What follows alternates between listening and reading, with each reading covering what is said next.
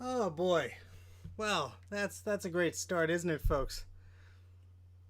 That's yeah.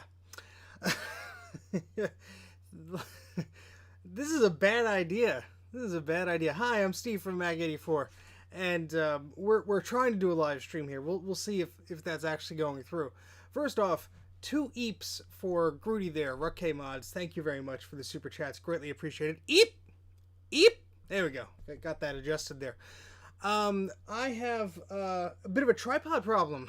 You know those little plastic clips that you plug the camera in and you just sit on the tripod, and yeah, I don't know where mine went.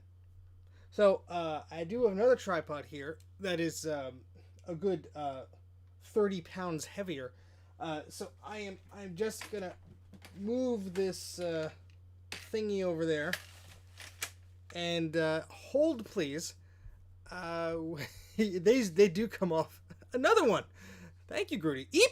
Let me transition to something else for a second, so we can adjust this without anybody going blind.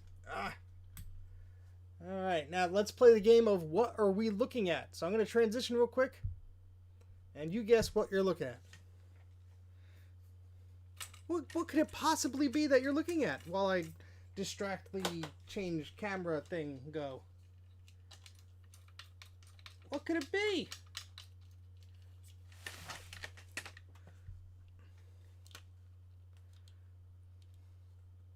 What could it be?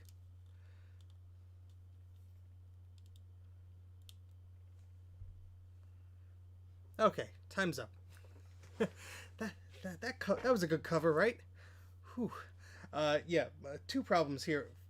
The camera I normally use doesn't want to work, so I'm using the wide angle camera. Oh boy. And the little plastic clip that's supposed to go on the tripod has disappeared off the face of the earth, so who knows where that has gone. That was a very disgustingly used thing of flux, so yay. Yeah, so that was that. Anybody who guessed that gets 20 gold points. They could be redeemable for Mac bucks after the show. There's a weird exchange rate going on. But oh my goodness, we've got a bunch of people here. YouTube is telling me 0 people are watching, which is poppycock. So I know that is not accurate here. But we have AA, we have Hot Rod, we have Trina, we have Jay from the House of Moth, we have Jeff, we have Dana does stuff. He's doing stuff. He's still awake right now. We'll see what happens in a few minutes. We have White Spy. We have Christopher Bourne. We have David Stahl. We have who else we got? We have Greg from Ruck Mods. We have Ashton Norman. We have Taj is here. Who else? Eric Smith is here. Nick is here. Malto is here.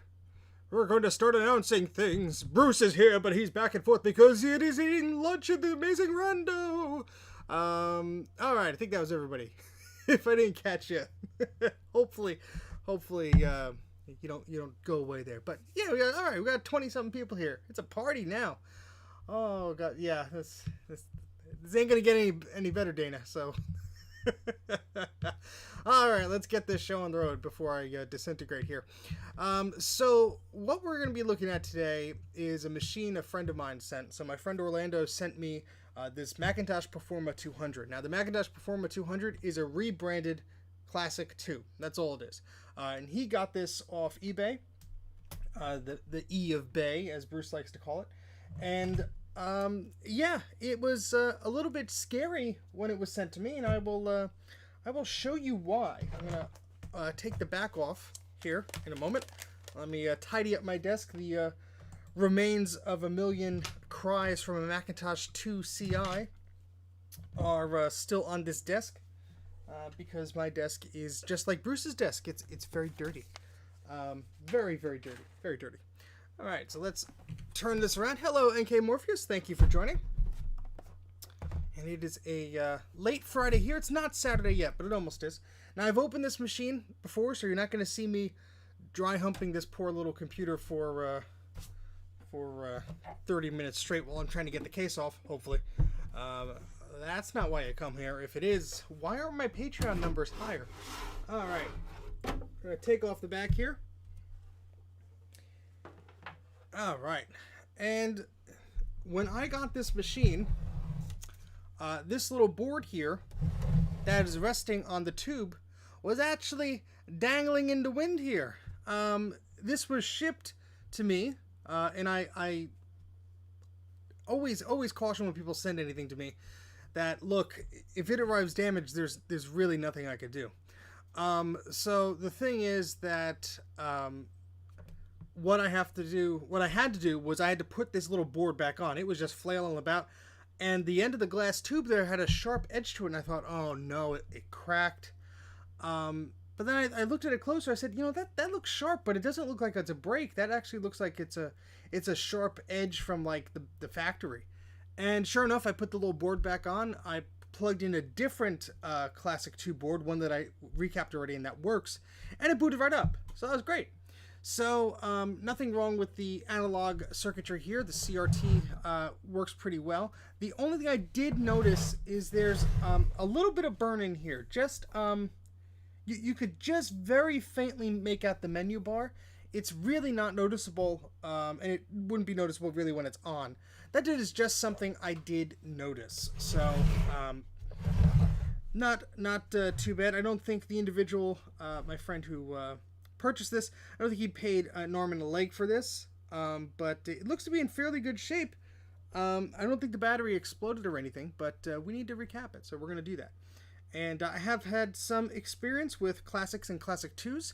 The Macintosh librarian has a Macintosh Classic that she sent me, and unfortunately that's having some issues, so that's still on the back burner, but her Macintosh SE30 took precedent over that. I am fixing up Mike's Macintosh Classic 2, and come to think of it, maybe I don't have the best track record with 2s. I'm still trying, so there we go. All right. The other color Classic rebranded was the Performa. Yes. So Bruce was actually doing a Performa 250. So this is the little brother stream to Bruce's stream. We're gonna get half the views, half the likes, and half the everything, half the jokes, half the good stuff. So what I'm gonna do first is just take out some of these cables that don't belong here right now. The SCSI cable for one. SCSI table. That would be a big table. You gotta terminate the table there. Put another chair at the end. We have people coming over for supper. A 275, that's what it was. Smash that. Well, I can't say it. Bruce has to say it. Bruce, fly over here and say it, and then you could fly back. I just need like a soundboard, like an old flash soundboard. Boop, boop, boop, and just. Oh boy. All right. So all right. Yeah. The LC machines will have a high-pitched whine, and that is one of the signs that they need to be recapped. I mean, they just need to be recapped anyway. My apologies to anybody who has messaged me in the past few days about getting their machines recapped. I know I responded to you initially, but there is some work I still have to do there. And wait a tick. I think I put the wrong. I think the wrong board is in here. Oh, that's embarrassing. That is really embarrassing. This is the board that works. Oh, because there's tantalums all over the thing. This board works already, so that's not exciting. Whether it's his board or not, I have a stack of Classic 2 boards. So I have the serial number in my phone. I could look up which board is which. But what I was explaining before is when I had to test the CRT, I took one of the boards that I knew that worked, and I plugged it in, and it worked fine. So we'll just have to find the right board for this. Again, this was a bad idea. And it's everybody's fault. It's everybody's fault but mine. I can accept no responsibility. But this is a.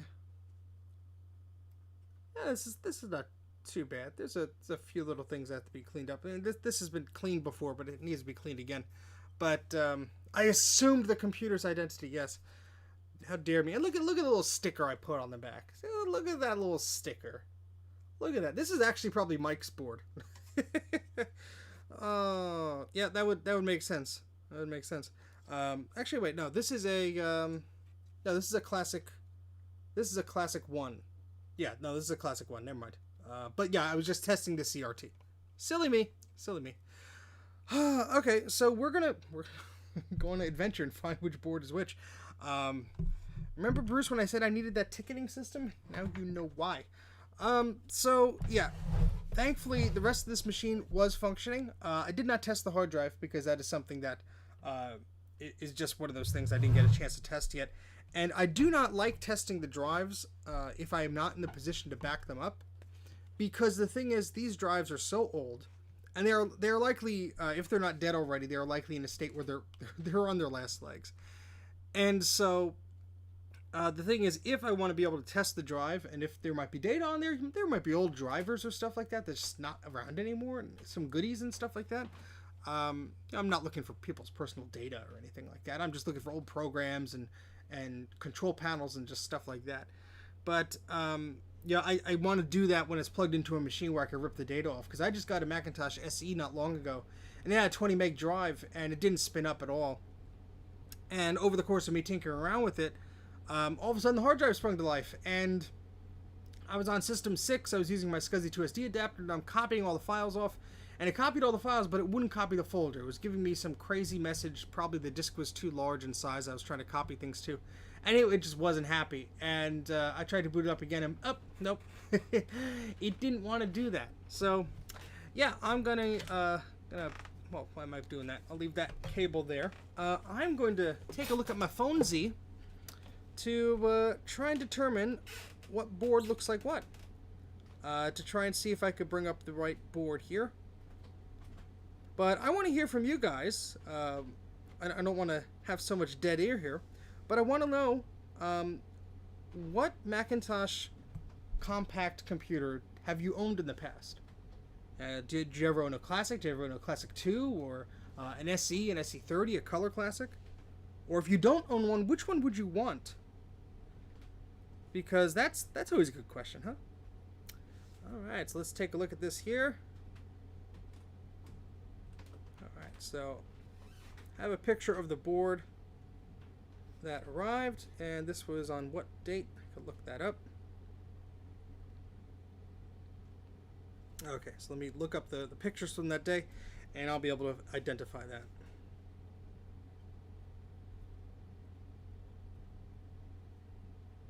It has been a few weeks since I got this board, but I did take pictures of it. Here we go. And where is the serial number? There it is. Oh, the serial number is blurry, of course. Thank you, iPhone. Well, I could read it off. That's good enough. All right, let's see some of the answers here.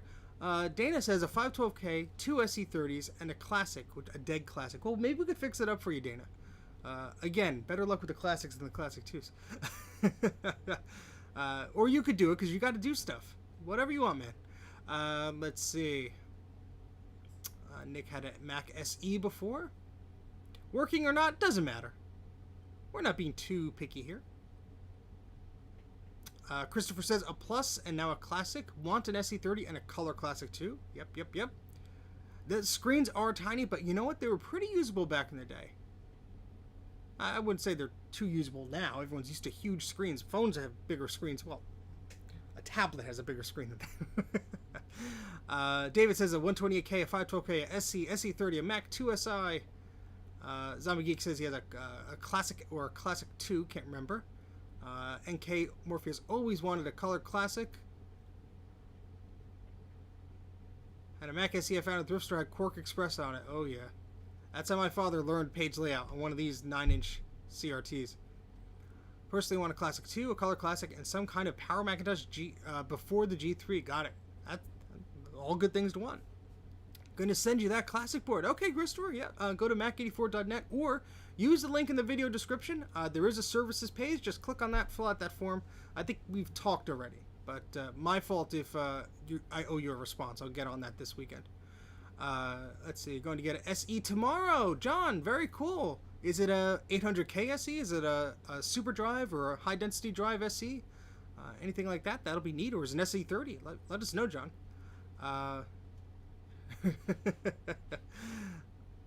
Let's see. I got a working Plus SE and Performa 580. Oh, very nice. No worries, Trina. See you later. Of course, you bamboozled me into streaming, and now you're going away. I see how it is. That's okay. Have a good night. Let's see. Someone a Classic for 151 worked when packed away in 2003. Oh yeah, that no thanks. Pass on that. Maybe for $20, not 150. Let's see. Oh, hello, sorry. Thank you. I hope I pronounced that correctly. First time catching the live stream. My name rhymes with array. If you want to shout me out, so Sore. All right. Hopefully that's a little bit better. Sore. Thank you, Sore, for hanging out. That's awesome. Yeah, Dana. I don't know how he learned it either, but I guess that was the computer they had. So oof. All right. Farting around with the PS2 30. Okay, cool. And Jeff says he had two 128K Macs, two 512K Macs, 6 Macintosh Pluses, woo! 3 Macintosh SEs. Oh, I'm sorry, maybe I'm reading this incorrectly. I'm sorry, 4 Macintosh SE 30s, nice. Classic and a Classic 2, and 2 Color Classics. I think that's it. Wow. That's a lot, Jeff. Nice. Give me a run for my money. Oh, John's getting a Power Computing 180. The guy he had an SE as well. Is it like the Power Computing model I have here, the Pizza Box one? Or is it a tower? If it's a tower, I'm very envious. This is a Power Computing Power Center Pro 180. And John, if you're getting a Power Computing, a Macintosh clone, if you want to email me any pictures of it, that would be cool. I'm doing a video about the Macintosh clones. Mac84TV@gmail.com. If you want to email any pictures, completely optional. But if you want them featured in my video, feel free to do that. Oh, cool. Very nice. Where's the clone video? It's currently in my Final Cut Pro suite. So it's being edited. Got some goodies in there. Dana, go to sleep. Good. Good night, Dana. Thanks for stopping by. No worries. You'll just catch up on the 8 hours later. Yeah, so the clone video, I cut it down into parts. And so part 1 is in Final Cut Pro. I have all the voice track there. I'm just adding bits to it. A lot of that stuff is difficult to find images for, so I'm just getting some footage together. A lot of the time I can't even find a press release or pictures or anything. Because the stuff I'm talking about is very obscure, very old. But I did reach out to 2 people, very cool, very friendly, and they were able to give me some information there. This is true, Logan. This is true. All right, so I am going to just turn around behind me. I'm not ignoring you, but there are a few boards that are stacked up that I need to look at to see if it's one of these classic boards. So I'm going to put up the be right back message. I know it's silly because we've only been here for 20 minutes. Just give me a minute. I'm going to see if I could grab the board that is for this exact unit, and I'll be back shortly. So let me just put that up. You could groove to the whole music for a bit. Go get a snack, take a bathroom break, and I'll be back in just a few moments.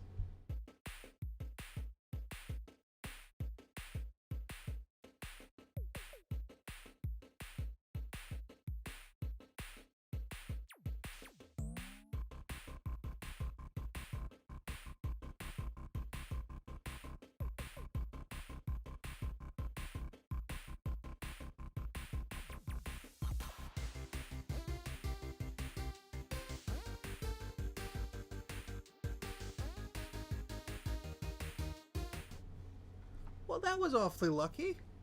We found the darn thing right away. It was right on the top of the pile. Of course it was.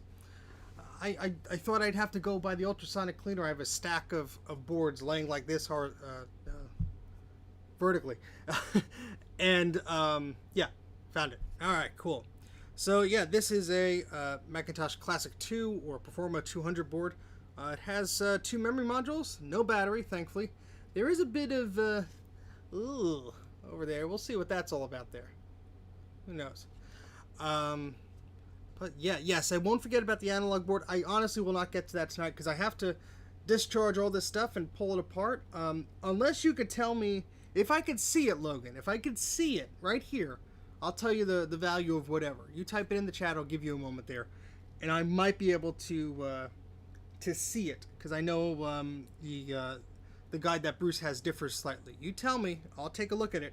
If not, that's something we could look at. But yeah, this good needs some cleaning. There's all sorts of goodness, and I can see green right away on these chips from these old caps sitting here. So this is gonna be a fun one. I think it got a checkered pattern in the eBay listing, and the person was a little deceptive about the photos they chose, and they didn't show the case in 100% great condition. So yeah, and I'm gonna have fun with this board. I can already tell. Jeez. I'm actually gonna go grab a bottle of water because I'm already noticing that I'm bleh, bleh, bleh, getting a little like that. But I will be back in a moment. Justin, thank you very much for the super sticker there. Very, very nice. Yeah, let me go check the photos, Bruce. I mean, there could be multiple things wrong with this. I did promise him I will do the analog board. I'm not going to do that today, but I did test that with another board, and it was fine. So no problems there. But thank you very much, Justin, for the super sticker there. Eep! I greatly appreciate that. Very nice tip from you. We'll be getting to your project soon, I assure you. Let's see. Okay. Yeah, no worries, Logan. All right. So let me go grab my bottle of water just in the fridge upstairs. I'm not even gonna put the whole thing on because I already used that. It's a little silly. Let's play a little game to keep you occupied. Try and remember the last time you inserted a floppy disk into something, and what was that disk for? Was it a system disk? Was it a game? Something like that. I want to know. Be right back in like 60 seconds.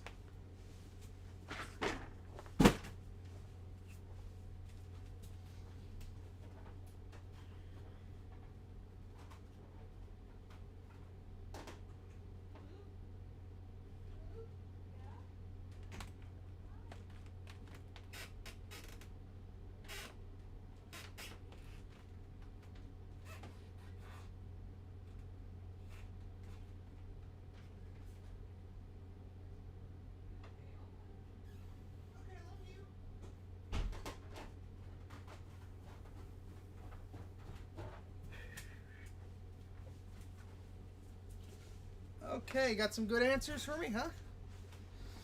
All right. So, Sad Mac 356 says a Windows 98 boot floppy. Oh boy. Bruce has a System 605 disk. Very good. You want to come over and move the furniture and paint it, Nick? More power to you. Star Wars for PC DOS. Ooh, fun. Hot Rod says disk tools yesterday. Okay, cool. You're never too young for floppy disks. Floppy disks are good for all ages. Electric Piano has a floppy disk. Nice. USB drivers via a floppy disk. I mean, how else are you going to do it on a machine like that? System 6 boot disk. All right.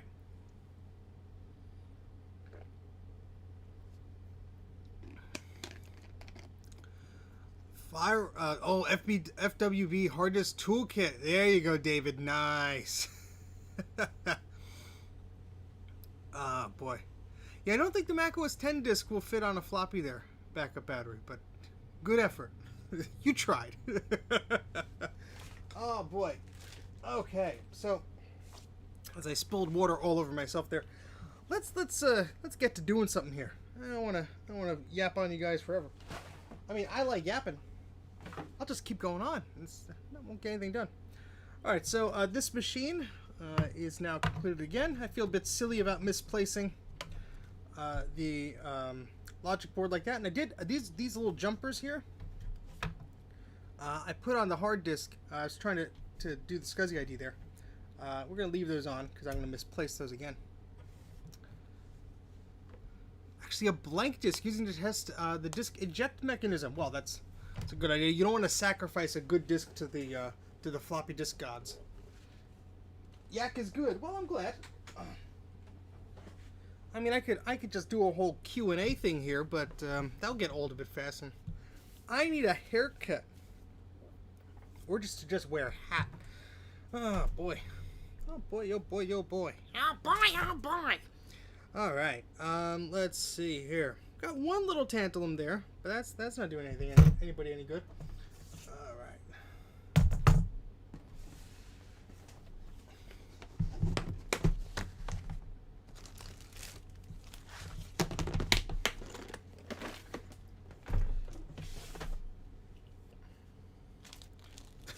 That was a very poor Donald Duck impression. I could already hear Disney's lawyers running towards me. All right, so these are two 80 nanosecond memory sticks here. Dana sent me a spreadsheet that would be able to tell me the values of these, and I just have not had a chance to look them up. Yeah, Bruce, this is one of the fun ones. Oh boy, I think this is a revision B, because the revision A had 4 ROM chips, Am I remembering that correctly? So revision B, I think. I have to print out your recapping guide. I just turned on the laser printer there, so. Was a week ago. Okay, Jay, not bad. Not bad. You got credit. Alright, so I'm stealing Bruce's idea, putting all my client stuff in a Ziploc. So when I lose this Ziploc, my friend will be mad at me. So I'm going to put that in this little tool thing up here so I won't lose that. Remind me it's there. Alright, so where do I go? Where does one go when they want to know how to recap one of these computers? And no, it's not my website. I'd love to take the credit, but I didn't do any of the work. A good friend of mine who is in the chat, and you all know and love him. Give it up for Bruce. Bruce has an excellent website, which is recapamac.com. Put the link in the chat there.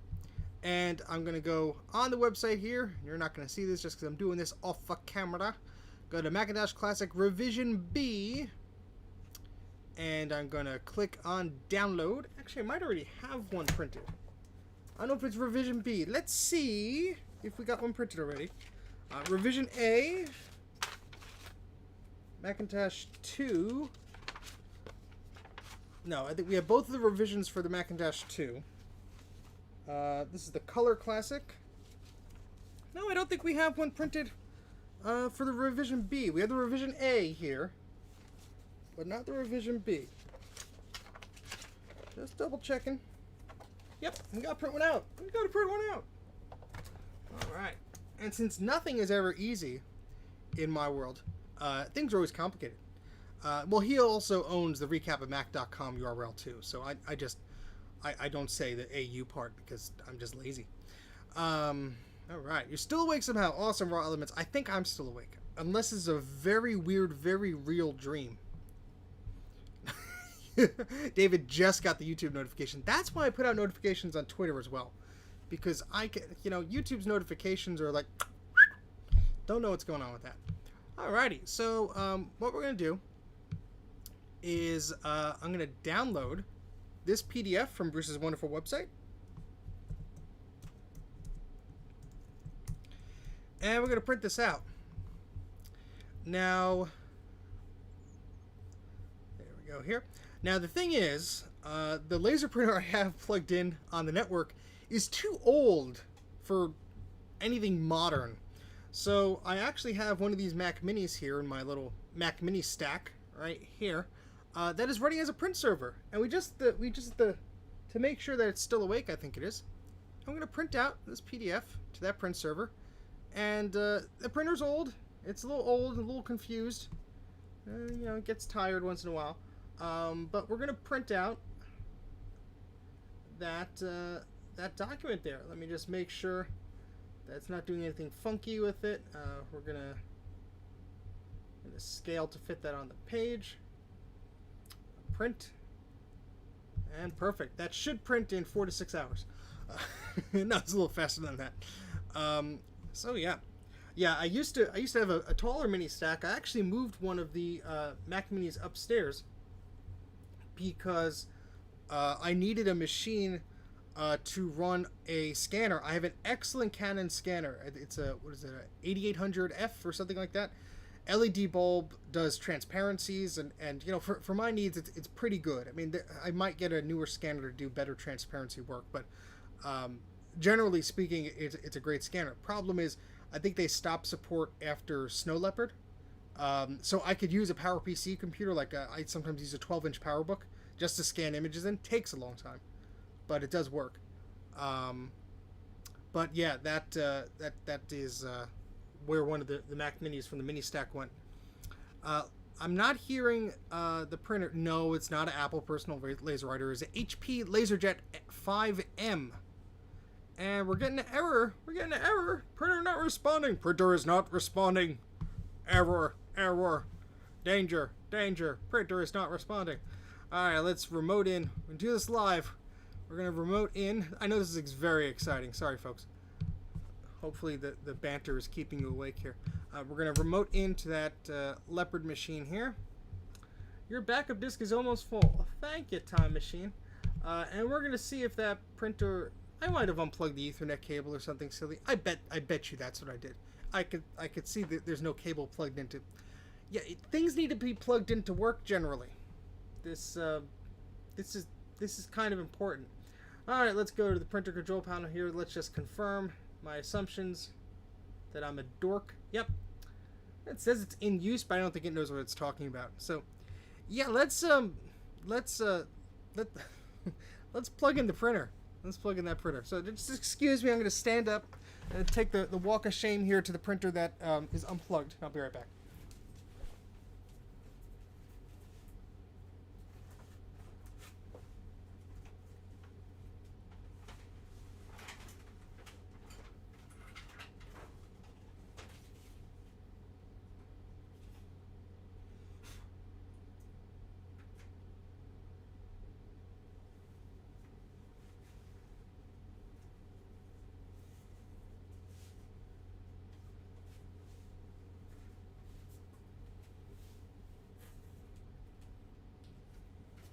Alright, now let's make sure that Ethernet cable is actually plugged in here.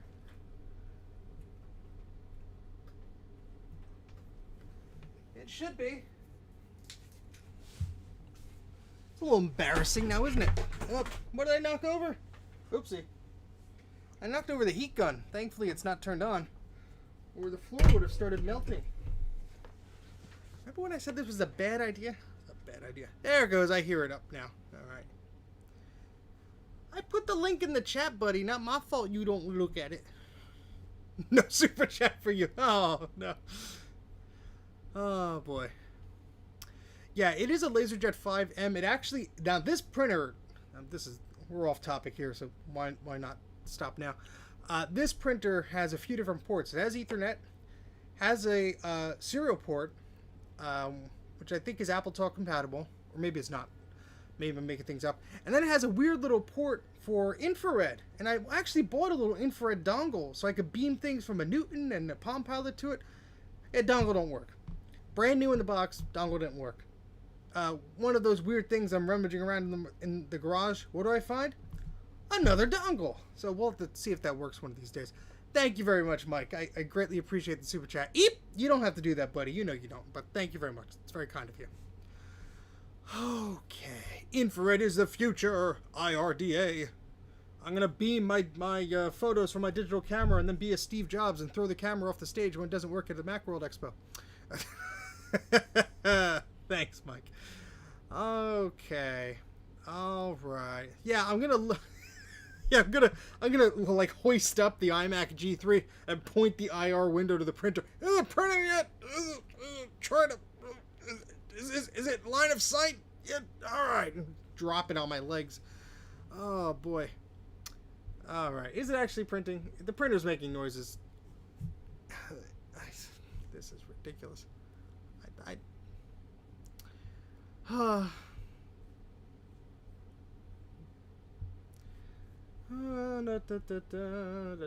Let's cancel the print job. Now I hear it going. Now I hear it going. No, this is an old laser printer. I bet you I click cancel and now it's just spitting out the page. Let me just go check. Let's go check to see if it has printed.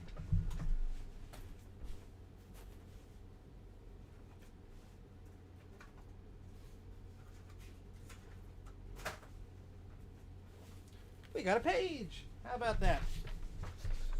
Alright, now we're going to label this before I forget what the heck it is. Oh, that's not a marker, but that's my new laser. I got a laser. Just like Bruce wanted me to. Pew! This is a ultraviolet laser. It's super bright. Don't look at these things. Don't reflect them off things. Don't point them at cameras.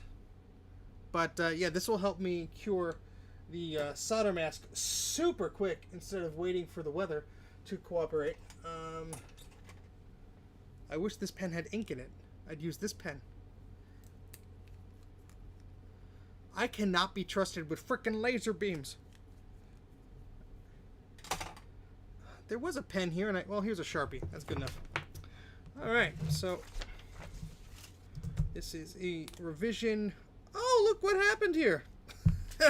This is the printer. This is the printer's fault. I probably stopped that job, and you could see it started. It got the text layer right, and then it was like, no thanks. It stopped.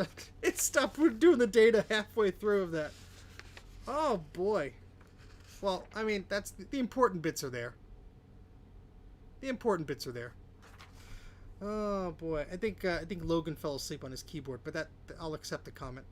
All right, so hey GT, welcome to the chat here. Printer's on strike. I badmouthed it. It got angry. All right, so we're just gonna put little things here. All right, so this is a classic 2.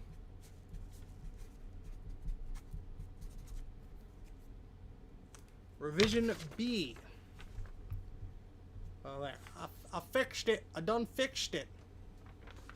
Yeah, this year blows harder than a 32-bit processor on a 16-bit bus. All right, let's get some work done here. This has been farting around for like a half hour. All right, so we got our recapping guide here. We're gonna stick that over there, where I will promptly forget about it.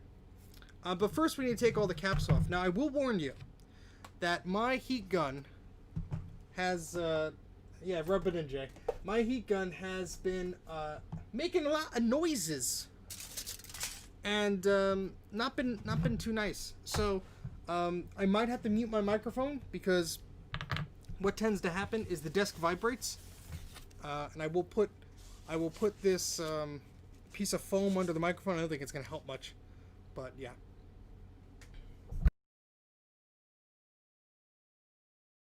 So this is not your classic 2. I think I am. I have to go over. I'll look later. This is the classic 1 I thought was your board, Mike, but this is a classic 1. You don't want that. You want the classic 2. So we'll get yours. If I do this one, we'll get to yours. So how about that? I do need a new workstation eventually, but you know what? I'm a cheapo, and this thing, until this thing spontaneously combusts, knock wood, I'm gonna use it. So. Alrighty. So yeah, this has a heck of a lot of caps on it. Let me just show you the board one more time before we start peeling things off. Hey, the classic 2 can handle more memory and is twice the clock speed. So there we go. All right, let me just take a few more pictures of this thing. So we have some pretty before-after photos. Because sometimes when somebody wants to do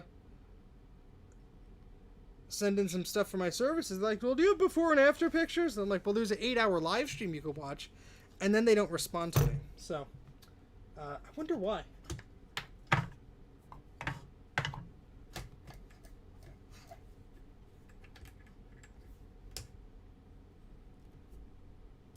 Okay. What I will have to do is get those little blades I have. I had some. Here we go. That's one of them. Where's the other one? Where'd it go? Hold, please. Right over here. Let me go stand up and grab it. Old man noises.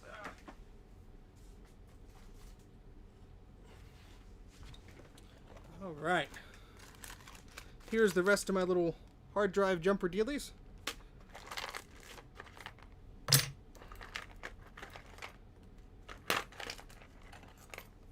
Alright, that should be enough for now. Okay. It still does, Mike. It still does. Okay.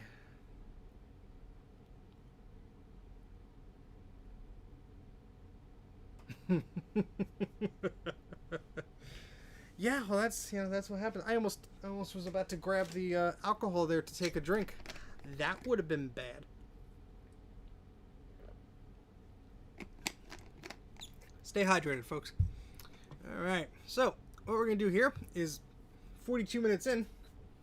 Finally, what am I doing? Finally, take a look at this board here. So, where's the new flux? There it is.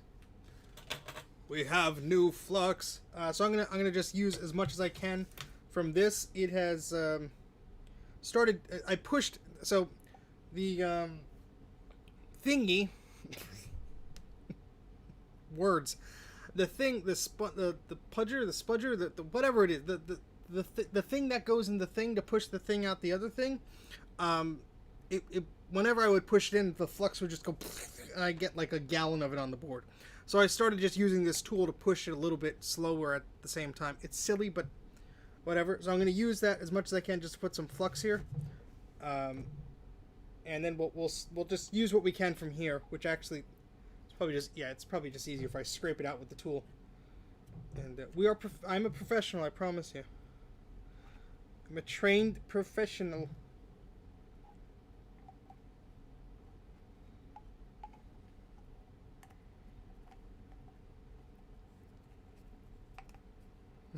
The plunger!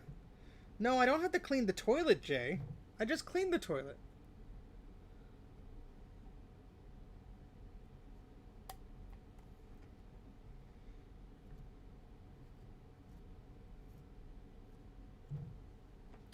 Alright, well that's gonna take an hour to do, so... Where's my pliers? I could say them. Dana's not here. I could say the word pliers. You know, it's funny because people always like joke about the Rossman thing. I've never watched one of his videos. Like I might have seen like a clip. I've never watched one of his videos. I'm not saying they're good. I'm not saying they're bad. I've just never watched it. If the video is grainy, I don't know why. Anybody else, the video grainy for you? I'm uploading at a solid 6,200 kilobits per second. Should be okay. Which way do I turn this thing? You keep doing it this way. There we go. Whoopsie, dropping everything here. See, I mean, I hear mixed things, but what? Maybe I'll give it a try. All right, so we're gonna put the new tip on here.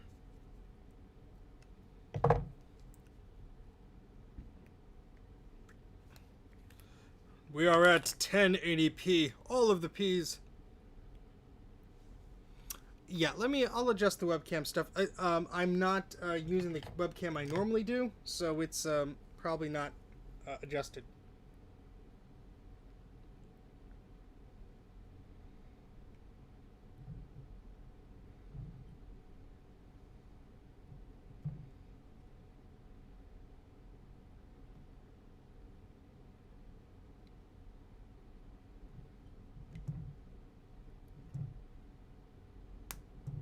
There's plenty of flux here. Drown the board in flux.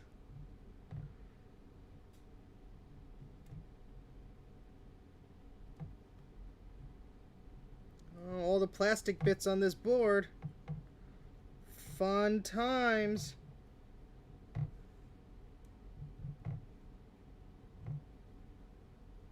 A lot of dust here too. Ooh, this is gonna be fun. All right. Put that cap on there just to not more sticky.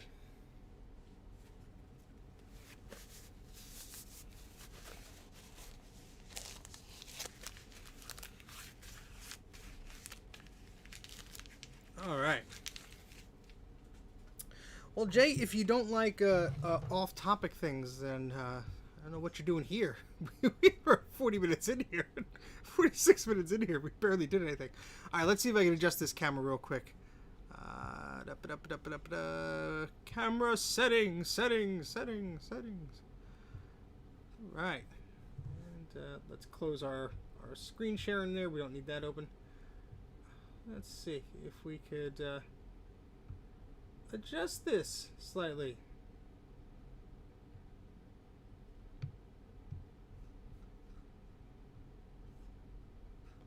Oops, that didn't work. That made it worse, didn't it?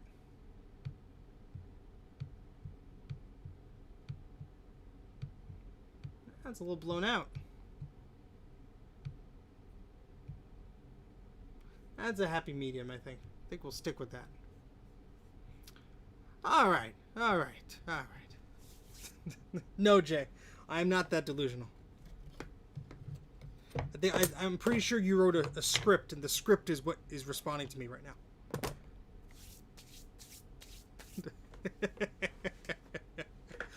Alrighty, let's get some of these nasty bits off. Again, I am using my heat gun. Again, it makes a lot of noise. I'm actually going to... I'll mute myself. Let me know in the chat if it's, like, unbearable. It's not so much when I'm using it, but when it's idling down and cooling down. So I'm going to put some of these PCI brackets here to protect against some heat. But, yeah, let's actually do this side first. I had another one. Where'd the other one go? Here it is. Just a little bit at an angle there. It's usually not a susceptible area, but I know you really can't see it. I don't have the fancy camera setup Bruce has, but I'm just gonna do this quickly.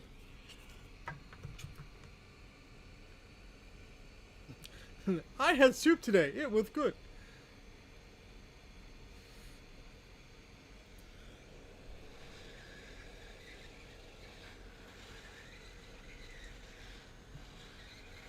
Oh, these stink already.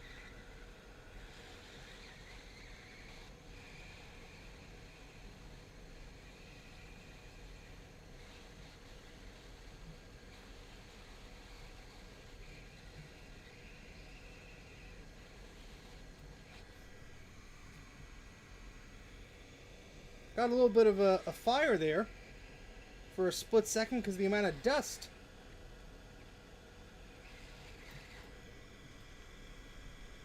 Oof. Jeez.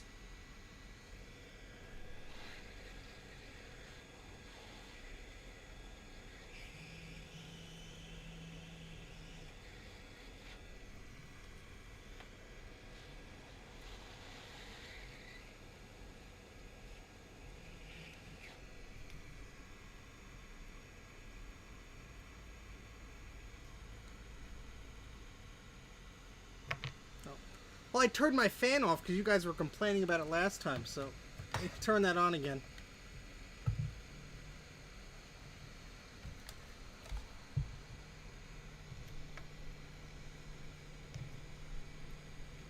And when I say you guys, I mean Jay. Jay's the only one that complains. Everybody else is all happy.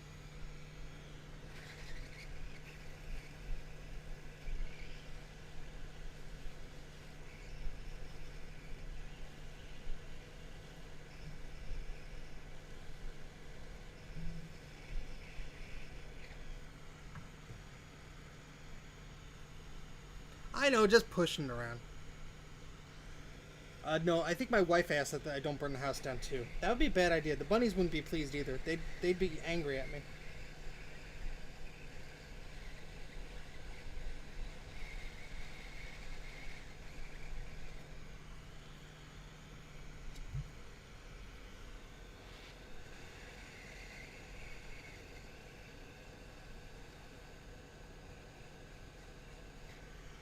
I don't taste it as much now.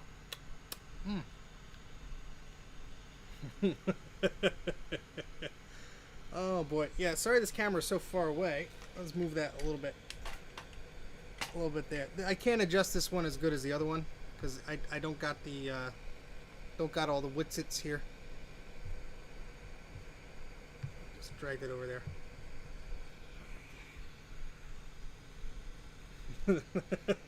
Not the vintage Macs, no!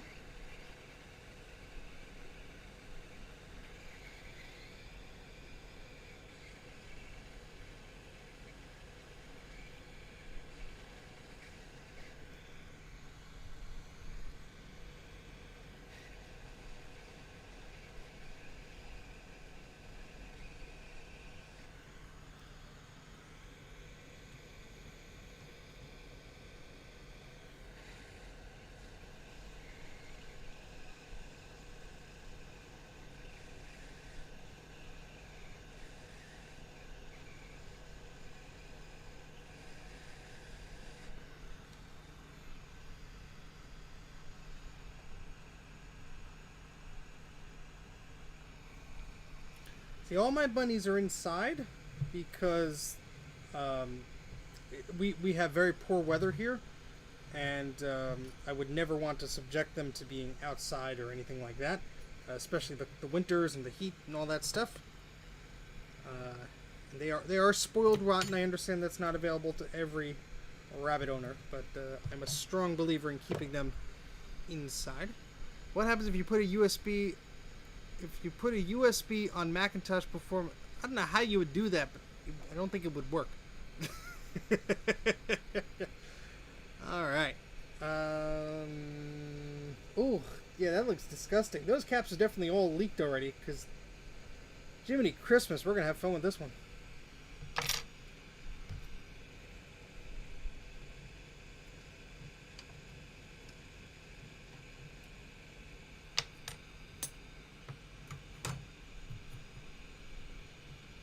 It wouldn't explode. It just you would have voltage going to the port, and it wouldn't do anything.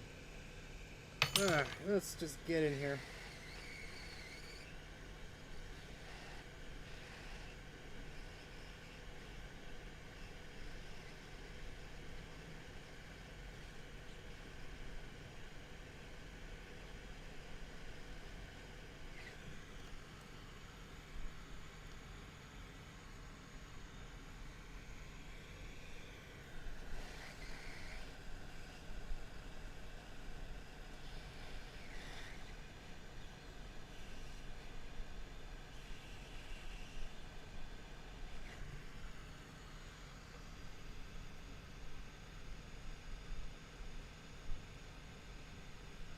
A Mac Pro 2019 and a CRT Studio display.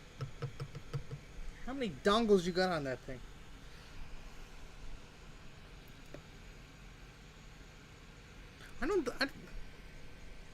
I'm not gonna go there. Never mind. Never mind. Don't take the bait, Steven. Don't take the bait.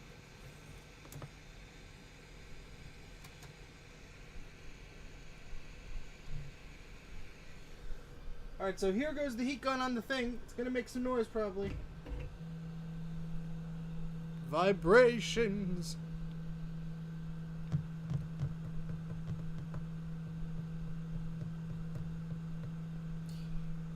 Nick, you have the worst luck. Sorry. Alright, we got a few more to go here. I just need to make some shielding here with good old-fashioned tinfoil. The worst capacitor by far is right here, and that is between the power socket and the battery holder. Right in the middle there. That's always fun. So, I'm going to try to get that out without any melting. I'm going to try.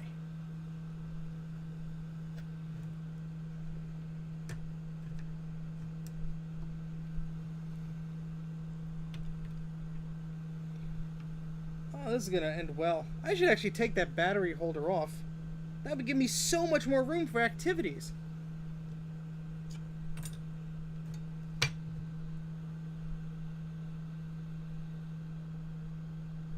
It's one of those connectors where it's like twisted. It's not gonna be worth it. Not gonna be worth it. We'll be okay.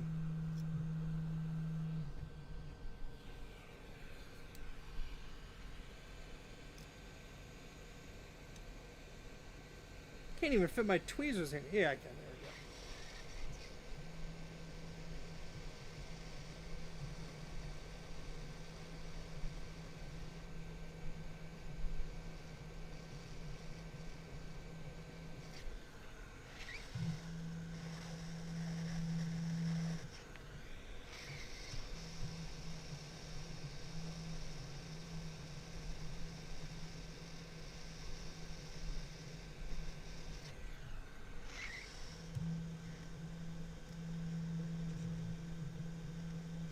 Oh, come on.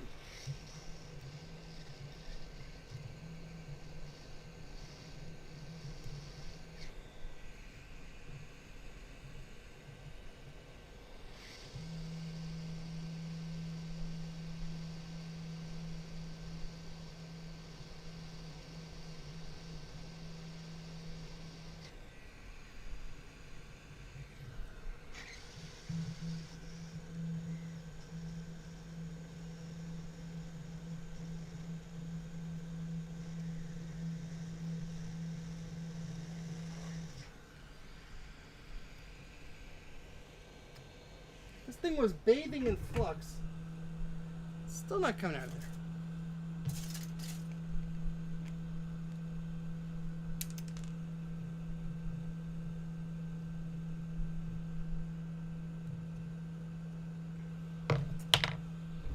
Keep trying.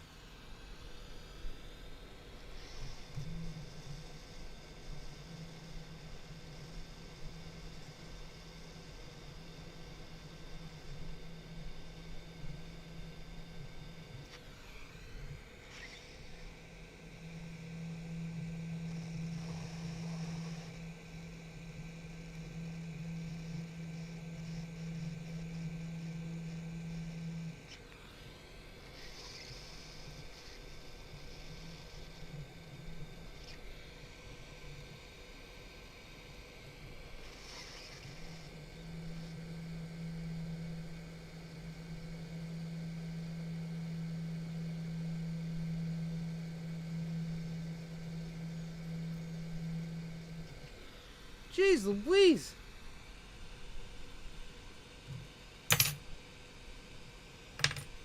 Disgusting capacitor. Absolutely disgusting. You have to see this.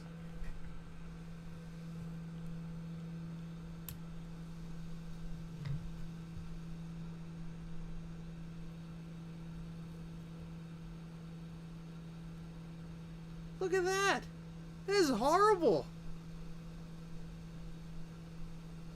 Ugh.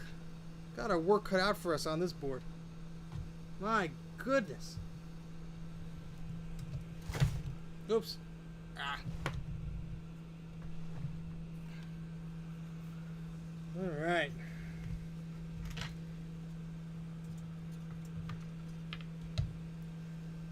Okay. All right. 5 more to go.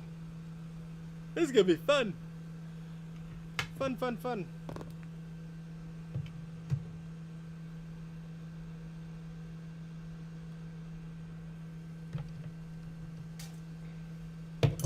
Pieces are still hot. Sorry, I'm almost done taking the caps off, then I'll be able to read the chat more. Just a little bit busy.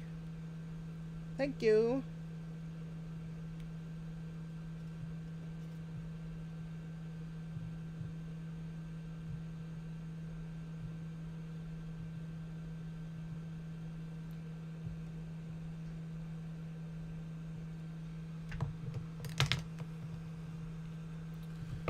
Right, let's put some of our heat shielding here. Fits almost perfectly there.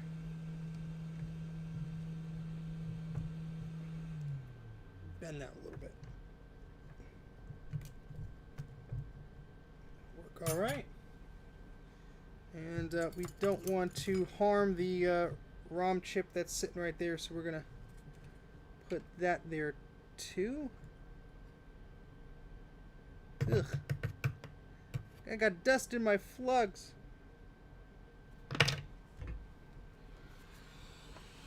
All the reefer capacitors are terrible.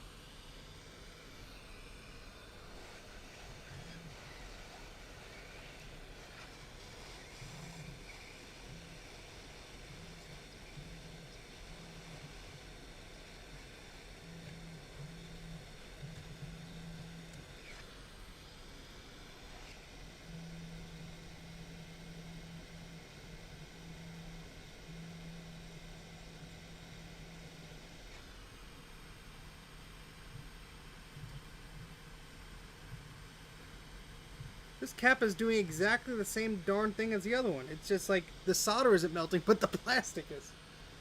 Oh boy.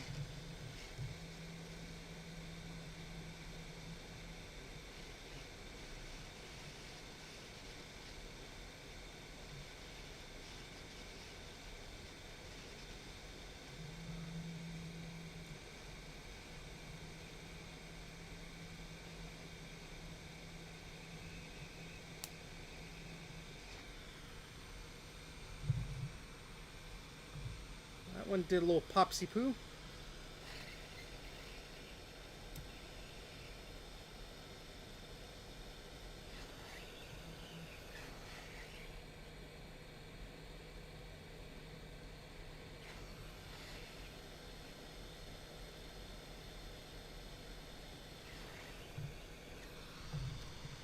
all the capacitor goo just went under the processor.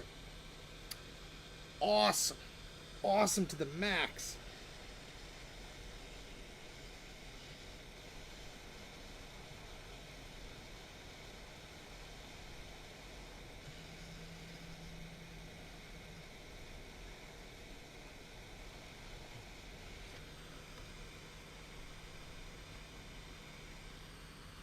Alright, 2 more to go.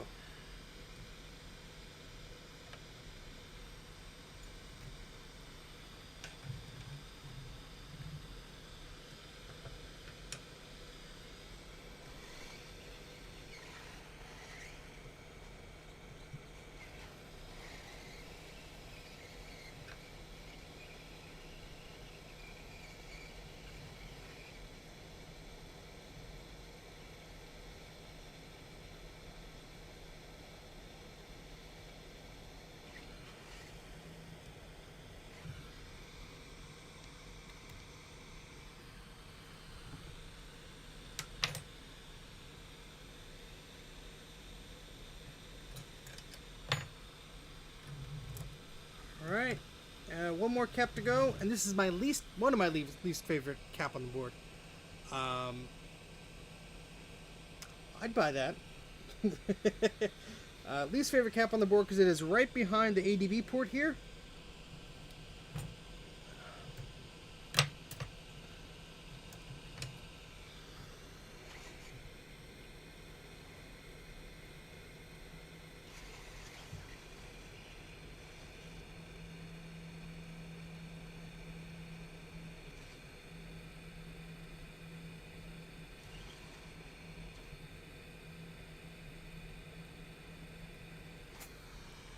I was about to say, none of them popped, and that one popped.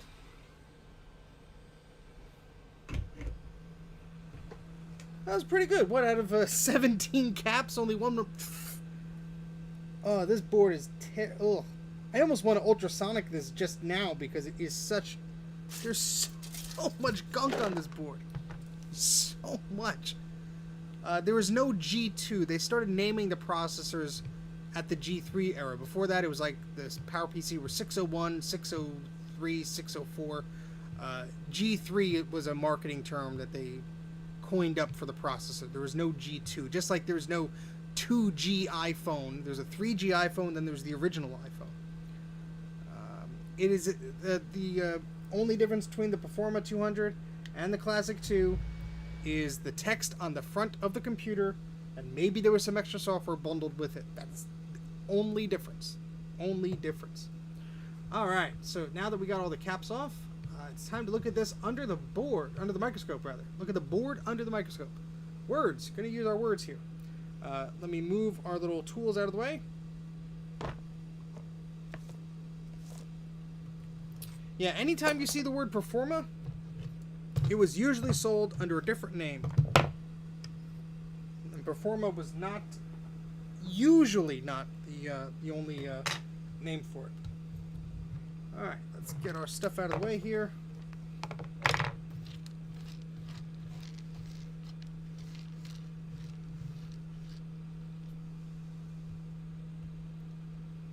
Look at all those capacitors. Look at all those happy little capacitors. Look how dirty they are. Look how horribly wretched and dirty those capacitors are. That's what happens when you say, "Oh, I'll recap the board next year." Well, you know what? It works right now. I don't have to recap it. That's what they look like.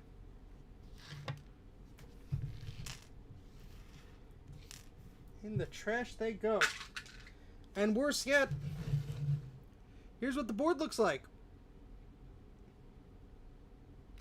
Look at all that lovely capacitor goo that has released itself all over this board.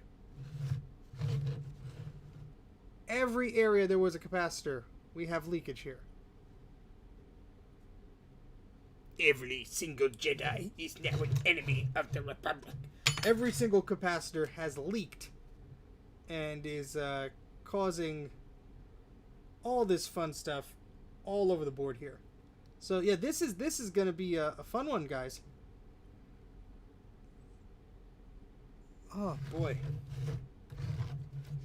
yeah, all the stuff that is leaked all over this board, not making me too happy right now. This I think is one of the worst of it. Right next to the power connector. If I can move the board. Yeah, there we go.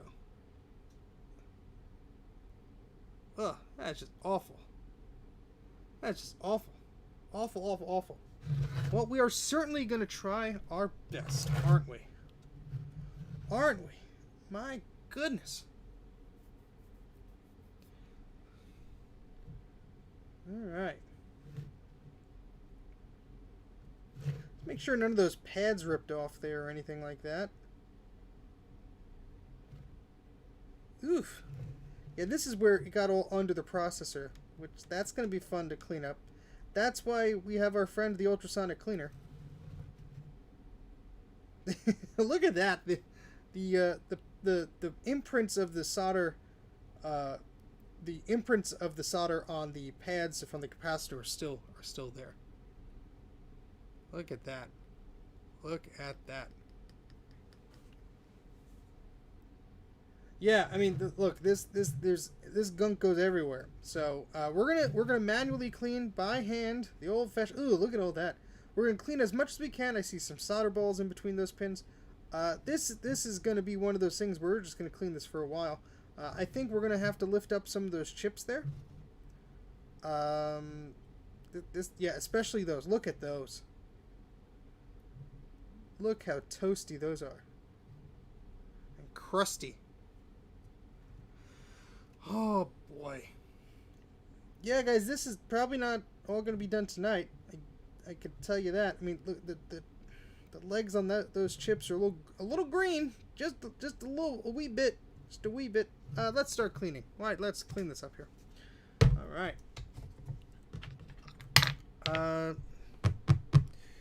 You know, I have a little plastic cup that I hold alcohol in. Let me go grab that. It's upstairs, but gaze into the horror that is this for just 60 seconds there while I go grab that. I'll be right back.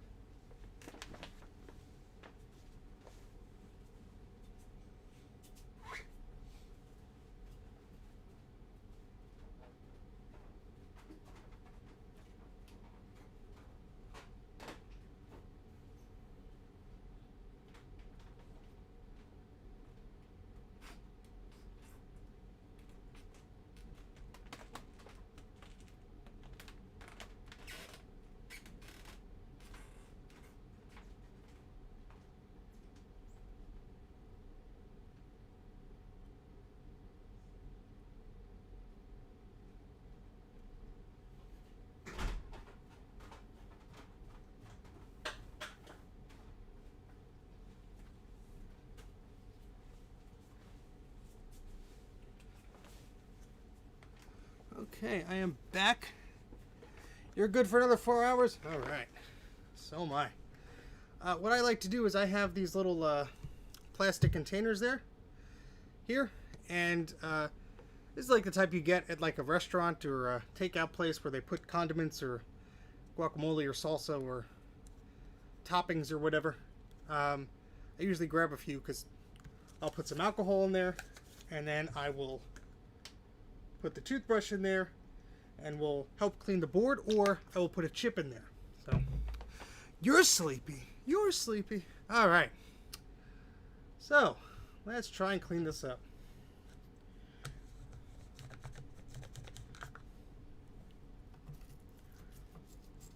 going to go very gently here because there's so much dust here. I don't know what is weak and what isn't.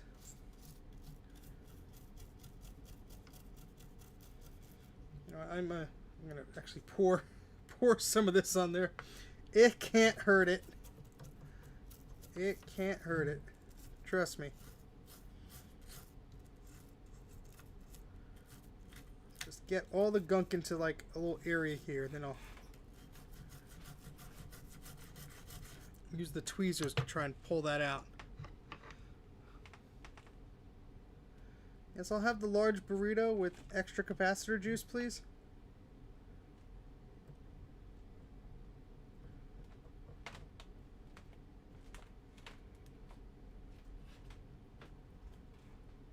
hold the solder balls, please. Hold the solder balls.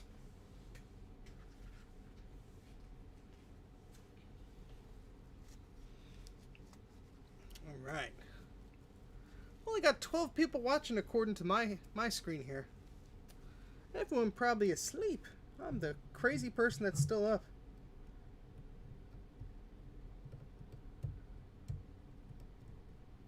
Oh yeah, that solder just cracked right off there.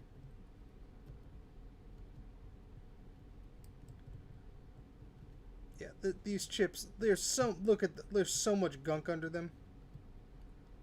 What I might have to do, I might have to just take the chips off and clean the board just as this is, because oh my goodness, it's disgusting. This is one of the worst boards I've ever seen, to be honest. Just as far as the amount of crud that's on this.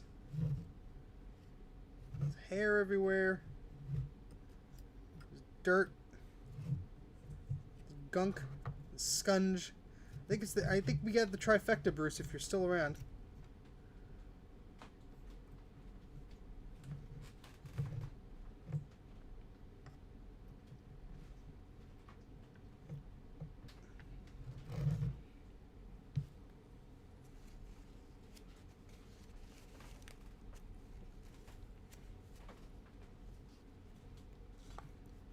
What I said a number? We're playing a numbers game now? I can't even remember what I just said, so you could remind me what we're talking about with numbers here. What numbers that? Do I win the lottery here?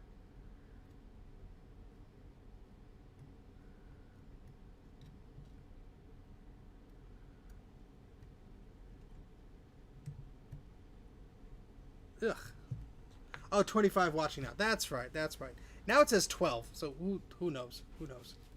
Bruce is repairing traces. Oh, that's exciting. I'll dial you into Skype. We'll do a dual stream here.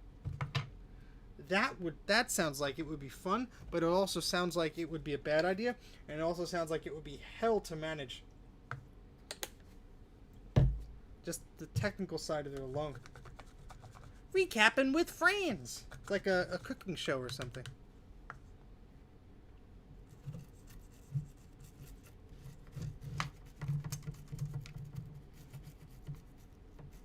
We're just gonna bake up some of these traces for our good friends that are coming over.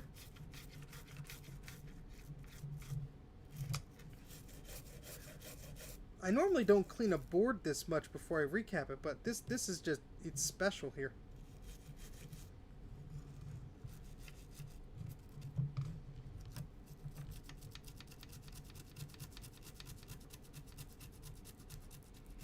I do not play the lottery. I waste my money through other means.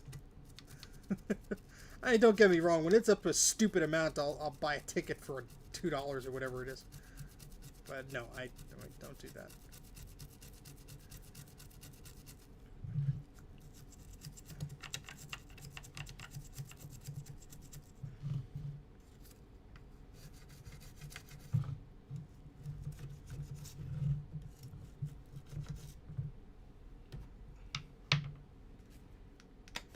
Hello, Emily. Welcome to the chat. Welcome to the stream. Used Macintosh computers and trying to repair things is my own form of gambling. The toothbrush won't fit. No. Ugh.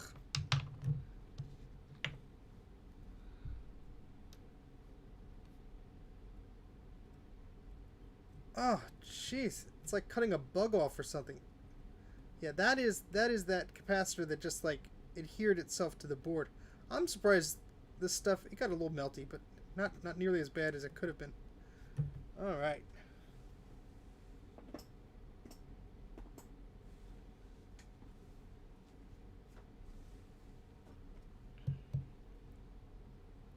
Oh, you cleaned your 2CI board. Very good. Very good. If you have any trouble, let me know, because, well, you saw what I did, so hopefully you have better luck with your 2CI. How was it? Was it pretty dirty, or hopefully not as dirty as this board? Because my goodness, are we having fun here?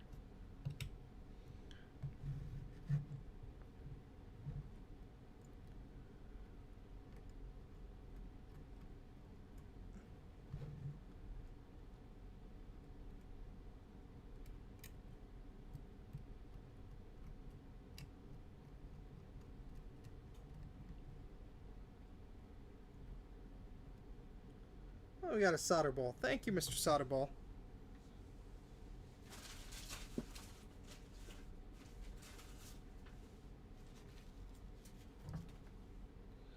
Alright. Had some fuzz around, but not as bad as this. There's one dead trace I'll have to fix. Checked under the chips, and most of it seemed fine. That sounds excellent, Emily. Good job on that.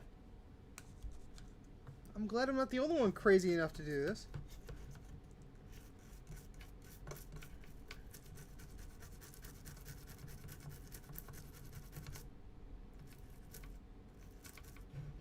It's really funny because YouTube gives you access to analytics and all these things, so you could see who's watching your streams and who's subscribed and how long they watch and what videos are your most popular, and it's all designed to, you know, empower you to get more viewers and all this stuff like that. But what's really funny is I know we have a handful of people that watch who are against what YouTube's analytics say, because YouTube will tell me based on whatever, I guess it's maybe the Google account you create or whatever, that 100% of my audience is male, and I know that's just not true. I just know that's not true. But it's just funny that, you know, everyone always says, "Oh well, the data doesn't lie," but it's like there's always I don't know how accurate some of that stuff is.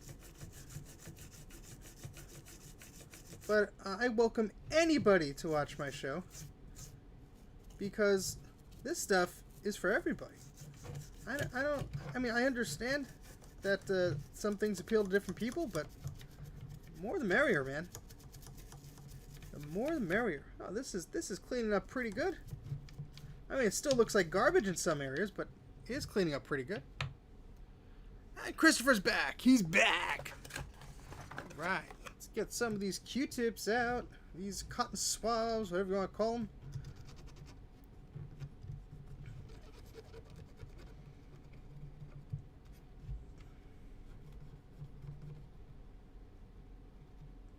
Oh, boy.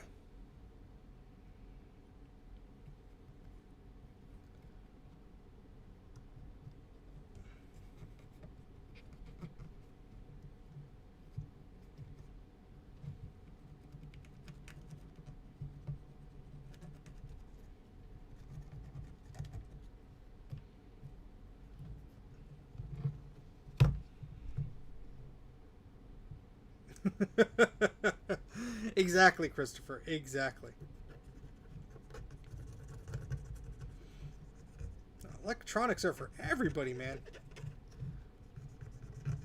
Hey, when I was in high school, all this stuff was considered very stupid and geeky.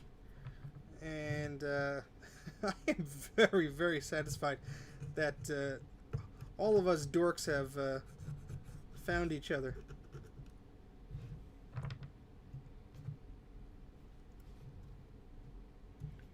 Alright, well, enjoy your watery grave there, Nick. Sounds fun.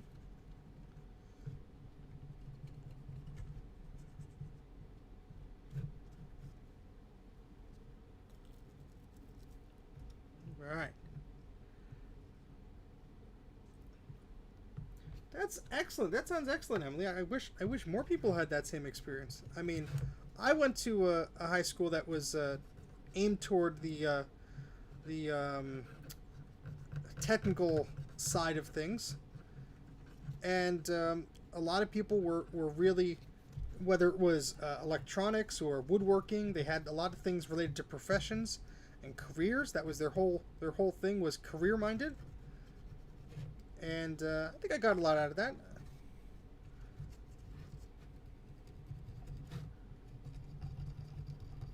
Ooh, that's a little bit... That one's not as pretty.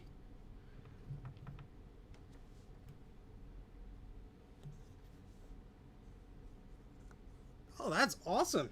Robotics are amazing. I wish I had the mind for that sort of stuff. I wish I had a better mind for, like, coding and logic and stuff like that. I mean, I get by if I have to follow a tutorial or something. I could do that, but I get stuck easily. I don't think I would make it as a programmer. And every time I say that, someone's like, "Oh, you should just try this language or that language," and I'm like, I give it a shot and I lose interest. It's just the way I am sometimes.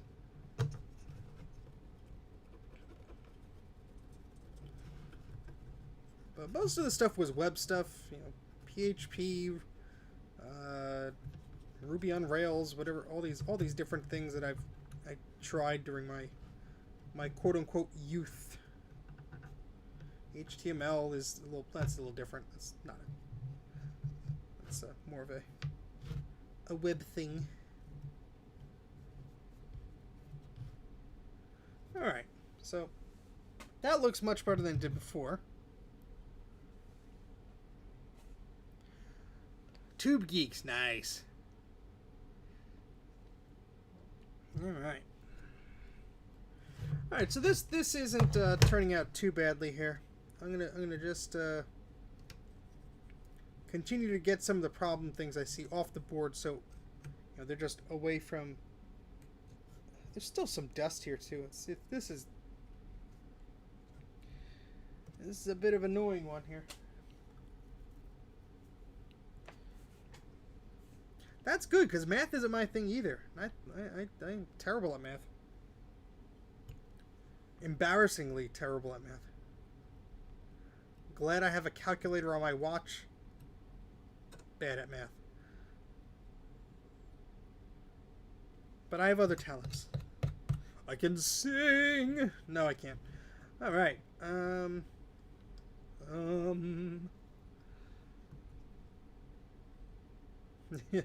U9, swim! Where's the soup? There's the Super Wozniak integrated machine. Created by Steve Wozniak when he wanted to control his floppies or something. Yay! All right. Okay. That's right. You get the computer to do the math for you. Why strain yourself? Let the computer do that, man. All right. Oh, I am very tempted to just ultrasonic this before I even start taking these things off, but yeah, I know. All right, so what I'm going to do next is I'm quite tempted to take at least this chip off here. Is that even connected anymore?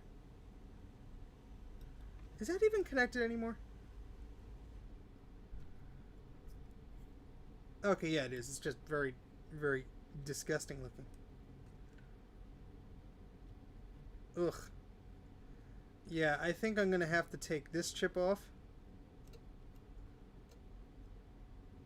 Just look at the amount of dirt and grime and crud in there. This one, not as much.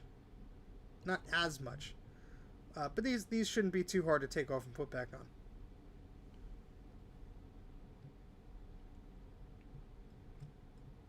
Learning a language, that's another thing I would love to do. I took a Japanese class, and you know, it's like you learn it, but if you don't use it, you do lose it, and that's, you know, it's not a cliche thing. It actually freaking happens. Yeah, I wish I could remember more of that. And yeah, one of these chips is probably gonna have to come off there because, oh gosh. I mean, I don't know if I should just start ripping chips off here because I didn't even recap the darn thing, but see, since there are no caps on the board right now, it makes it a bit easier for me to do that, especially in this area I'm most concerned about. So I'm gonna at least take off this one here, and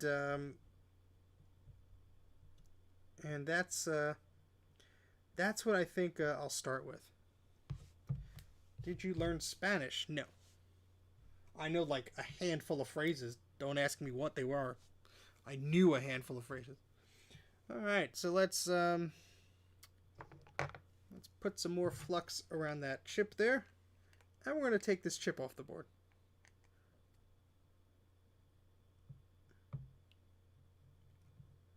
And we're going to see how bad that is.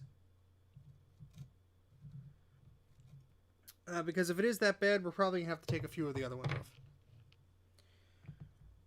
I sort of feel like I teach in a way. I've gotten comments here on YouTube and in my professional life at work of like, wow, you have, you know, because I train people at work and stuff like that. And I'm like, wow, you're good at teaching people. You know, you take your time and this and that, and you don't pressure people. So I hope that that comes across.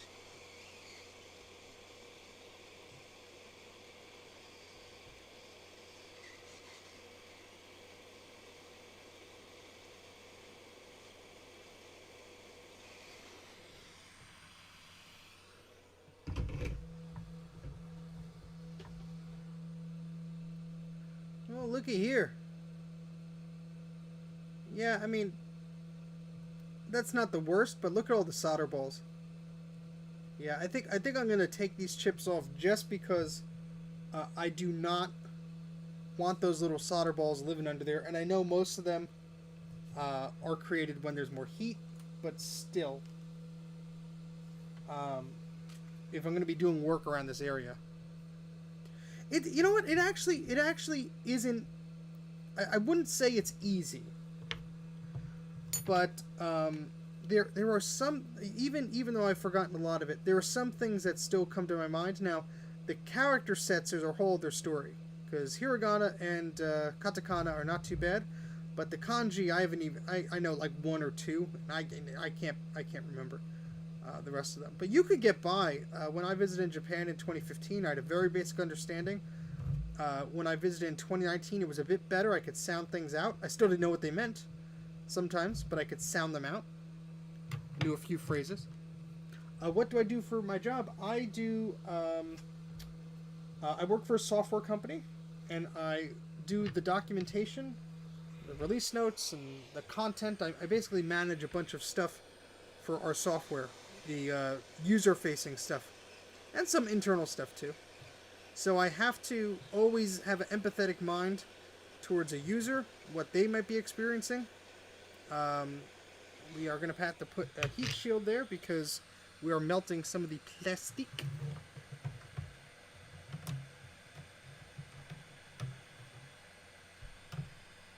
Ah, come on. You don't want to fit there? We'll bend you.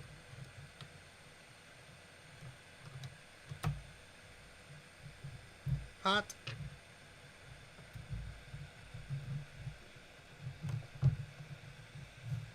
There we go.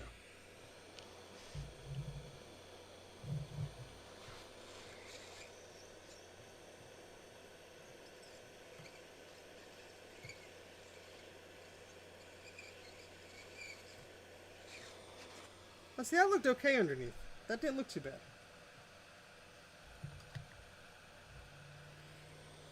Let's just do this one just for the heck of it, too. I forgot if I put a flux on there. There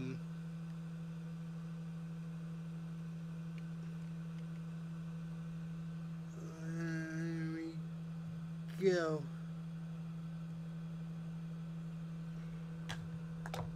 Ah, I just spilled alcohol over the desk. Don't worry, it was just this alcohol. Hold on, my phone keeps buzzing. What's going on here?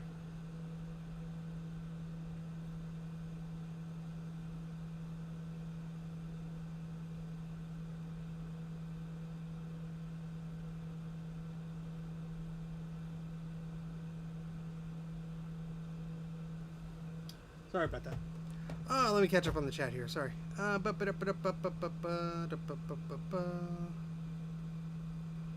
Yes, I would say it's very hard to master it.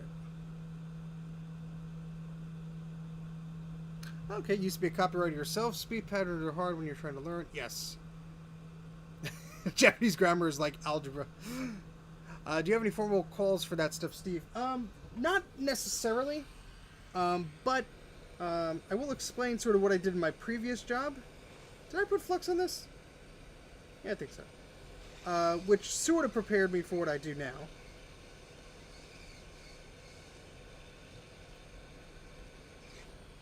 Alright, that one doesn't look too bad. But we have to clean the surrounding area anyway, so that's... That was the main idea of getting most of that stuff off, so...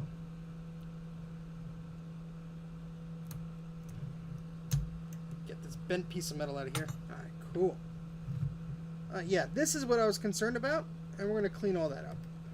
Clean all that up.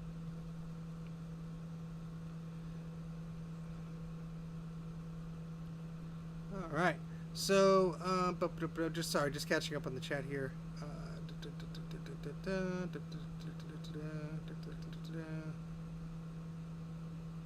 Yeah. So, how I sort of got into the documentation and writing thing, I don't know. I was always the person who was reading the manuals for a TV or for a computer or whatever, and I have to give credit to Apple because their manuals were always written that basically anybody who opened the manual, whether it was for a computer or a laser writer or a camera or whatever accessory that Apple made, their manuals were always very easy to understand, easy to comprehend. They didn't use crazy jargon, and if they did, there was a glossary in the back. So I learned pretty quickly through my own means of how to use computers and software, mainly starting with a lot of Apple's own documentation. And I sort of base a lot of what I do, a lot of it is common sense, but I sort of base a lot of what I do on sort of how I learned to read these things. And so I always feel like I've had a pretty good grasp of explaining things to people. And, you know, you think you have a good idea of something and then you're thrown into something. And so my previous job, I was an IT project manager. And I had to manage projects between one team that was not IT and then another team that was the IT group. So I had to act as a translator. I had to try and figure things out for my own. I had to tease information out of people. And I absolutely learned a ton. But I absolutely hated some days of my life because it was like, you know, somebody could just tell me, oh yeah, you got to flip that switch. But they wouldn't tell me. I'd have to, like, you know, ask 20 different people the same question, get 20 different answers, then piece it together myself. And then when I say, well, why didn't you just tell me I had to turn the switch on? They're like, well, I told you. No, you didn't. You gave me a 50-page technical manual, and you said, yeah, I think it's in here. So I definitely learned a lot, but that is sort of a hard way to do that. Yeah, so I actually, you know, when I was looking for new work, this job sort of just appeared, and it was closer than my previous one, so I applied to it, and they were looking for someone to start in a new position they never had before, and I said, you know what, I think I'd like to do this, and I had an interview, and it all went well, and the rest, as they say, is history. But I have received very nice praises at work and stuff about the things I've written, the guides I've produced with pictures or videos or tutorials and stuff like that. So I think I have a pretty good knack for it. I don't have anything professional that says this guy is qualified to do this, but I think if I was pretty bad at it, I would have figured that out by now. Alright, my tweezers have become a little bit, how you say, screwed up. So I'm just trying to adjust them here with a pair of pliers. There we go. Should be okay. How's the recap going? We didn't even put a new cap on. We didn't even do that yet. We're still cleaning. So what I'm going to do next is we're going to add some flux to this area. I'm going to take a soldering iron tip and put some solder on the end of that. It would help if the iron was on. So let's let that heat up there. And yeah, we're just going to clean this all up because this is disgusting. This whole area is disgusting. There's solder balls everywhere. I'm glad there's no broken traces under there. I'm still a little concerned of this chip here. In fact, we'll probably take that off. One of the cereal chips, if I believe, if I recognize that correctly. Let's take it off. Take it off.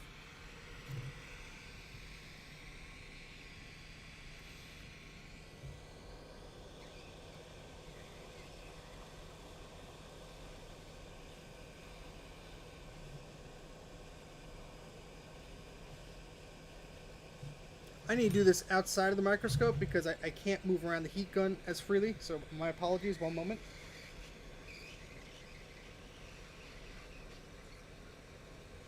Because you have to move the gun around in a circle to heat everything up evenly, or it's just not going to come off.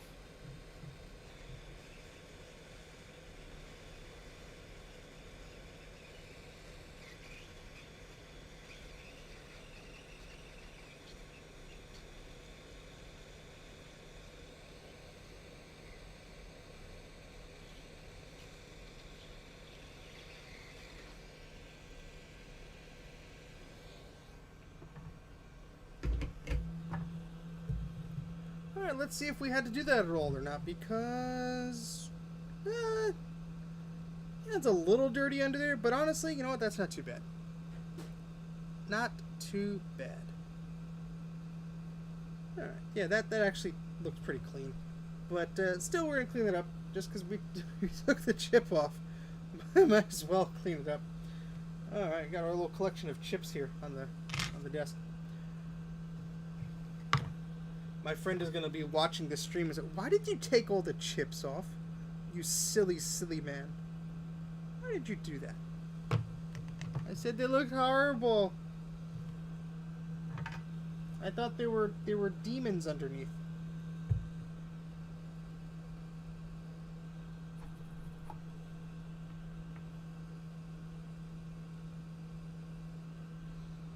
Alright, so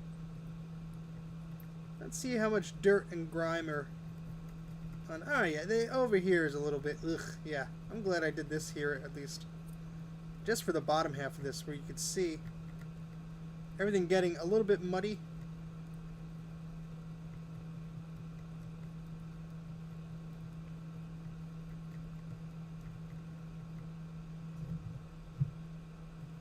Especially over here. Here we go. Here's... ugh. Oh, the smell is incredible. And I mean incredibly bad.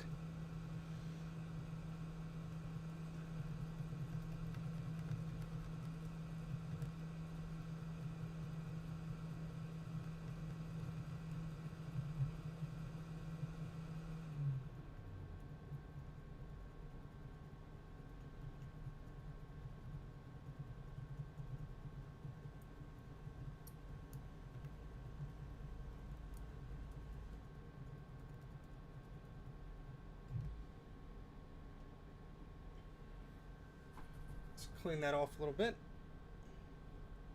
How's everyone doing tonight, this morning, whatever time it is where you are? How's everyone doing? Everyone doing alright?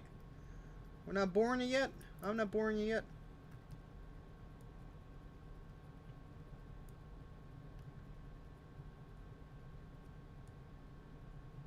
Ah, there we go.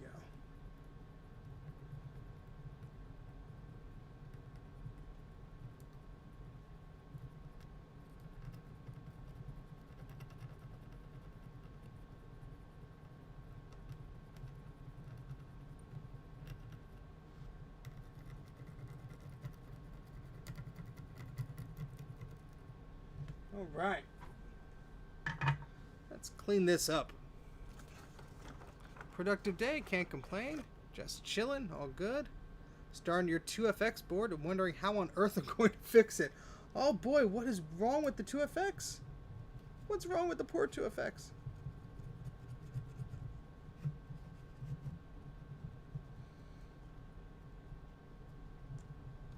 Now, I have a terrible memory with machines that I don't personally own. I don't have a 2VX, I don't have a 2X, and I don't have a 2FX. Is the FX the one in the Centris case, or is the FX the one in the Macintosh 2 case? I think it's the one in the Macintosh 2 case, but I honestly don't know. That's a guess. It's a guess. In the Macintosh 2 case. Okay, cool. Cool. All right.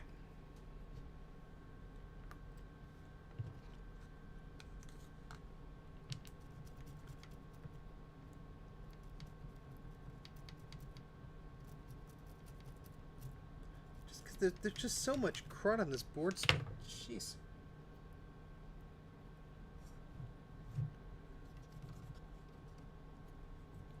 Yeah, I admit every time I don't know something, I go to Mac Tracker and I just look it up. So it's, you know, I don't remember things as I should maybe, but and Mac Tracker it's pretty accurate. There are plenty of things in there I've noticed over the years that like that memory limit isn't correct, or that doesn't sound plausible, or that date isn't exactly what I read on a press release. You know, just little things here and there. I should really compile a list.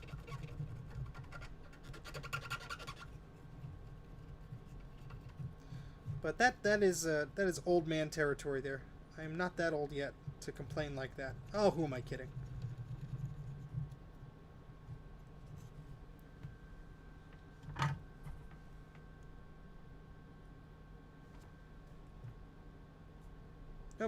Forgot the flux. Silly me. Hey! There he is! Guess whose classic board this is? Mr. Programs. Guess whose Performa 200 board this is? That's right, buddy. It's yours. And you missed a bunch of gnarly cap juice. Oh boy, we've been cleaning this board up for a while now.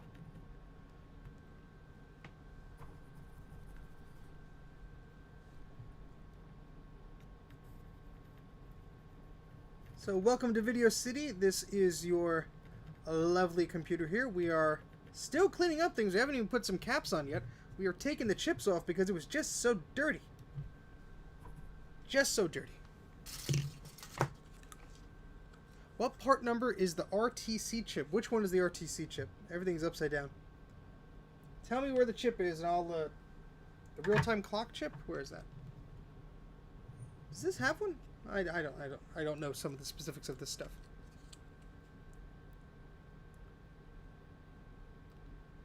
Oh, it was for you. Never mind.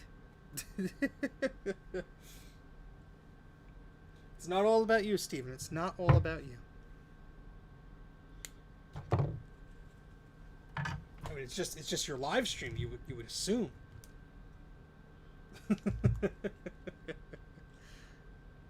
Near the oscillator, the battery. Oh, there we go. All right, so let's get some of this old solder off of this board, shall we?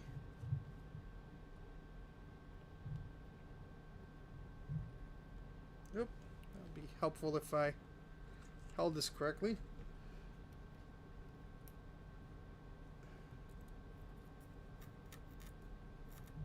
Ah.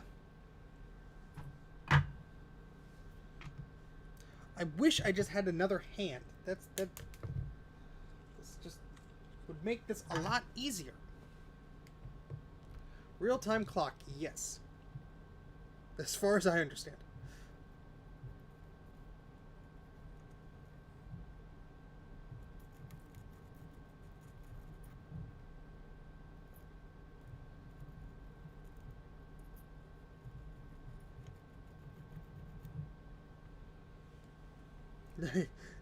He's like, I know. I'm sorry. That board is all disgusting. No, it looks much better, man. And we're gonna clean it all up. We took a bunch of the chips off already just to clean out from under them, because it was a bit of a mess. That's probably the only reason why you're here. You're like, that fool is streaming at this hour, and it's mine. I better make sure he doesn't screw it up. No worries. Or you can always watch the replay.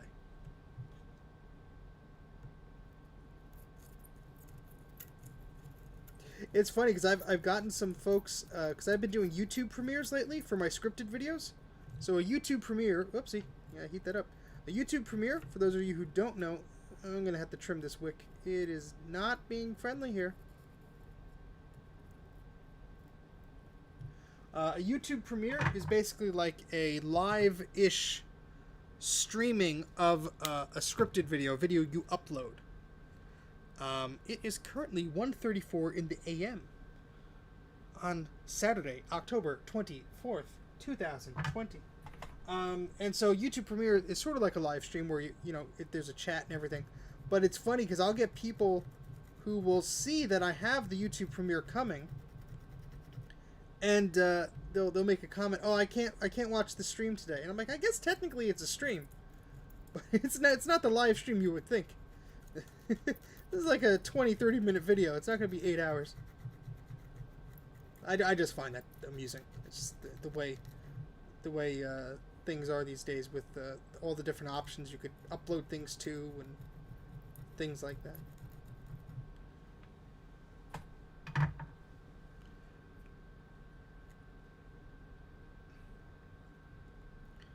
Oh, okay. So you're in the future then. You're like Bruce. Bruce lives in the future.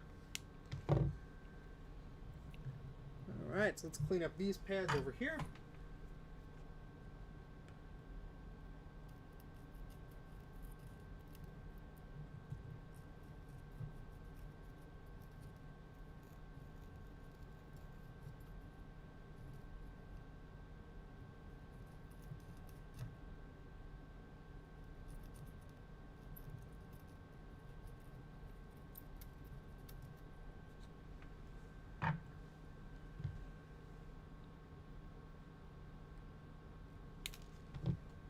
Pre-recorded video plus super chats. Yes, and that's, you know, it's not just because of the super chats I do the premiere video, but it's fun to do them because you get to chat with everybody while the video is going. You get feedback and all that stuff.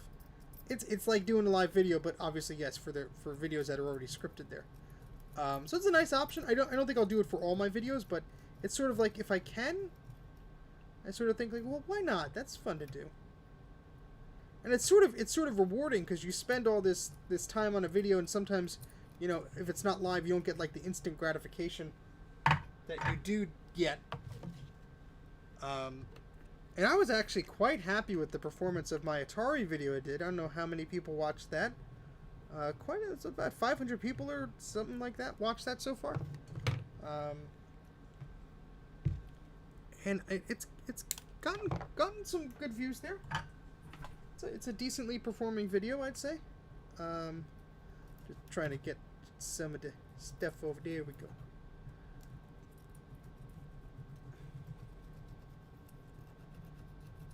Yeah, look all better now. But yeah, that was recapping a Atari 800. Trust me, I'm not making money. At least not from YouTube. Oh boy. Okay, so next step is we're going to put those chips back on there. And then we're going to start recapping this, because those are the worst areas that I saw. That's what I was concerned about from the start here. Because those caps were just sitting there and looking pretty ugly. I am going to have a look at these traces in just a second. I'm going to zoom in just to make sure I'm not missing anything before I put these chips back over where they are. So let's do that right now. Alright, so looks okay. Not seeing any breaks or anything like that. These actually cleaned up fairly well, I must say. You know, there's some solder mask that has come off there. Ooh, this is a good time for me to test out my little laser. Pew pew, pew pew, as Bruce would say. Sorry, Bruce, I'm stealing all your laser noises.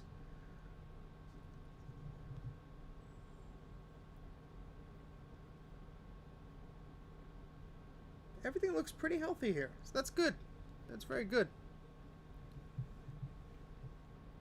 You know what? If people tell me that once in a while, you should do an edited collection of your videos. That would be excellent, except I do not have the foresight to record all my live streams locally, which means I only could download a 720p copy from YouTube that's already compressed, which is usually okay, but also that means I have to sift through like 8 hours of a video and edit it. And I have a bunch of other projects I'm already doing. So that is not, ooh, yeah, that, ooh, look at that actually. That, we got some corrosion there. Got a wee bit under there. Yeah, there we go.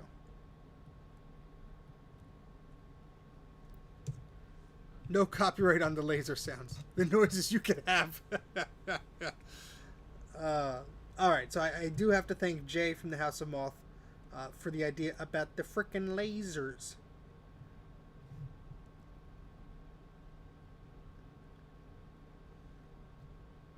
Where was I going to put the solder mask? Where did I don't think it's really required here. Ooh, what's that? Oh, it's a piece of wood. I don't think it's really required here, because these touch anyway. If these were separate, I might have cleaned that up there. Where was it? It was over here. Yeah, here. We could do a little test here.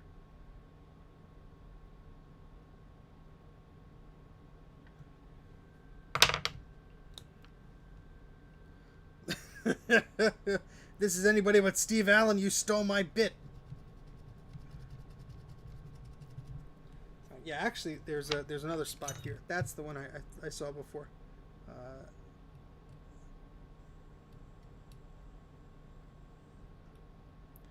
I didn't have to scrape it away as much, I guess, but might as well clean it up over here.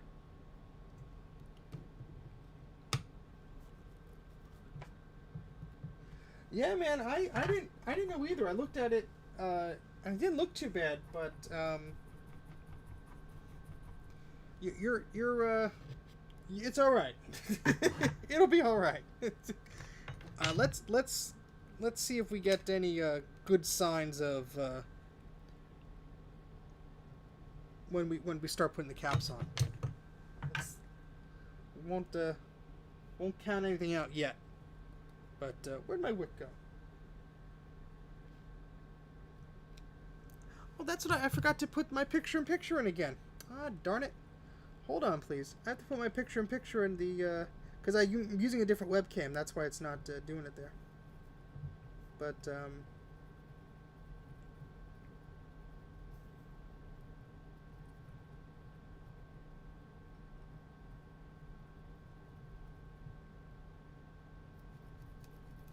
oopsie. That sort of scraped away more than I wanted to there. But, that's right. We will use that as our UV solder mask testing ground.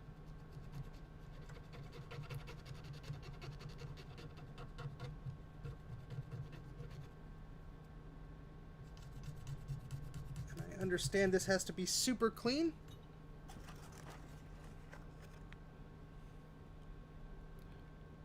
Yes, the joke I made was actually a joke from The Simpsons, basically. The Krusty the Clown character keeps using a joke, and when somebody else uses his joke, which he obviously stole from anybody else, he goes, "If this is anybody but Steve Allen, you stole my bit." Alright, so let's get some of our UV solder mask here. Actually, there's not a lot of flux on the board right now. Not a lot, not too much. Alright, here's our UV solder mask. We have a little toothpick here. Steamed hams. Alright, I'm a big Simpsons fan. A late night Mac Classic Canada edition. Yes, this is very true. This is a Canadian Macintosh. Well, actually, this Macintosh hails from Oregon, but who knows where it actually came from. Steady now.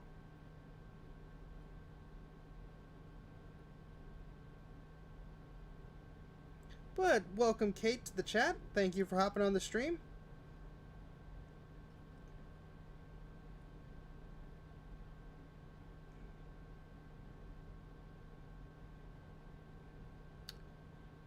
Right. Usually I would not even put this stuff on right now because I can't get it to dry, but I do have a new toy that finally arrived. One of those things that you order and you gotta wait and wait and wait for it to actually come. And it is an ultraviolet, a UV laser.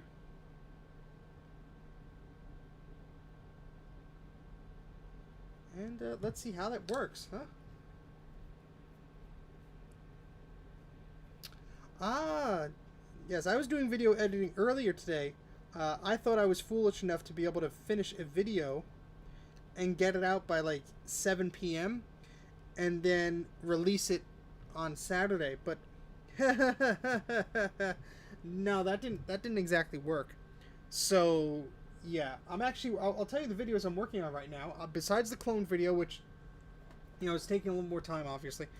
There are 2 videos that'll be releasing soon. The first one, which will probably go out in a day or so, is yes, I will not be. I will make sure it doesn't reflect. Hopefully, there's no risk in that, Bruce. It's not gonna like jump out through the prism here and kill the camera, because I've seen you do it, but maybe I'll just do it off camera then, with this camera pointed away from it. But that would be funny. No, I'm not changing the name of the channel. But what was I going to say? Yes, so the next video I'm coming out with is brain escape. Okay, so eBay. Let me talk while I put my picture-in-picture in here, because that is what I have to set up here. So I recorded a video not too long ago where I was essentially screen recording my Mac while I was browsing eBay. And I was basically talking about things I found that were good deals that I picked up recently. And so that is a recording of me doing that, and there's a little intro and a little outro, and I sort of show off some goodies I picked up. That is something that I will have in a day or so. I have to put it on Patreon first. I don't want those people to miss out on their early access to things, and then we will get that will be coming out in a few days. And the other video that is coming out is a video related to sort of like a how-to guide of how I capture video from a vintage Macintosh. So how do you get a DB15 or a VGA to actually work with an HDMI capture box? It's harder than you think. It's harder than you think, but I think it'll be a good guide for people to learn how to stream from a vintage computer, and you could basically do it for under $100. You basically do it for under $100. So it's not one of these $300 USB things you got to go buy. If you're resourceful enough, you can do it for under $100. So, all right, here comes the frickin' laser. So I believe what I have to do is just point this and hold it for a while until this cures. So let's see if my aim is true here. All right, there we go.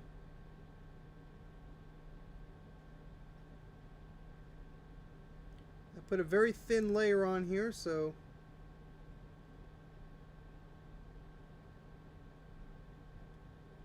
we'll see if that actually is curing here.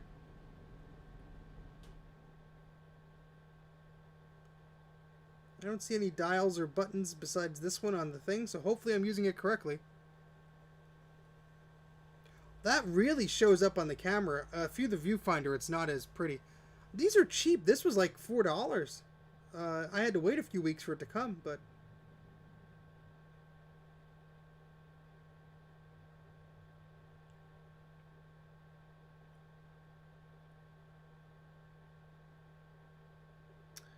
how long does this usually take, Bruce? I guess I'm wiggling around too much. Hello, eBay05. Welcome to the stream. We are testing out our new lather. And we are trying to cure some of the UV solder mask here. 60 seconds. Alright. Let's count. Counting's boring. Yeah, I think this definitely, the one on the right, is cured. I could see it sort of hardening up there a little bit.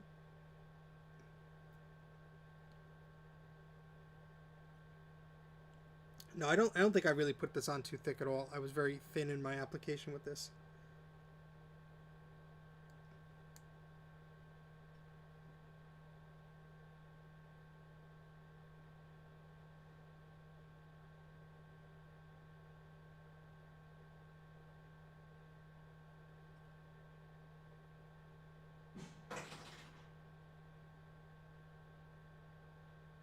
Oh yeah, it's like a dentist office.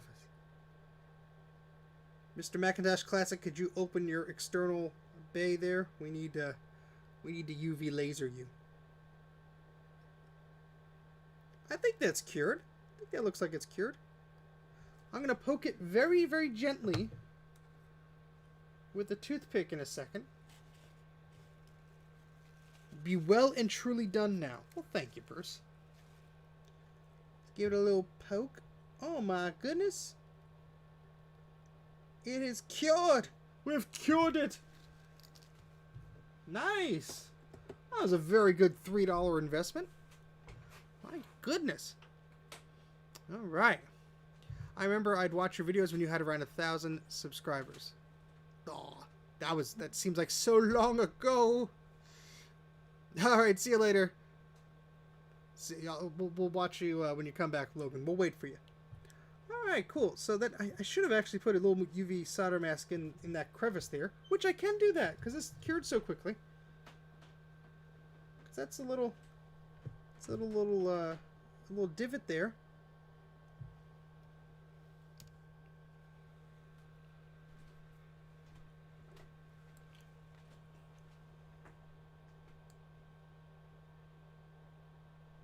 Let's count. 1 Mississippi, 2 Mississippi.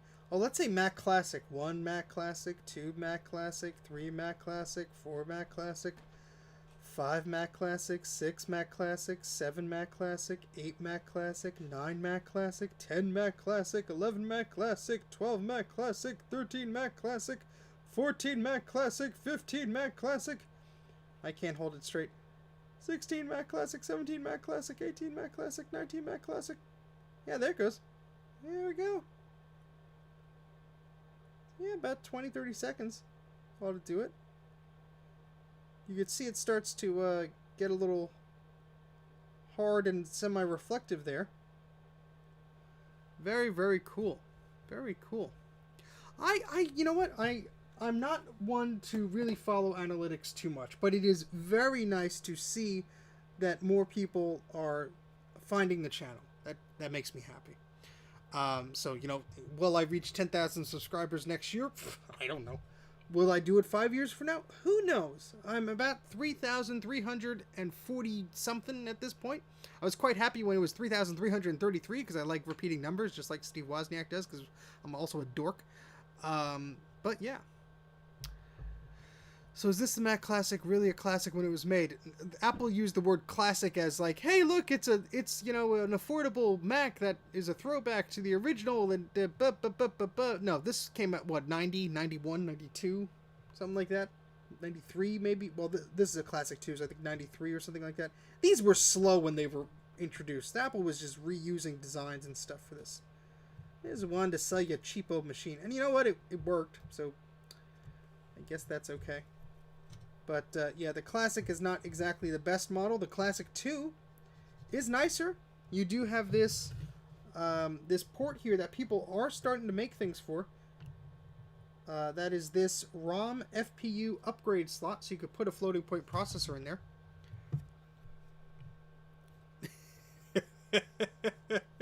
No, this is the faster one. This is a 16 megahertz, I believe, with a 10 megabyte memory limit.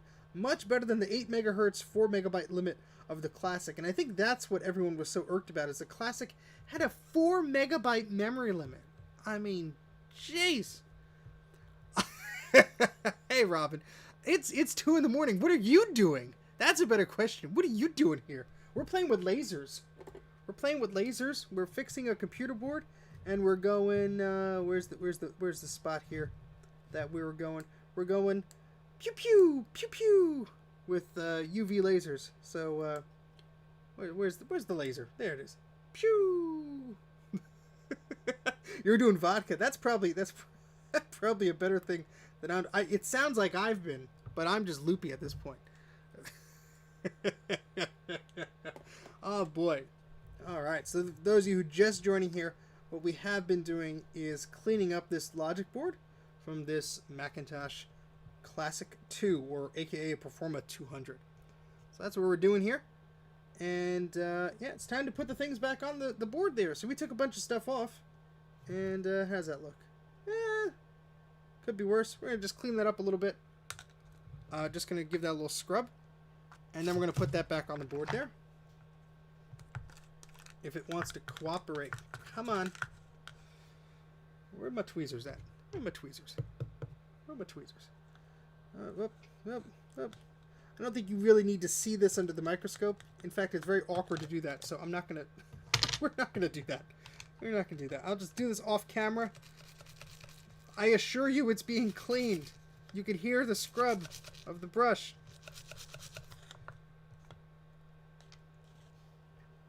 There.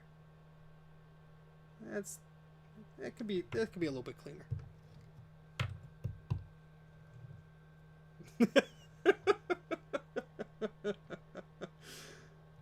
Oh boy. Oh, we got some little solder balls on there. Look at that. Let's focus this in here. Magnify. Yes, those little dots there are going to cause a problem. Scalpel. Yeah, let's get some of that gunk off of here. In fact, if this is like that the whole way around, it doesn't look like it is. This looks relatively clean since compared to the spot that we pulled it off, which looked like garbage, like hot melty garbage. Clean that up a little bit. And we'll be able to put that right back on the board there. That's the exciting part. I mean, at least to me. No, I'm just talking to myself for the past 2 hours and 9 minutes. Well, I have company. Let's just it makes me sound a little bit less crazy. I'm talking to my friends. Alright. Alright. Where is... This one went there. There we go. It would be good if we put the parts back in the right place. Otherwise, my friend will not be too happy about this repair, would they?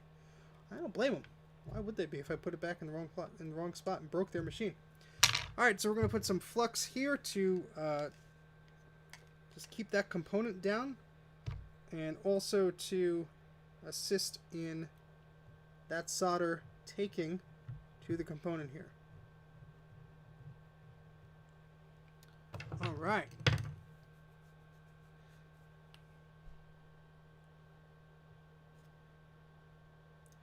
So thankfully this chip has a little notch on it, so I know exactly where it's supposed to go.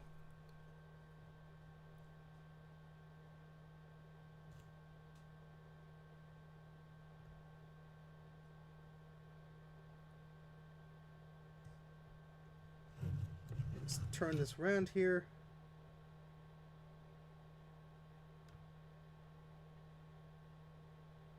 A hush goes over the crowd as he pushes the chip into place. And he loses it again. There it is.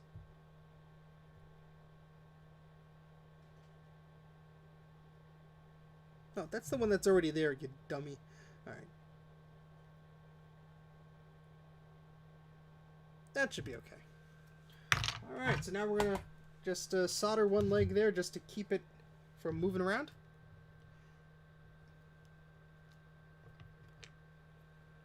Did I pre-tin the part? I did not. Usually don't have to. If the flux is there, it should be okay. I did clean it with the soldering iron a little bit off camera as I was scrubbing it. But if it doesn't take, well, it seems to be doing okay. I need some flux here for sure. And any little solder balls, little parts here that are going to be moving around or sizzling, that'll be cleaned off while we do the ultrasonic, but should be okay. But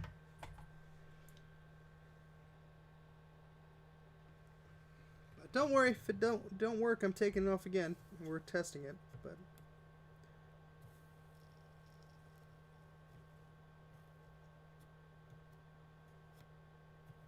a bit of a bridge there. My fault. My bad. We'll fix that up.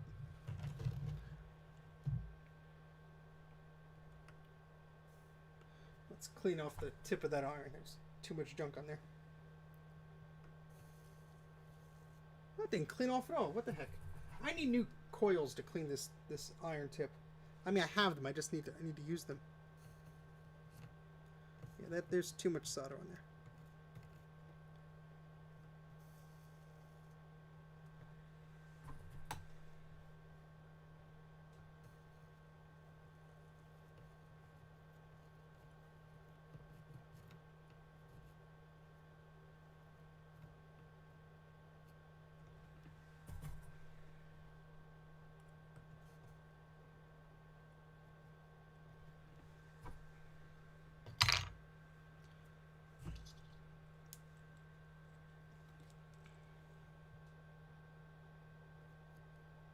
There we go.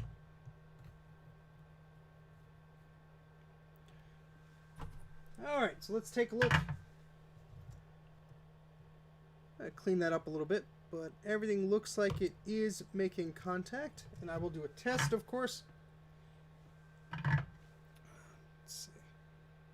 I'm losing parts, and it's just like they're right on my desk in front of me, and I'm just losing them because it's a little frazzled.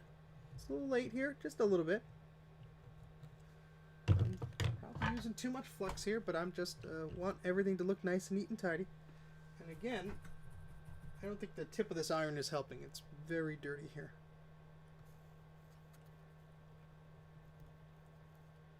There we go. That looks much better. Much happier with that.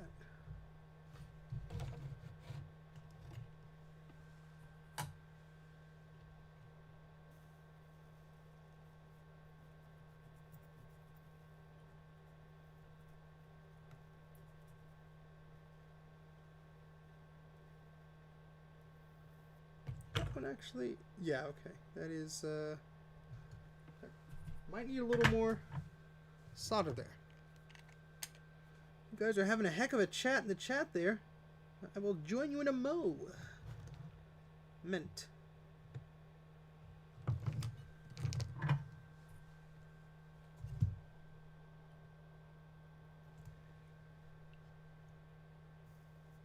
Again, this soldering iron tip is getting awfully dirty. Too dirty for my liking.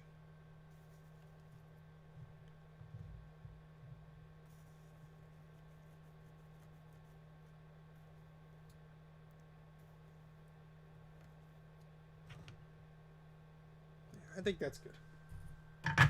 Alright, so now we get our little multimeter here, which beeps whenever it detects there's a continuity here. And we're going to just make sure everything is plugged in and touching where it should be. That's what that noise is. Alright, so this leg here. Yep. Yeah, we have some junk on there, but that will be cleaned off once we go through the cleaner here. Because this board definitely needs it. This has definitely been through a lot. It has had a life. It has lived its life.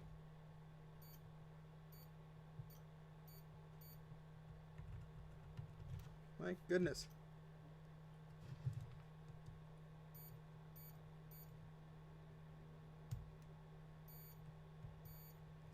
Alright, we should be all good there.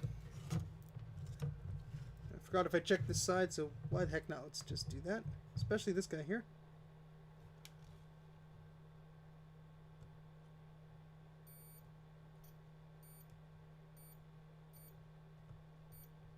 Excellent. Alright, cool.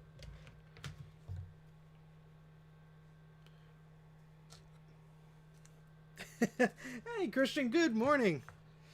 You're waking up to a crazy person trying to recap a Macintosh Classic 2. Alright. Alright. Okay, so that chip is back in place. Now let's do the smaller ones here. Let's make sure there's no gunk or anything hidden under there. Again, these look pretty good. I'm not seeing any problems. So we're going ahead and we're going to go ahead and put those chips back where they belong. And again, the reason I took those off is this board was just, if you rewind the stream, you'll see that everything looked pretty disgusting. And it's just, you know, those little electronic components, those capacitors, they leak over time. And it was just one of those things where they needed to be cleaned. Now, let's take a look at this little chip here. Oh, thank you very much, Christian. Thank you very much. And I give a eep to you. Thank you. Well, that wasn't a good one. Hold on. Eep. There we go. Thank you very much for the super chat. That is very kind of you. I will save it for maybe going to get a sweet or something like that. Like a child. I'm gonna go get a sweet. Not really a coffee person, but I will put that towards archiving some old software. I think that's more up your alley, right? Some late night eBay purchases.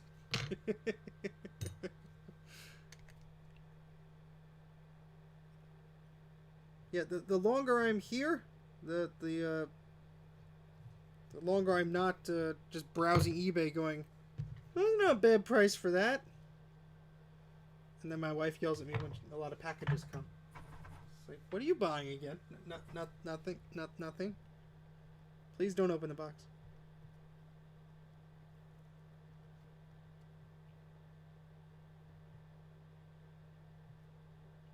Yes, I just like to clean these just a little bit.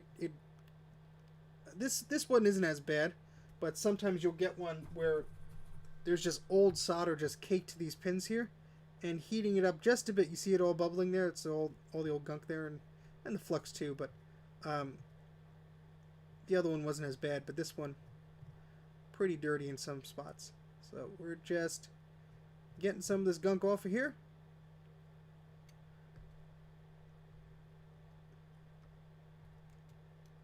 Again, situations where it would be awesome to have an extra hand.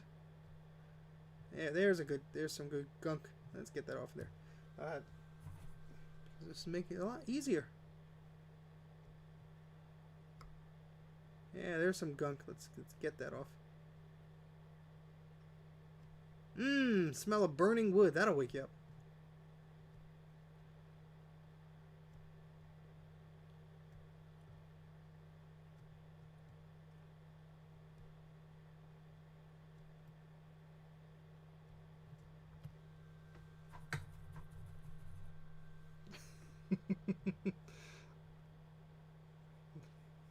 Oh!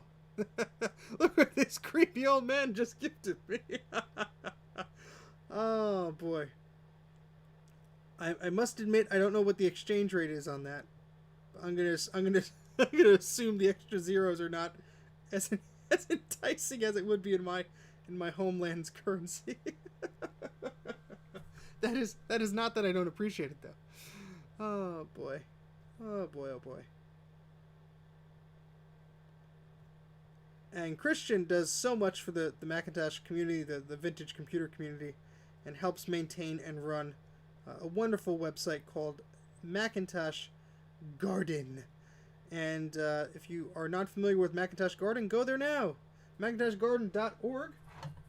Fantastic website with a bunch of abandonware and downloads for these old computers. Really is the premier spot to go find old games, old files for this type of stuff. Old software, patches, information. There's a great community there too. I'm subscribed to him on Patreon because I like helping out in any way I can. And it's just a great little community there. I've uploaded tons of old stuff that I've found over the years. Excellent little website. Well, thank you for doing the conversion here. That's awesome. Yes, Christian is amazing, and all the volunteers and everybody who helps out are also amazing. I'm not just saying it's only him, but I mean, come on, Christian, take some credit here. The community is you, it is everyone. Why am I singing? Why am I singing? Well, it's 2 a.m. I think that's why. Alright, so I'm just going to get as much gunk as I can get off of the bottom of this here. And then we're just going to use the toothbrush and we're going to scrub away on this for a little bit. And that should get most of these yucky parts out of here.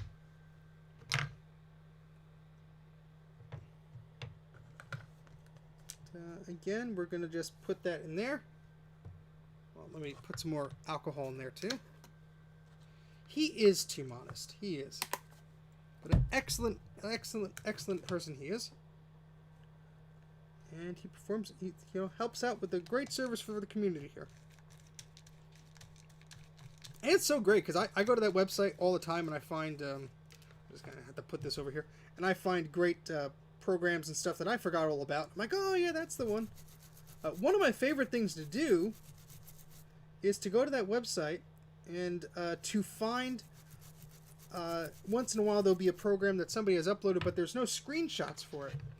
And I'm like, well, I have nothing better to do, and I'll just download the application and take a screenshot of whatever it is, whether it's a game or a program, or I'll screenshot the folder contents or something like that.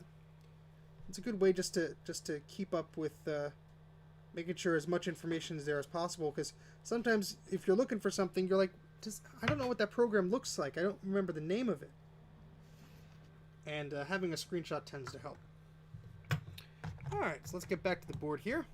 Let me catch up on the chat because I've been scrubbing away. I've not been looking at everything here. Let's go back up here.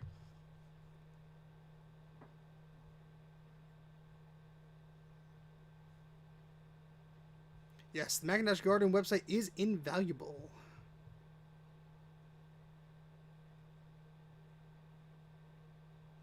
Oh, very cool. Very cool. Nice to have, more availability and faster downloads throughout. I mean, I will say personally that every time I do download something from your site, it ends up on my little server I have here. and it sits there, so whenever I download something, at least I don't have to download multiple things multiple times. I believe I'm correct in the orientation of this chip, but those who are smarter than me can confirm. This little dot here is going to go towards that. The little stripe, rather, but the dot is going to go towards the little divot on the diagram here of the circuit board. I believe that's exactly where that goes. Now we hear everybody screaming from the chat, "No, you idiot!" Oh yeah, don't watch my first video. It's my first video is a little embarrassing. It's still up there. It's a little embarrassing. I mean, it's not bad, but I had no idea what the heck I was doing.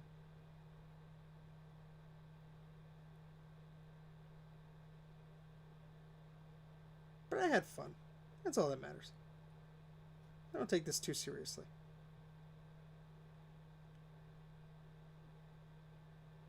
All right, here we go. Well, I don't keep a copy of everything, but that's probably actually a question for Christian now that I'm reading it out loud. That's a very good question. The answer is many terabytes, I'm sure.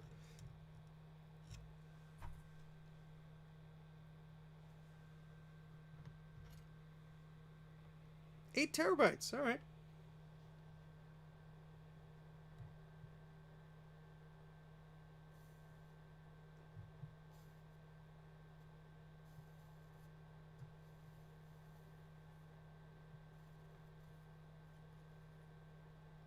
All right. See that's much cleaner before. So I didn't scrub the previous chip as much as I should have. That would have saved me some time. But that's okay. We're okay. Spin this around here so it's easier for me to work on. That could use a little bit more flux, I'd say. What the hell, man? Sorry, I didn't read what else was before that, but what are you referring to there, Bruce? Which is Brankus Creations for anybody who doesn't know what I'm referring to. I'm not referring to your dog, Robin. I'm referring to somebody in the chat. Let's see. Just open the load app there today. An odd finding with a feature fact. Was it ever made from the Macintosh? Lemmings 2. Oh, that's a good question. I don't know. Beautiful soldering. Oh, thank you. Yes, that was my first recapping video, and I did everything wrong. I pulled the caps off by twisting them, which is a no, don't do it type of thing. I didn't clean off any of the old solder that was there. And what else did I do wrong? Probably a bunch of other things. I'm sure somebody has left a comment or like a paragraph of a comment being like, actually, you should have done this.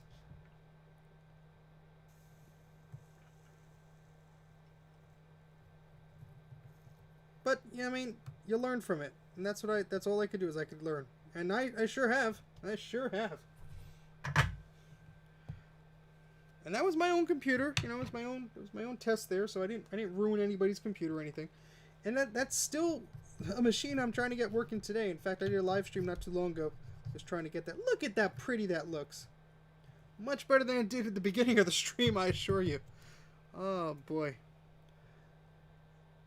Yeah, just you could watch that episode. Just I wish you could put a disclaimer or like a bubble or something on YouTube. It's in the description. I say like, don't pull the caps off like that, but you can just be like, don't do what this guy did. I did go to Japan last year. I'm very glad I did, because there's no going there now. But yeah, that was a lot of fun. That was a blast. I had the privilege of going in 2015 and had an awesome time. And then a bunch of our friends were thinking of going, and we sort of coordinated, so we all got there roughly around the same time. And we went last July, and that was a lot of fun. That really was a lot of fun. Beautiful country, tons to see. If you don't speak Japanese, as long as you're in one of the main cities, you'll still get around okay. everybody was super helpful because the Olympics weren't canceled yet, so everyone was being like an ambassador to their country and being super friendly and super helpful. And I'm like, this would never happen where I come from. People would spit on you rather than tell you the time of day in some places. But but no, it was a wonderful experience. Plenty of things to do, plenty of cultural things to do and see. An excellent trip if you ever have the chance to do and go there. Please do.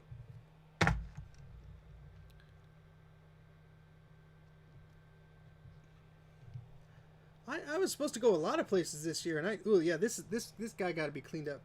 This guy got to be cleaned up. Whoopsie. Yep. Oh yeah, this was what prompted me to take off a lot of the chips there. Yuck.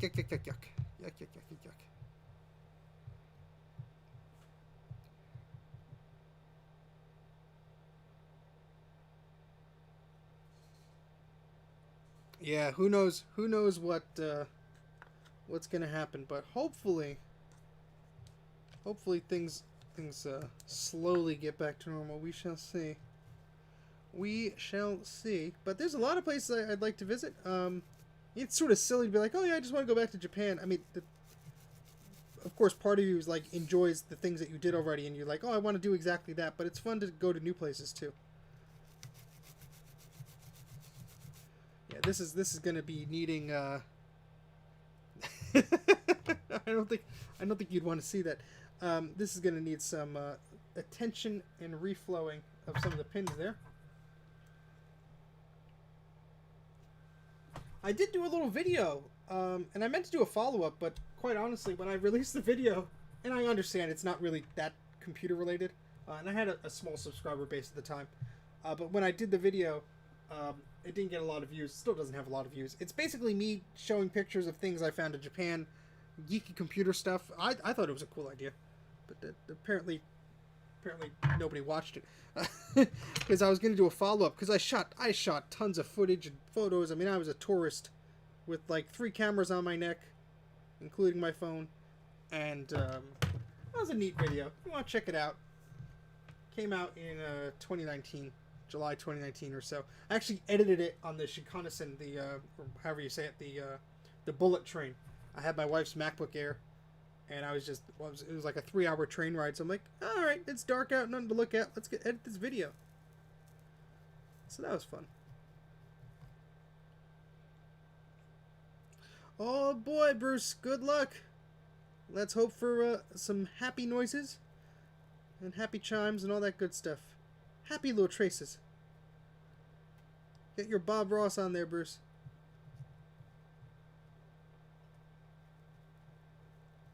There's a good amount of gunk here. Oof.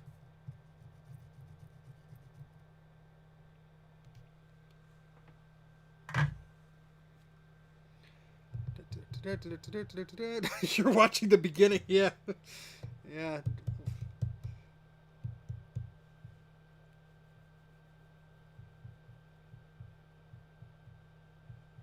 Oh, the Akihabara radio building. Now that is something, see, I didn't know about it until my second visit to Japan, because I went to the Akihabara touristy area where, you know, there's a bunch of cool stuff, but I didn't know, like, the old radio building was right there, which has all these vendors and stuff, and that's where a lot of my footage was shot.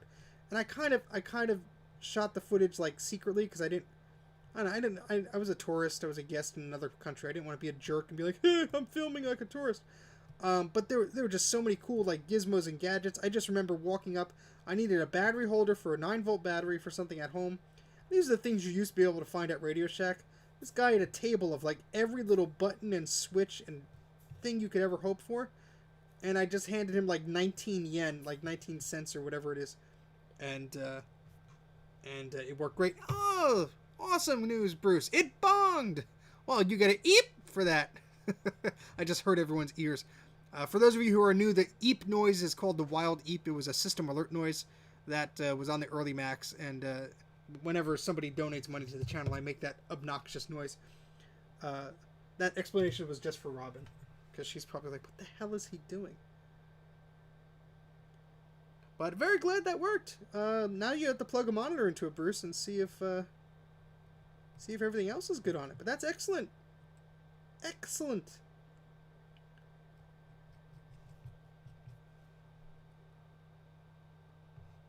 Nope, I lost the chat. It went away there.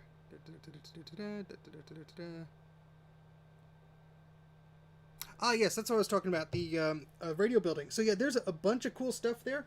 Like I said, I shot a lot of video there, and yeah, you could just find lots of parts. I did pick up some vintage computer stuff there.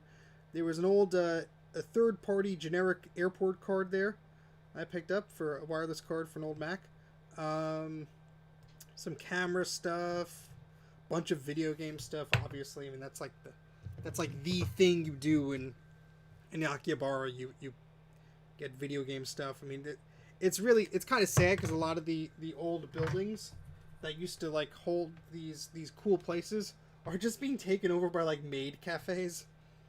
And it's kind of sad. It's like, that's not what I'm into. I mean, if you're into that, I guess more power to you, but I'd rather shop for the electronics, please. Thank you. But great experience. If you can go there, definitely do it.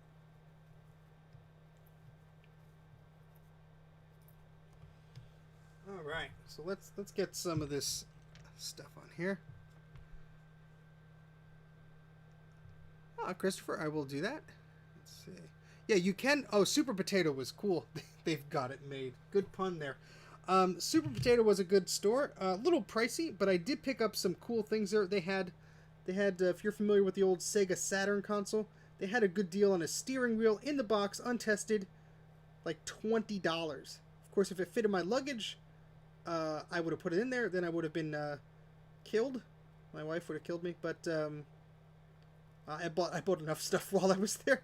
I bought a Game Gear TV tuner, just like these little gizmos and gadgets you would never find in an electronics store for the prices there. And it was, of course, with the Japanese box, all colorful and stuff. Very cool stuff. So what I'm doing is just trying to get all the as much of the weird gunk I can off of this chip before I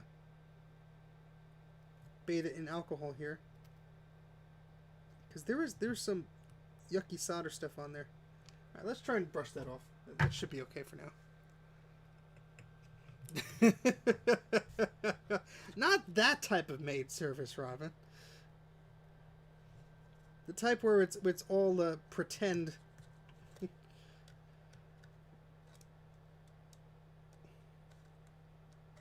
I mean, a lot of them I think are just, you know, it's a social thing. You go in there, you get food, and these people aren't maids, but you could Google it on your own. Just be careful what you click on. I'm not responsible for your search history. Alright, let's try and clean this up a little bit. Yeah, that's much better.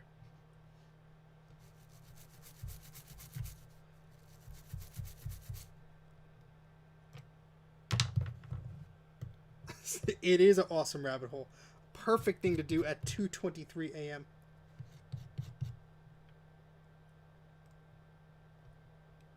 Just make sure you open a private browsing tab, or you're going to get some weird Google advertisements for the next 6 months.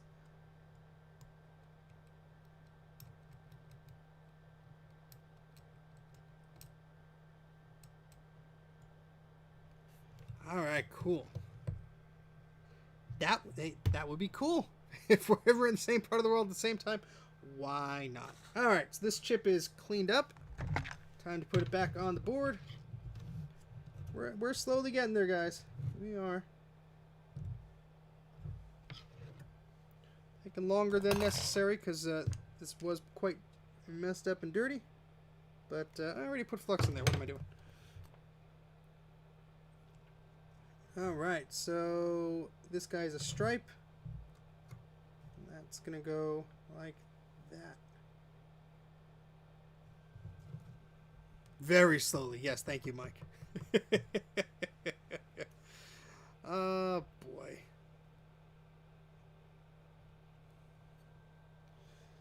It's a long time you're waiting, buddy. Alright, let's focus this a little bit.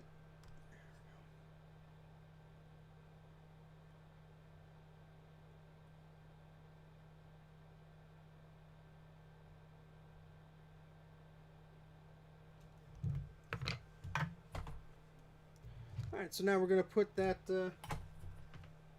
solder that chip into place, rather.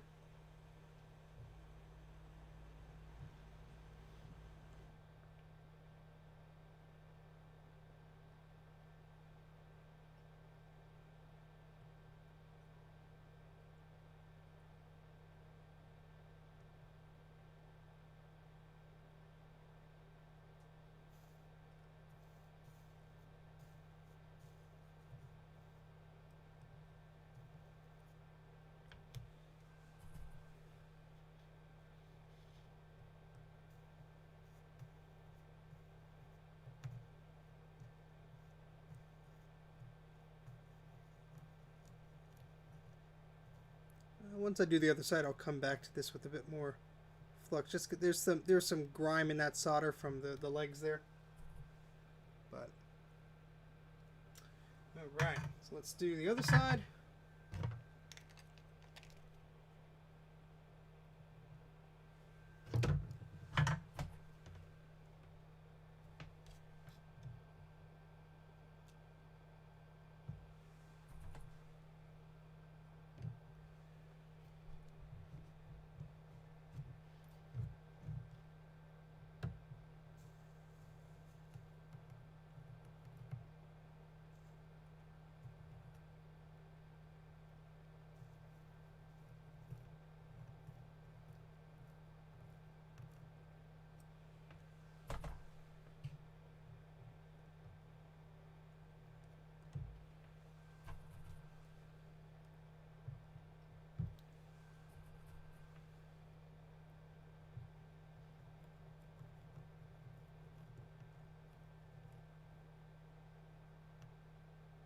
All right, that should be good.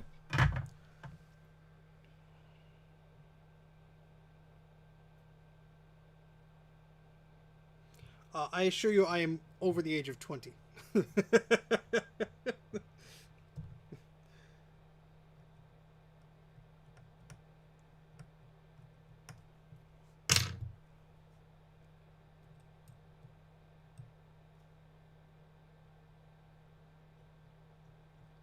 Just some gunk in there from that solder being released in there, but we'll clean that out. This board is going to go through the cleaner anyway, but we just want to make sure it's a little clean.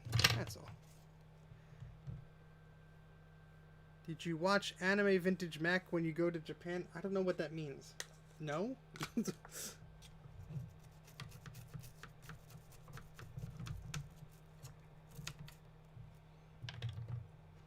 Yes, I'm 13 with a glue-on bald cap and a beard. That is me.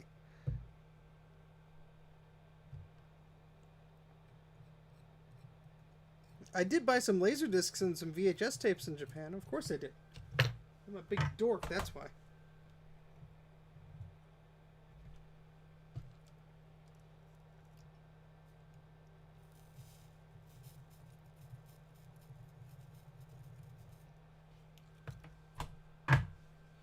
Alright, let's put this little chip back on here.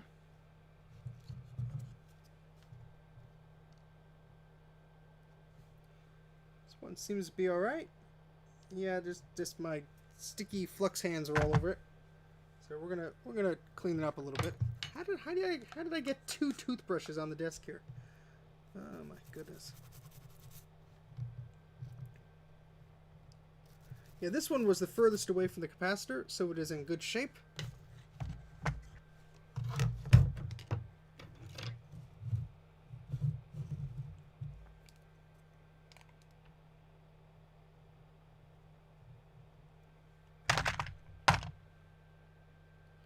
Alright, and we're going to put this little guy back into place in the circuit board. I believe it goes, yeah, because there's a stripe on it. It's not the same stripe as the other ones. But Bruce will correct me if I'm wrong here. I believe that goes like that. Well, it has to go straight on, but let me fix that there.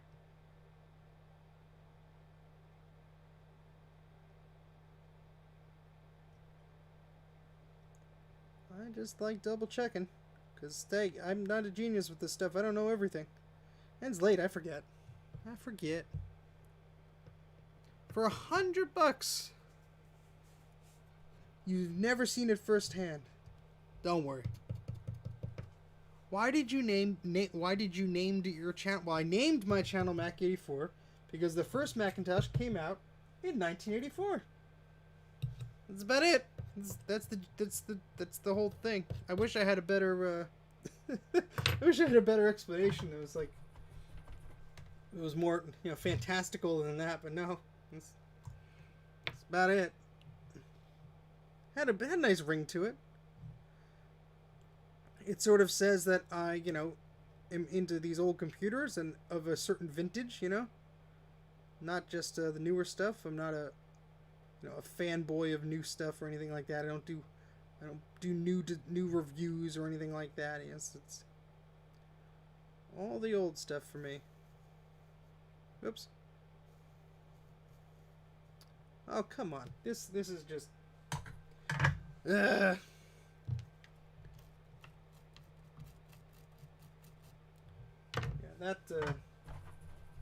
these coils are putting more dirt on my iron, I think, than they are cleaning them. But we will this too shall pass.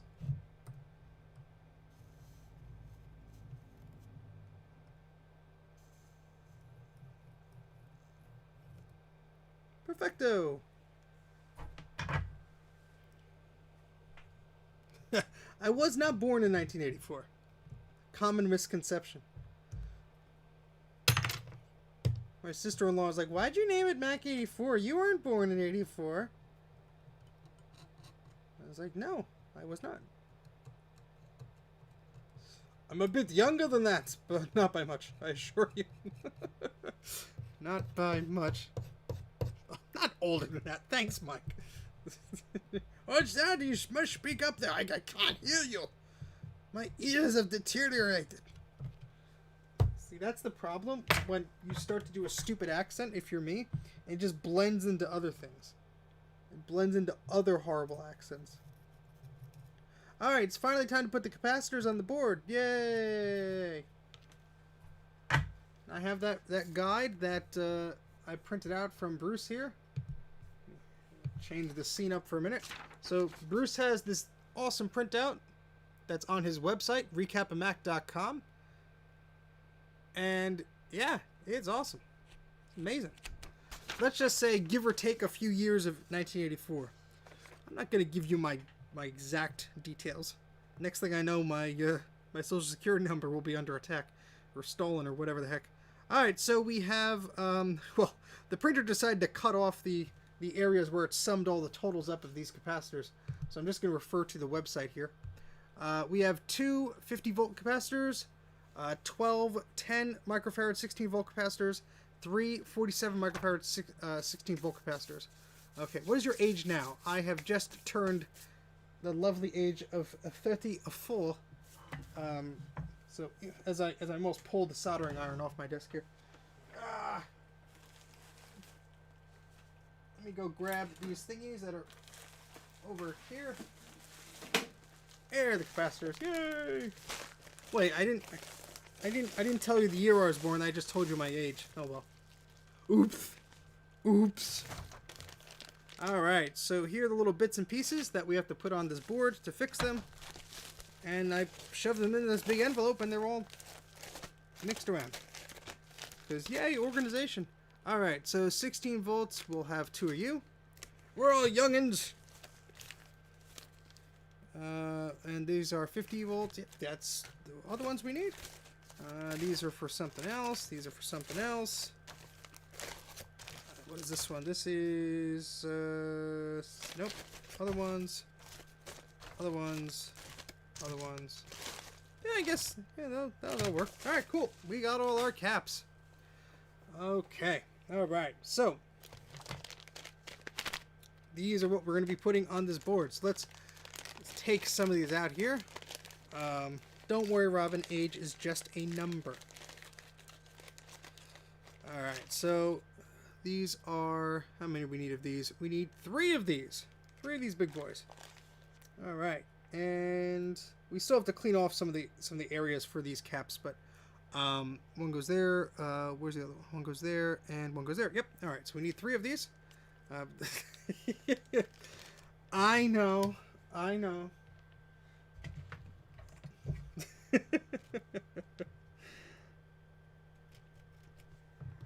Alright, so let's take out 3 of these larger capacitors here. Up. As the... Let's sort of like peel away this tape here. There we go. Nope. Come on. Alright, so 3 of those. Put this back in the bag so we don't mislabel them or lose them or anything like that. You're gonna rub it in. I'm looking forward to it. I am. Alright, and we need 2 of these 50 volt 1 microfarad capacitors. These are a bit of a pain to put on the board because these are a little smaller than the pads are, but we'll get by. A bit bigger than the pads are, rather. That's what I should have said. He's mixing up his words again. This guy doesn't know what he's doing. Shh, don't tell anybody. Fake it till you make it. Alright, and then we have 12 of these. Actually, you know what? I think I have smaller ones of these. You know what? I'm going to look. I think I have smaller ones of those. That's different. Because those are a bit too large to put on. They're actually quite annoying. I think I got smaller ones when I was doing the IBM machine. This would help if I organize these things. Nope. Nope. Nope. Nope. Nope. Maybe I used them all up.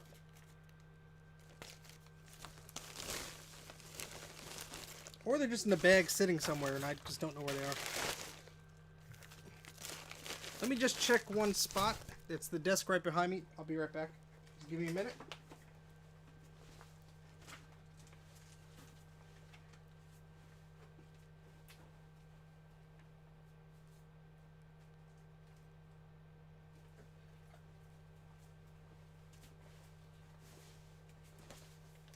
Holy crap, I found exactly what I was looking for in this basement. Yay! So these are much smaller 16 volt 10 microfarad capacitors, and let me show you under the microscope just how small they are. How small are they? I can't even speak. How small are they? So whereas these capacitors here are this size, right there, these are much smaller, if I get that in frame. So these should be much easier to put on in those small areas where things are very close together. So that's what we will be doing. How about that? And did I just mix up these capacitors? I did. I did. Oh boy. Oh boy. Well, I think yeah, those are 47 microfarads. Yeah, there we go. All right, so I got them. I know where they are. I got them. These are actually the smaller 47 microfarads I picked up. Did I? I'm just rambling to myself now. Well, how is that different from the rest of the stream? It is not. It is not.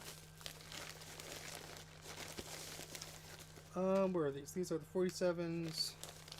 Yeah, those are the smaller ones. Yeah, I guess I picked up the smaller size. Anyway.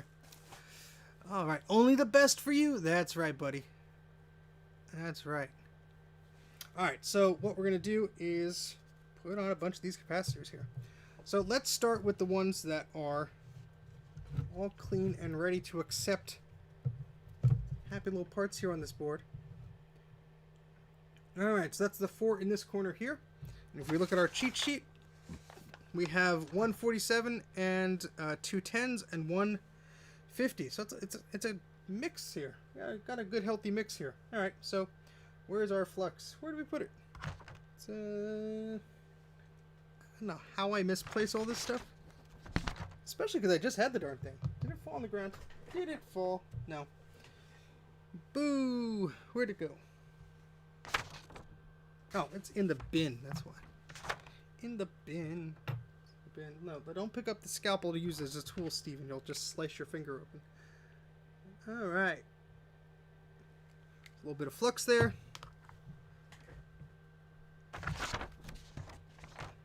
I lost my tweezers. No, they're there. All right. Okay, so this is going to be the 47 microfarad capacitor. So that is this guy over here. If I could flip it over, there we go. These are actually a little smaller than the ones I usually get, but that'll work just fine. And the stripe goes towards the positive end that is marked on the board. So you have to make sure the polarity is correct here. No, it's not a bad price. I mean, unfortunately, the eBay seller kind of chose the best angles to show this machine off on. So when I got it and I showed him the pictures of what it actually looked like, it was a little disappointing. But if we get to work, that'll make it all better. All right.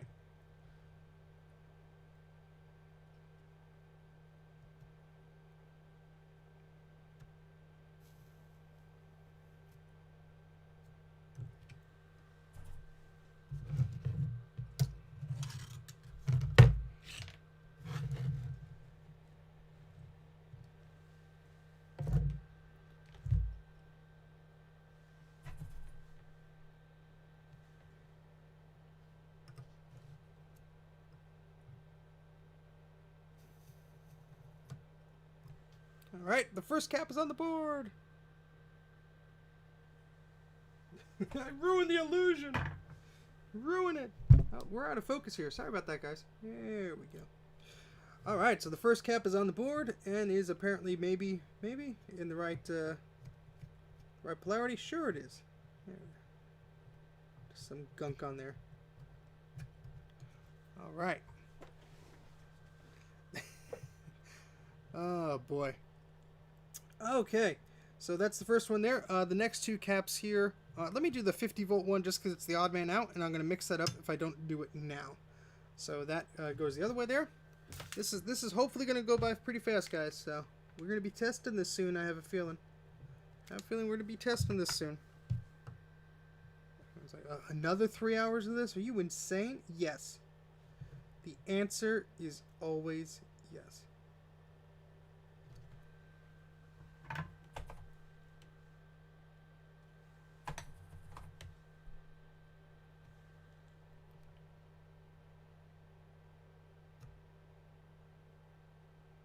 So you'll see what I mean when I mean these capacitors are just wide enough.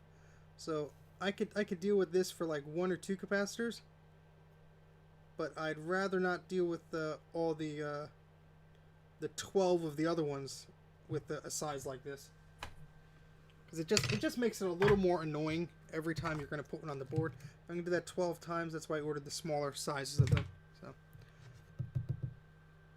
These components are not pre-soldered. They do have little pads on the bottom of them, but the flux really helps adhere that solder to the boards. That's why it kind of looks like it's they're attaching pretty easy here. Oh, we don't want to do that.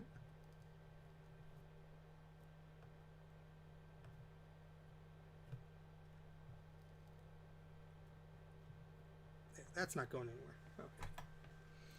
Alright, next is the 2 smaller capacitors here. So I'm going to take those out of the package.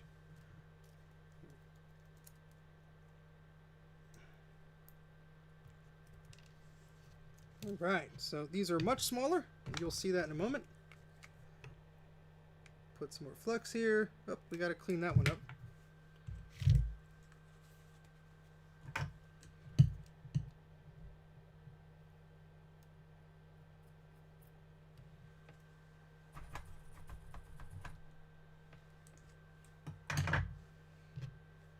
Alright, let's make sure we put this in the right position. That it would be the wrong position. Let's turn that around. There, it looks all cute there, doesn't it? Doesn't it? Isn't that pretty? Alright, so as you can see, since usually you could get these capacitors in the same size as the one above, it just makes these so much easier, especially when you're in these cramped quarters. To put these components on. So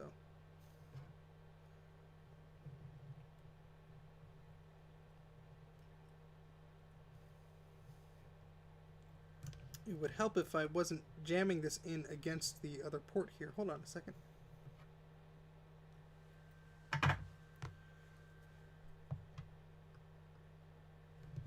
Okay. Oh, I'm sorry. I'm not on the right camera. I think I hit the button there. Sorry about that. No worries, Robin. You have an excellent weekend as well. Take care. Thanks for stopping by. Hope this wasn't too alienating to you. We're not that insane, are we? Don't answer that. Don't answer that. Have a good night. Alright, cool. So let's just clean that up a little bit.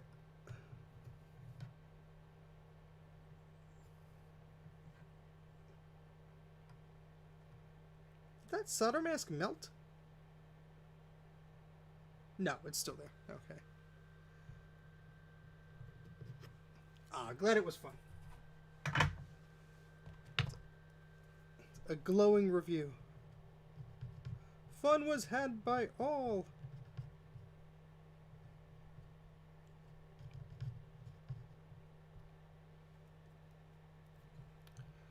All right.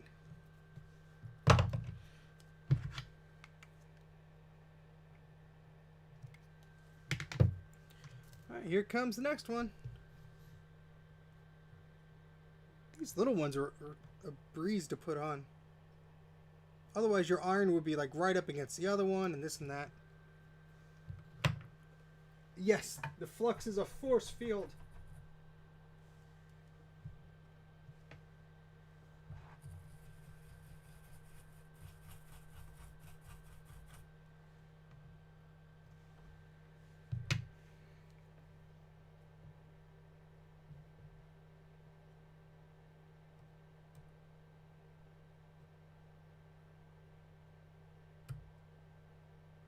Oh, come on. Stay. Stay. Good boy.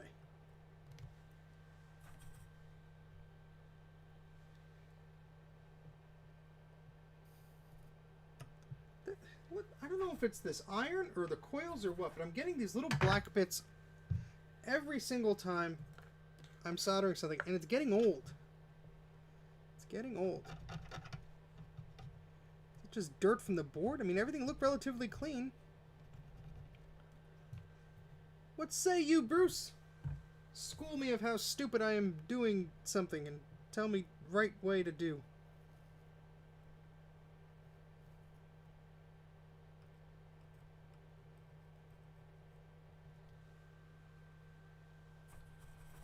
The flux capacitor is fluxing. Alright, positive, positive, positive, positive. Yay! The temp of the iron is too high. It might as well be. And turn it down a little bit. I did have it high for another project. I kind of just left it on there. But, alright. Okay. Alright, so now what we have to do here is we do have to clean up those other solder pads, which I did not get to yet. So let's do that quickly. There's one here that is in yucky shape. So we're going to fix that up. Our pal Flux.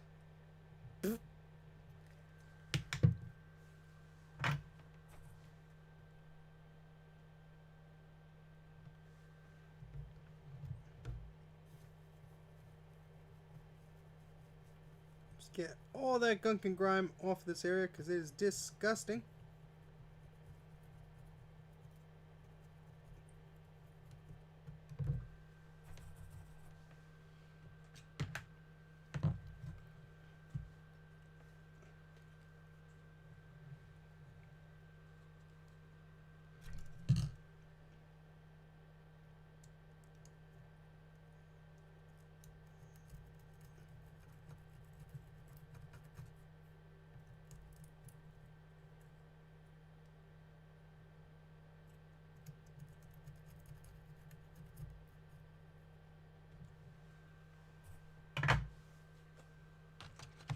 Dirty board! Dirty, dirty, dirty!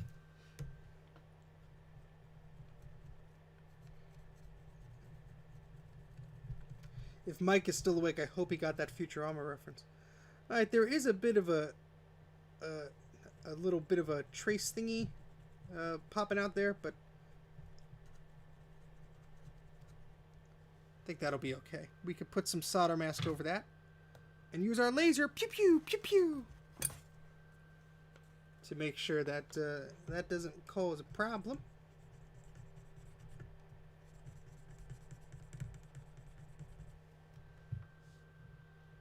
I have so many tools on my desk, I'm just losing things left and right.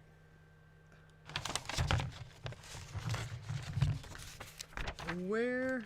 Let me take some water here. I haven't done anything in a while. Alright, alright, alright. How many people we got here now? Let me look at the thing I haven't been looking at. 30 people? 30-something people? Not bad. Not bad at all. Where'd my toothpick go? I think I swallowed a toothpick.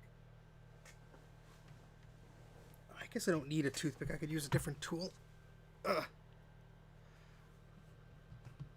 Oh, no worries, Pseudos. Thanks for stopping by. Appreciate it. Have a good night. No sense in everybody staying up just because I'm an insane person at this hour. I honestly took a little bit of a nap while I was watching Bruce's stream. Not intentionally. I fell asleep. And then I woke up and he was ending the stream and I'm like, oh, I guess that's my cue. So I am oddly refreshed, I guess you could say.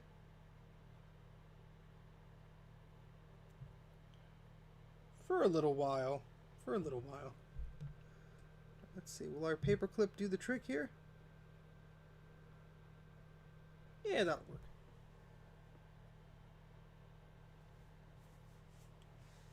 He's back! Exactly, exactly. I forget the exact line, but it's like, why is there a hat full of like disgusting milk, like in the yogurt or whatever in your locker? Well, you know, time makes fools of us all. All right, let's count. 1 Macintosh Classic, 2 Macintosh Classic, 3 Macintosh Classic, 4 Macintosh Classic, 5 Macintosh Classic, 6 Macintosh Classic, 7 Macintosh Classic. That's gonna get old. This is excellent, because what I would have to do before is I'd have to wait and put something out in the sun and wait for it to cure, and then I have to continue the work. Now I can just sit on my lazy butt. I can just do everything at once. This is fan-freaking-tastic.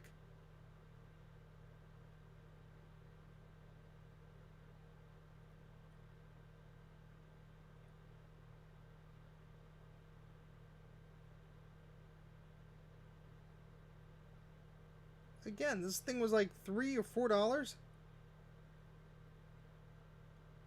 Well worth the investment. Even if this thing lasts only for a few months or whatever.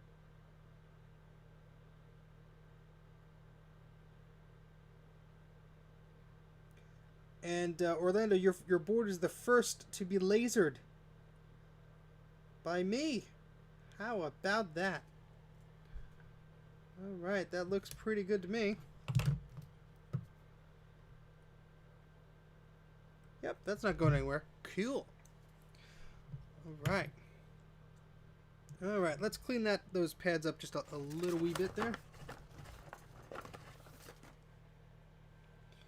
And let's get some new rubbing alcohol. I keep calling it rubbing alcohol.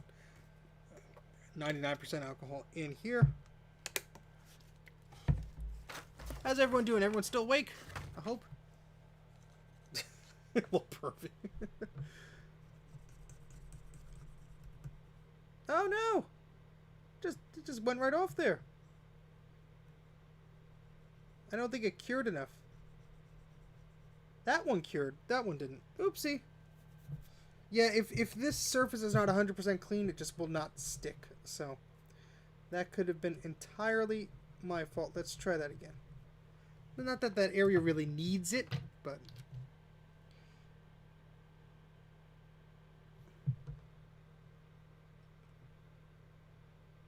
There we go. Better safe than sorry, huh?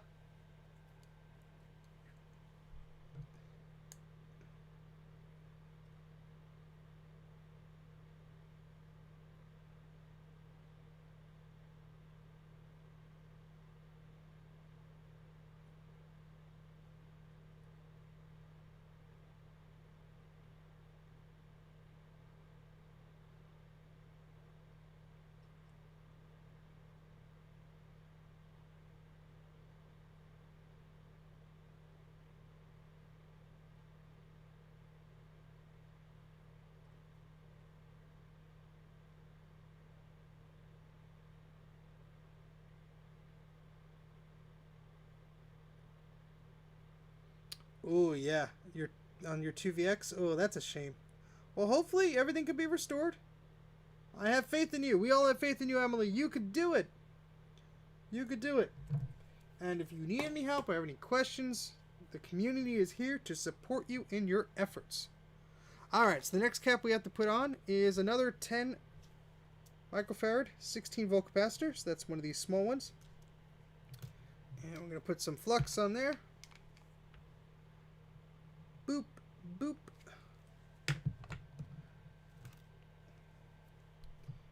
Alright, and here we go.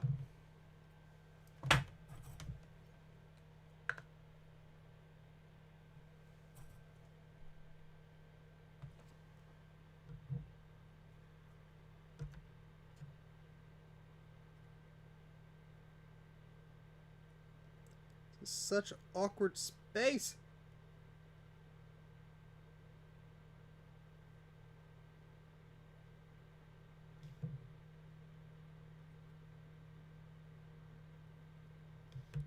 This is so awkward to maneuver.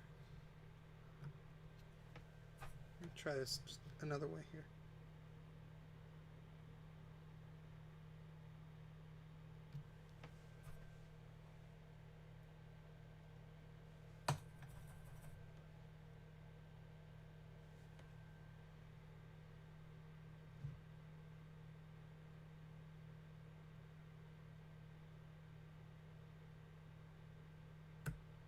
Ah.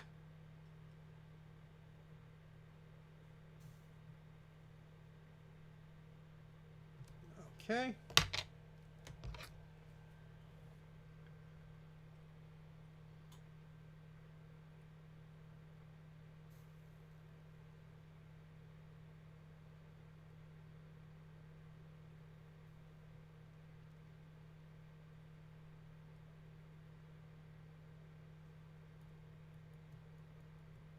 Alright, that's not going anywhere.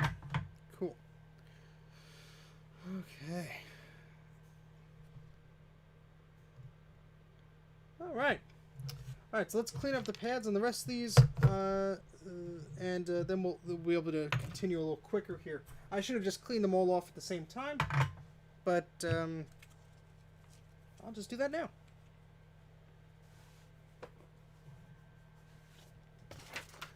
It would help me, because then I wouldn't be switching tools so much and losing them. But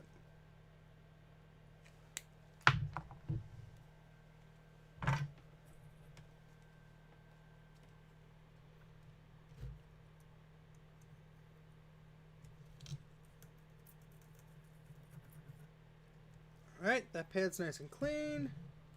Next.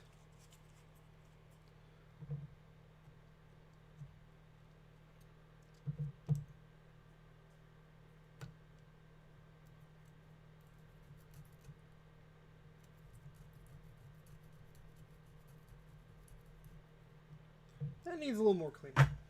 Now this excuse me, this capacitor was especially nasty, and I'm actually concerned because all these pins here have all this gunk on it. I'm actually gonna brush that a little bit here. So I don't. This is the processor. I don't want to shorty out anything, because that gunk could be, you know, capacitor goo that's conductive. We don't want that. There, that's better. Alright. Alright, alright. Alright, let's clean off the other pads here in preparation.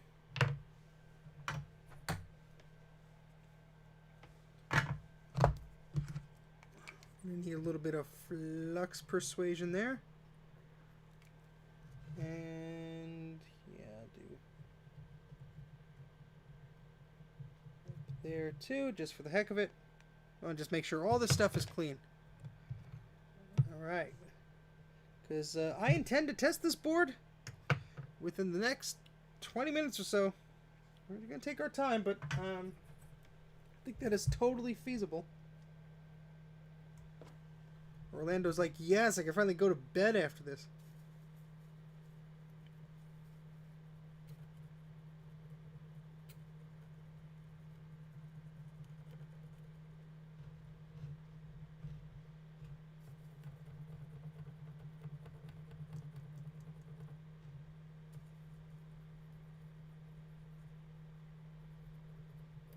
So I'm just heating these up with fresh solder just to get some of the grime and gunk that was in there off.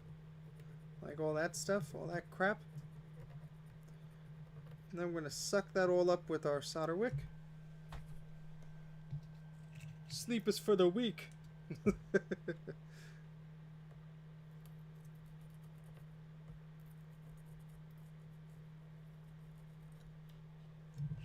going to trim this solder wick again.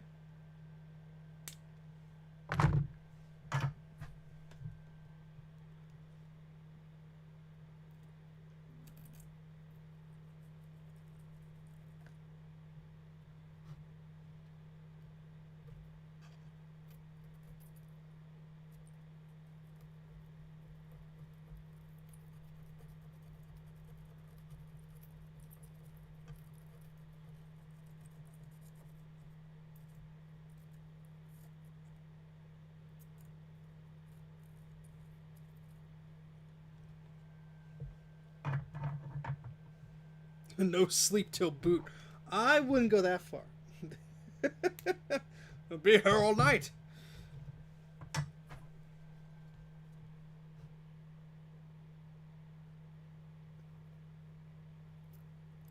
Not that I'm not confident in my skills. There's just a bunch of things that a board this dirty could have going on that that we don't know. We just don't know. All right. Let's clean some of this up here.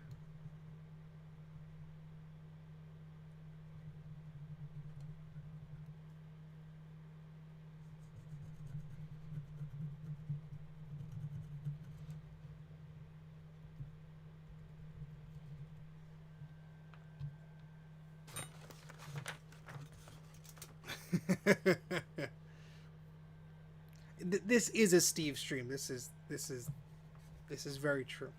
And don't worry if you can't stay or you fall asleep or whatever, because we've been going on for, holy crap, 3 hours and 15 minutes, 17 minutes or whatever. You know, you could always watch it in the morning. You could recap it. You get a recap of the recap. Yeah, no worries, guys.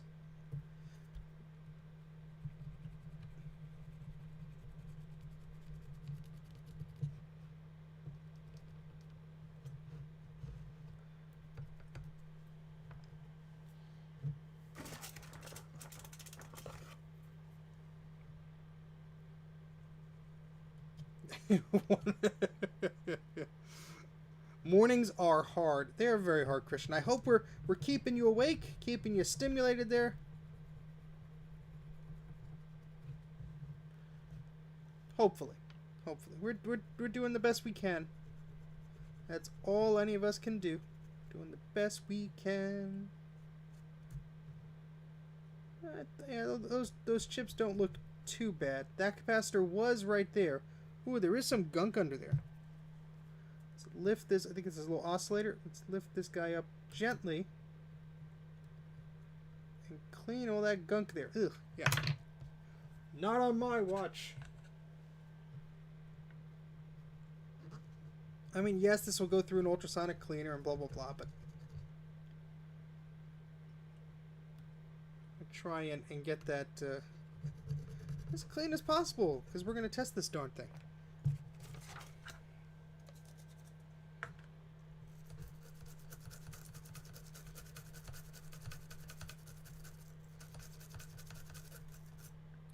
Just because I saw some little messy parts there. I am not a morning person or a day person too, so I totally get it. Totally get it. Get that little bit out of the way there. All right. Time to put those caps on, huh? Okay, let's refer to our cheat sheet here. That capacitor is there. All right, the next one is a 47 microfarad, and that goes right here, in this region there. You're back after that many years.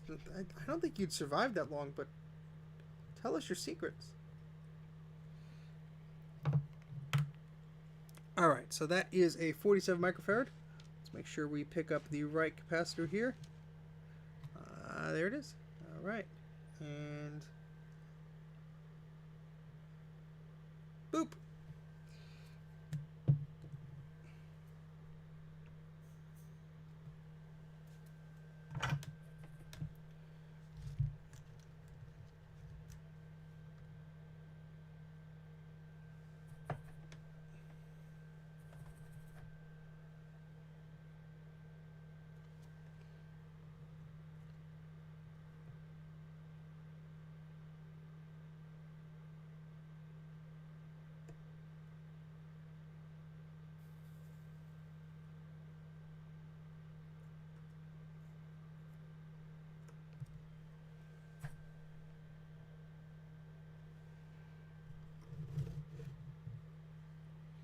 These smaller capacitors are much easier to handle, especially in situations where you're so close to plastic like this. Just makes it much easier.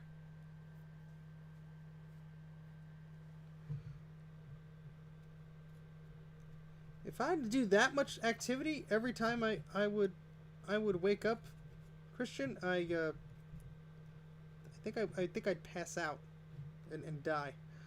All right.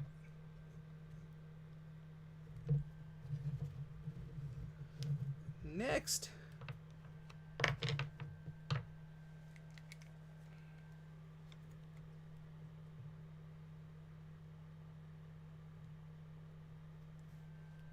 Let's put flux on the rest of them, just make it go faster. There and there.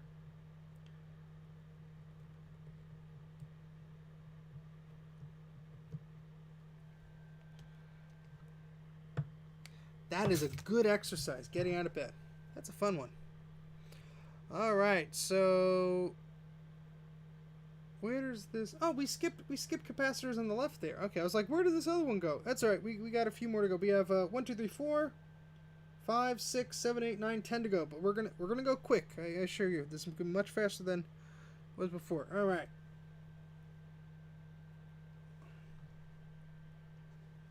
Fairly straightforward here now.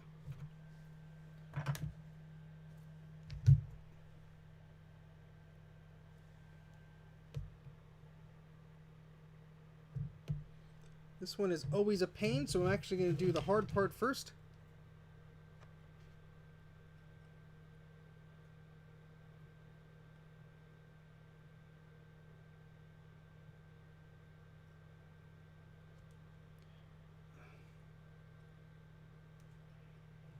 Hold on, I have to do this without the microscope or I'm going to melt something.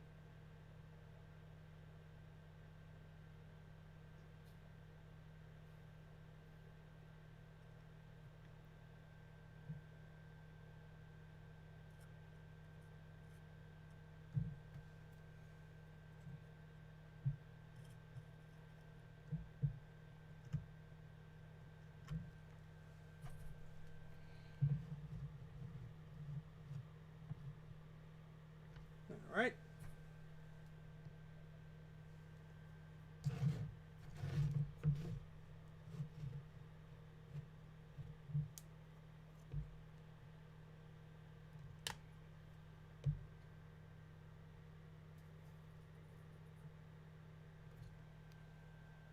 Here for the long haul. Awesome.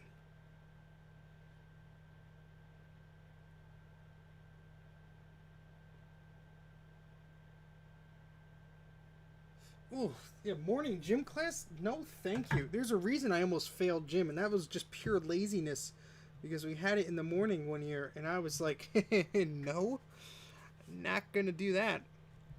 All right, so we got a bunch of the tiny capacitors now. We have 1, 2, 3, 4, 5. Yep, 1, 2, 3, 4, 5. Put those there. All right. Okay. So the next one is going to the right of the processor. This is capacitor number 107.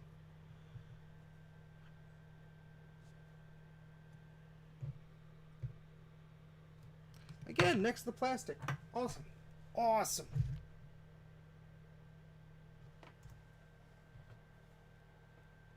That's good exercise. Again, being very careful with the plastic. Orlando, I do not want to mess up your board here.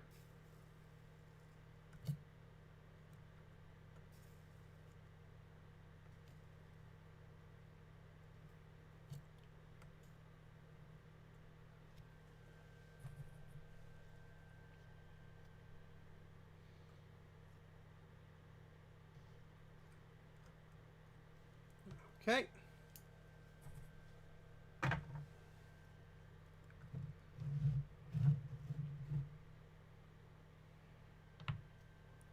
Next one here is C74.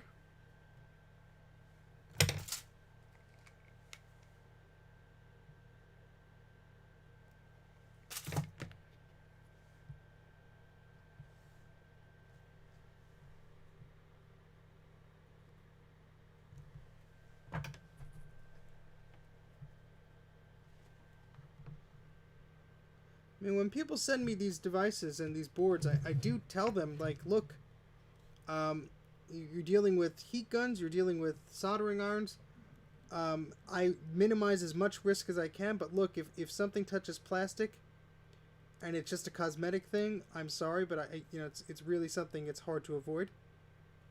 And yeah, if I make it look like trash, I'll feel bad. But I'm not talking about that. I'm talking about minor things like the plastic of a Nuba slot or something. As long as it's functional, it's not destroying any value or anything there.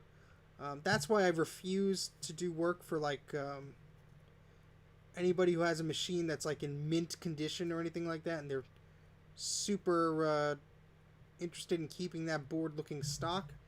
Look, if I wanted to, sure, I'm sure I could be very careful, but I'm always nervous I nick something up or anything like that. So don't want to cut anything or melt anything. So I usually refuse those types of things, because that's just I could be all the careful I want, but not gonna leave myself open to that risk. Yeah, I mean that's. Well, none of us are perfect. I'm not perfect. I make plenty of mistakes here, but I at least want to give everybody a heads up about that stuff. And that's the thing. It's not a mint machine, anyway. So I feel better. All right. So I'm going to put these all down here, because these are going to be one after the other here. This one is like that. Then after this, we just got 4 more to go, and we're done and ready to test. All right.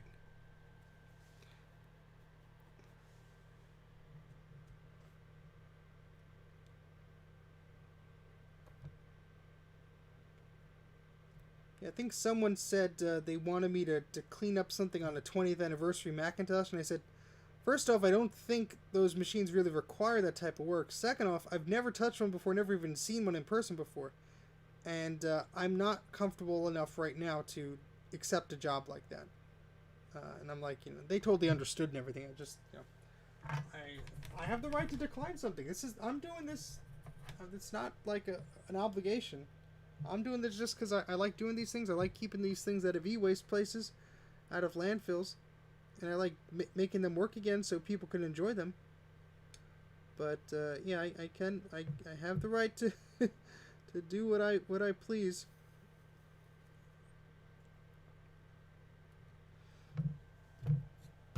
But hey, it'd be cool to work on one of those. I just don't want to be the guy who messes it up. Like, check out that Mac84 guy. He didn't put enough solder on that iron. No, he didn't. He messed up that guy's 20th anniversary Mac.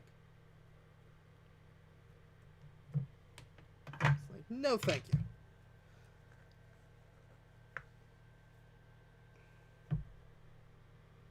That's a very good way to put it, Christopher. The human element, yes. This board has been lovingly humanized by Steve of Mac84. It's a good way to put it.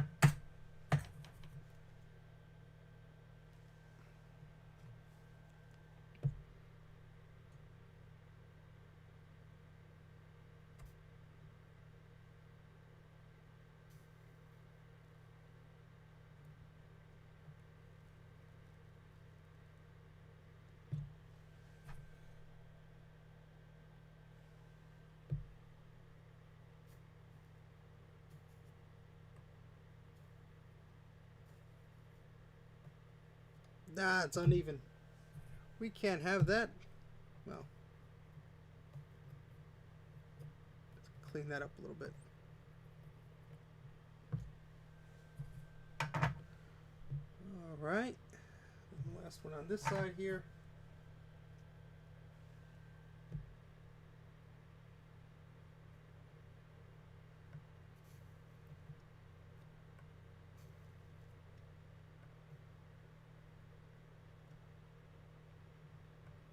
Right. Hey Andrew, welcome to the stream. Glad you could join us at this fine hour, 3:17 a.m. in the morning, where I am at least.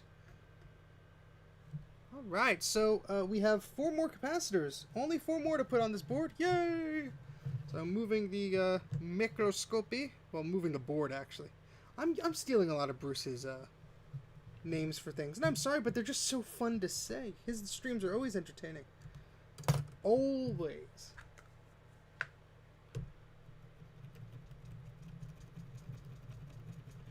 And that's Bruce from Brankus Creations. If you're not aware, I think 90% of you watching know of his channel. So if you're not already subscribed to that, please do so. Excellent guy. In the land of the beaver.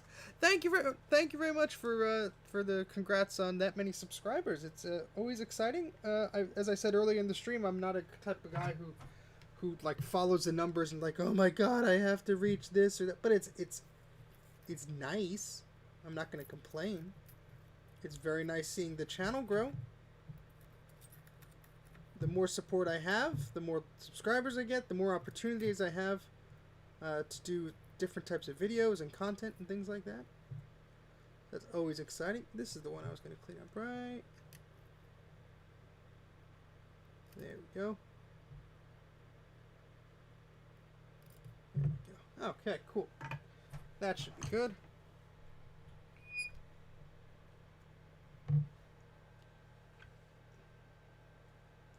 Well, thank you very much, Christopher. That is a very kind thing to say and a very kind way to put it. Yeah, I mean, a lot of us do spend a lot of our time and energy with these things. I mean, every spare moment I get, I'm not every spare moment, but a lot of the time, I will be doing a video or writing a script or preparing for something for one of my videos, and it's takes up a lot of my free time, but I really do enjoy it. So it's not a chore to me. I always say, you know, I would do this if nobody was watching. I would do it for free. You know, this is just stuff that I enjoy doing, you know, for my own personal machines. So if others want to watch, or if others want to send their boards in and, you know, pay a nominal fee for me to do this stuff, which I really don't think I'm charging that much. I've been told by multiple individuals that's a very affordable price. I'll take that service. And it's something I enjoy doing, and I learn from it. And I do have some merch. I have some T-shirts. If you go to, let me put the link in the chat there. It depends on the board. It really does. It depends on the board. It depends on the condition, because you have to remember. As I get this website up here, you have to remember that the cost of the components alone is actually a pretty big factor to the cost of the recapping itself. So let me spam my merch here. We got some shirts there. Now before you buy anything, hold on, I got a coupon code here. I do got a coupon code here. You go to settings here. Let's make a coupon code just in case you no obligation to buy anything, trust me. I'm just letting you know there is a coupon code I could give you. It takes it directly out of any profit I make, but yeah, why not? Promotions, here we go. Let me just get a coupon code for you guys. We'll use this one until the end of the month. I was on Crazy Ken's technology show. You get $6 off a shirt, so that's a promo code Sane Steve. So I was on the Computer Clan show, and one of his characters is Crazy Ken, so we were joking that I was Sane Steve. So if you want to order any shirts there, you help me out. The coupon code takes a little bit out of my pocket, but you know what? It's something that is a small thing, but it's a limited time promotional offer. How about that? But yeah, so it depends on a lot of factors. It depends on the type of machine it is, how many capacitors there are, and the time involved usually to do these boards, and yeah, there's some other things that I'm doing with the shirts and stuff like that. There's also like tote bags and keychains. I'm looking at other stuff. I usually tinker around with that stuff in the weekend. So when I'm not doing video stuff, I have to pay attention to that. But there are some other things I'm doing. But thank you for the suggestion. But yeah, it's just one of those things where you have to calculate a lot of factors. So I don't normally like saying the prices out loud for a particular model because it does fluctuate based on a lot of factors, based on how much the capacitors are and all this stuff. But what I was going to say is, I order from Mouser.com generally for my capacitors, and you could order from other places, and, you know, whatever. But I generally order from Mouser.com. They usually have a pretty good selection. But their shipping, no matter what, no matter if I order one item or I order 20 items, it's about $9 or $10. So even though a capacitor is like 50 cents here, $1 here, $1.50 there, depending on what it is, just the cost of the price of the parts alone can easily add up.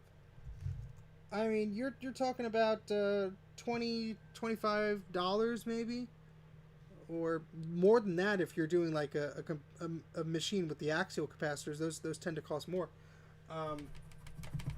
It could easily be, you know, a good chunk of change just for the parts, and then my time involved in it. And I just don't do recapping. I take a look at the traces. I make sure that things are working. Obviously, I have a collection of vintage hardware here. I put everything to the test. If you send me something, I'm not just going to let it boot and go, yeah, it works. No, I'm going to test the floppy drive. I'm going to test the serial port. I'm going to test the ADB port. I'm going to test this. I'm going to test that, because I want to make sure that the work I'm doing is good, and I also want to make sure that I minimize the risk of anybody coming back and saying, you know what, this didn't work. But there is a warranty also. You know, there is a warranty on all the items I do. Generally speaking, it's a 60-day warranty. And if you have any problems, you know, you just let me know. I'd you know, take care of it. But these machines are fragile. They're old. They're cranky. Sometimes they work. Sometimes they want to work great, and other times they're a pain in the butt to get working. But yeah. But yeah, generally speaking, I would say these boards, not just this one, but most Macintosh boards, roughly in the US dollar range, roughly about somewhere between $60 to $100, depending on the complexity of the board and depending on other factors. If I get a really nasty looking board, I'm going to end up charging more because it's going to take more time and resources. I also use a lot of stuff. I use flux. I use solder. I use wick. I use UV solder mats. All this stuff is consumable. It doesn't last forever. I got to buy a bunch of stuff. So, but yeah, that's just probably way too much information. But long-winded answer. Sorry. You asked. But yes, there are a lot of factors involved. And so sometimes when somebody say, well, so-and-so is offering this service cheaper, and I'm like, well, that's a great price. Go with them. But, yeah. All right. So we got 3 more caps to put on here. Let's do that. Then it's test time, buddies. Test time.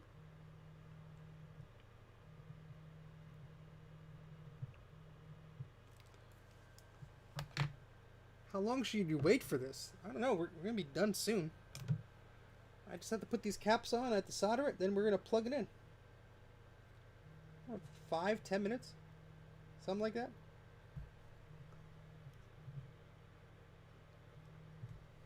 And then everyone will be like, it's over already?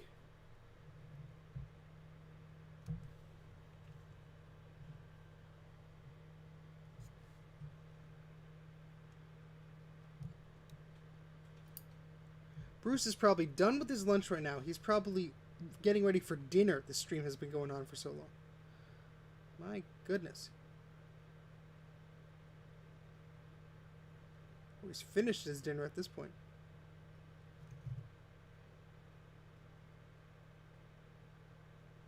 If he's still here. He probably ducked out ages ago. It's like, the heck with this. No, we don't want aromatic smoke.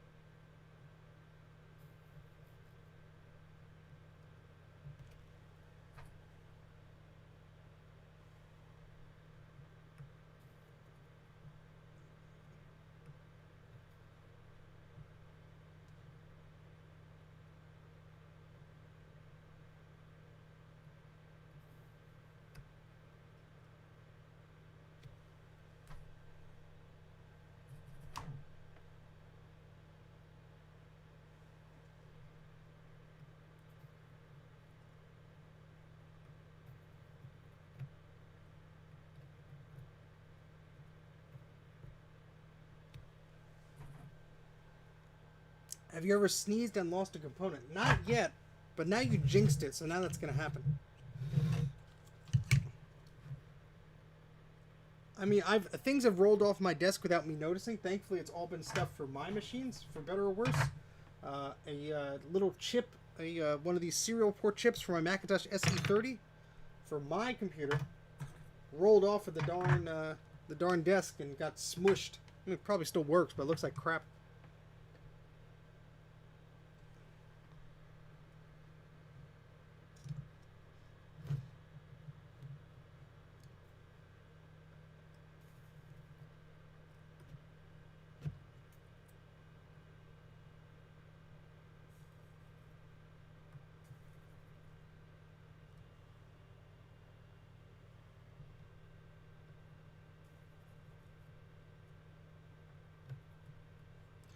Alright, I think it's time for a little cleaning and to check our work, and then we're good. We're good for testing. What do you guys say? What do you guys say? Shot on iPhone? No, this is a different camera. This is not an iPhone. I love my phone, but I hate it sometimes because it just bugs the crap out of me sometimes. It just does not want to work sometimes. Freezes, crashes. It's old. There's tons of memory and crap and whatever on there, but yeah. Where's I going with that? Get the hose!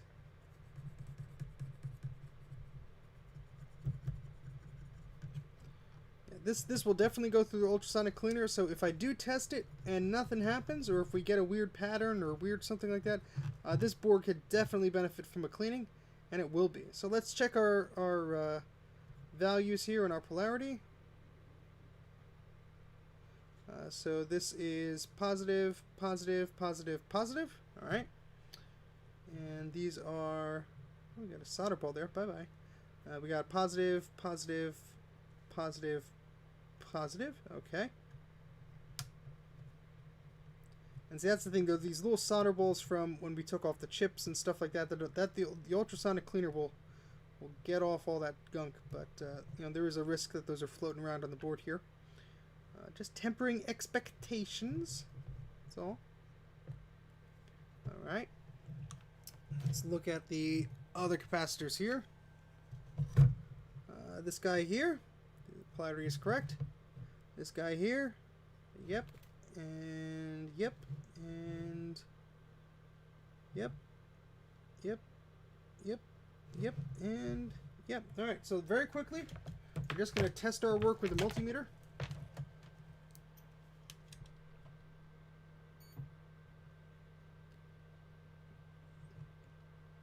Well, I can't, well, there we go. Yep. So anywhere where I could easily test, I'm just going to do that really quickly.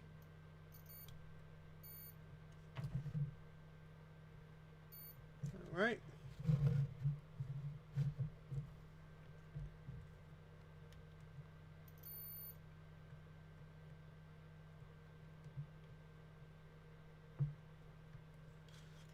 Cannot get these probes under this thing here.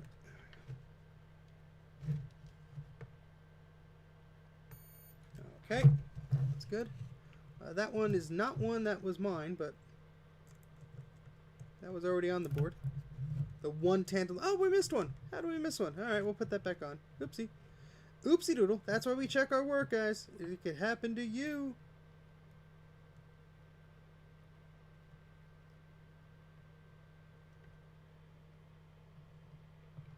So, yeah, let's, just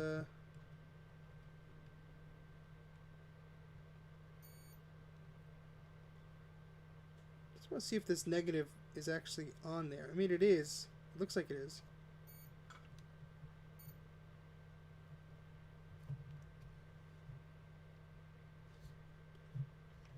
Alright. My neck is starting to hurt from looking down at this microscope for ages now. You live in Asia. Alright, very cool. Yeah, it is also 3:31 a.m. here. A little later than that, actually. Alright, let's get this last capacitor on here. I thought we were done. Sorry about that. False alarm. Last one here, folks. Really this time, promise. Okay.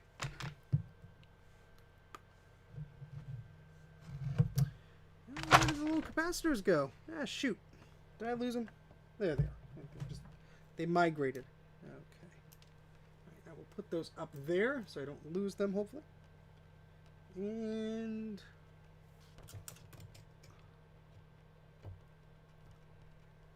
where did I put my tweezers? There they are. I don't know how they got over there, but they did. All right, and this one has to go right there. Okay.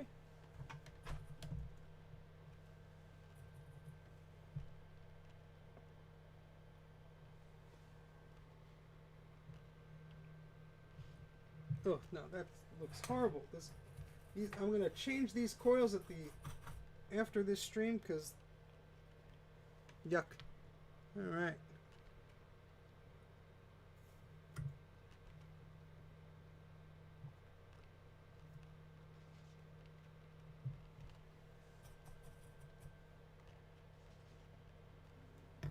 My stomach is growling too. I don't know why. Well, that's probably because it's almost breakfast time.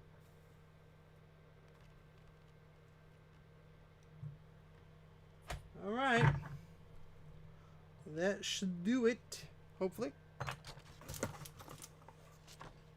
You heard a bong in the background. Are you watching a video in another playlist? Because I assure you nothing made that noise here. Alright.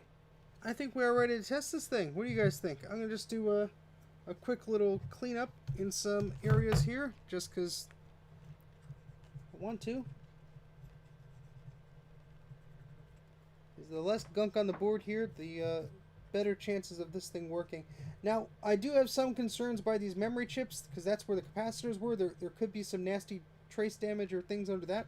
But judging by the look of the other chips, hopefully that won't be the case. Hopefully we'll be okay here.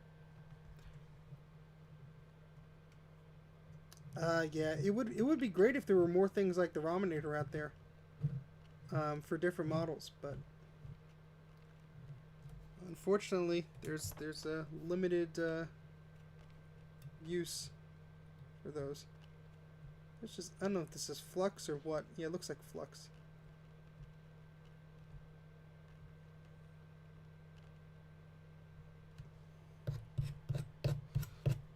Oh no, we're not putting this in the dishwasher. No, no, no! We'll put it in the ultrasonic cleaner eventually, but I could be doing that now.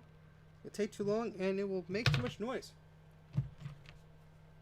Alright, I just want to clean up these by this processor a little bit.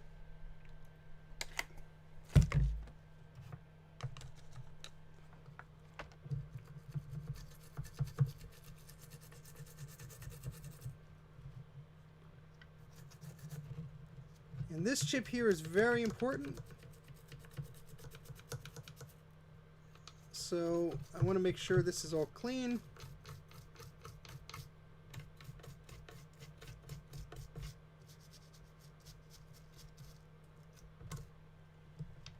Okay.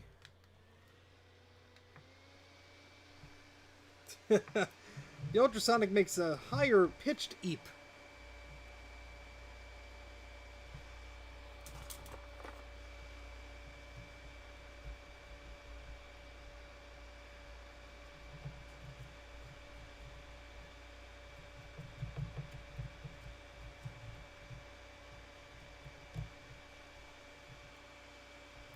So this alcohol evaporates pretty quick, but I'm just putting a little fan on it just to help.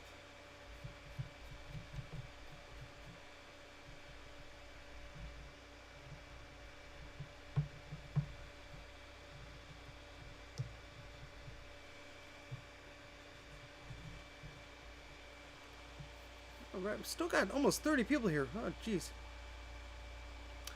This chip is part of, I believe, like the startup circuitry and stuff like that. So, I forget the name for it off the top of my head because it's late and I'm tired. But it is an important chip.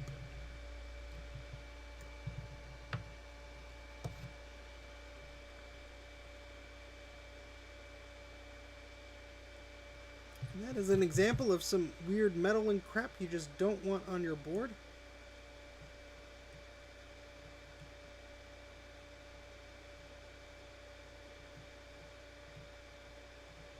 I'm almost reluctant to turn this on because this board was pretty yucky.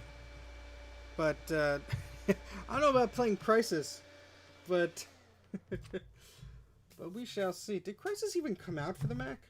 I just don't know. All right, so just spot drawing some areas with the Q-tip here. Let's switch the camera so you can see what I'm doing. Oh, Glider's a fun one. I do have that on my SCSI 2SD card there, so if it does boot up, we could play some Glider. How about that? All right.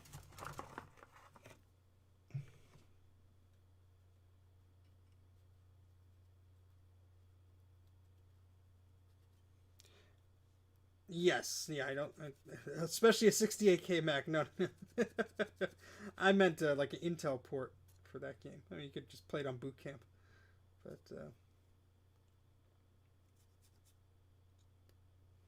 I'm still finding dust on this board. Jeez.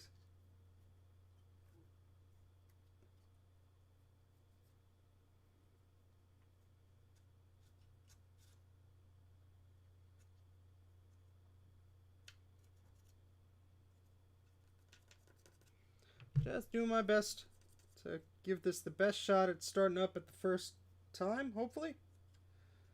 I mean, from the picture on eBay, if you refresh my memory, Orlando, I think it had a checkered pattern or a jail bar pattern or something, which would have made. I didn't even test the board, but if that when we first got the machine, the connector. Oh, no worries, Bruce. I'm about to test the board, so thanks. Thanks a lot. Thanks a lot. No worries, Bruce. See you later.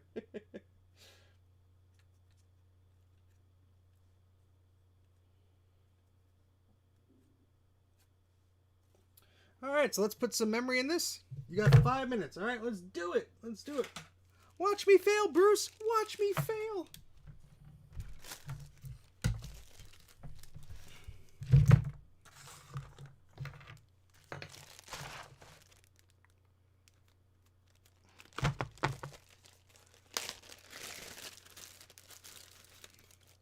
No, you cannot put an Intel chip on this board. That's just silly.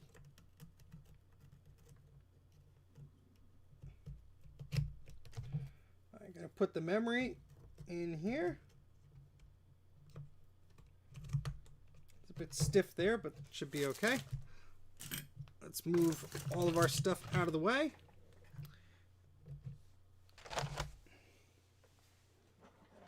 Oh, boy.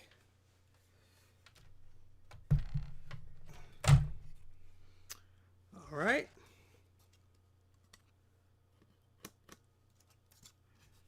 And we're just gonna. It always is. There we go. That's how it slides in.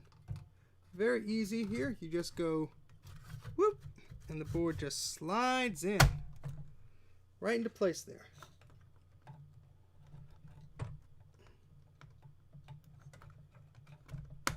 I'm not going to connect the hard drive because I don't think it works.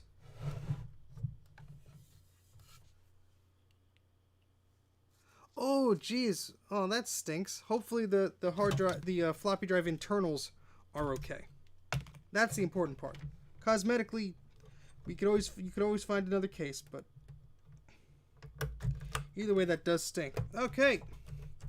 All right, so we're gonna just do a very quick test. We're just gonna turn it on, see if it actually works, and if it does work, we'll use our SCSI 2SD adapter. All right, guys, what do you guys think? Think it's gonna work? Yes, no, maybe so. How confident are you in my abilities? All right, here we go.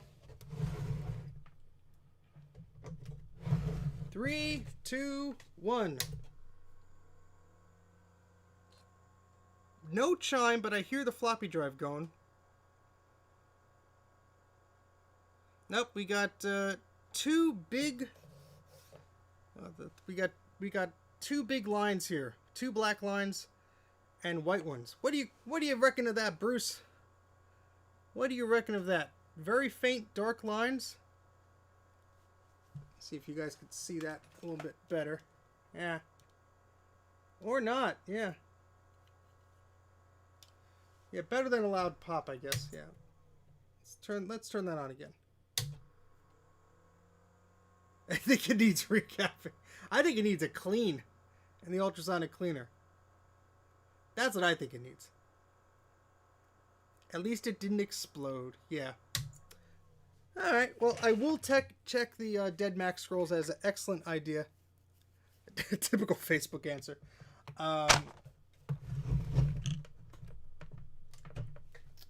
Let me just do some quick checking here. But yeah, this board needs a good cleaning no matter what. So whether I do that, yeah, I think a clean is in order. I'm just gonna, well, you know what? If I check the dead Mac scrolls, it's probably just gonna say the capacitors leaked or something. Let's take a look. All right, thank you, Bruce. Take care, dude. Have a good night. All right, let's just take a look real quick. Now, this machine did work on another board, and I could try that other board. I have it right here. So let's do that before we go down a Google rabbit hole here.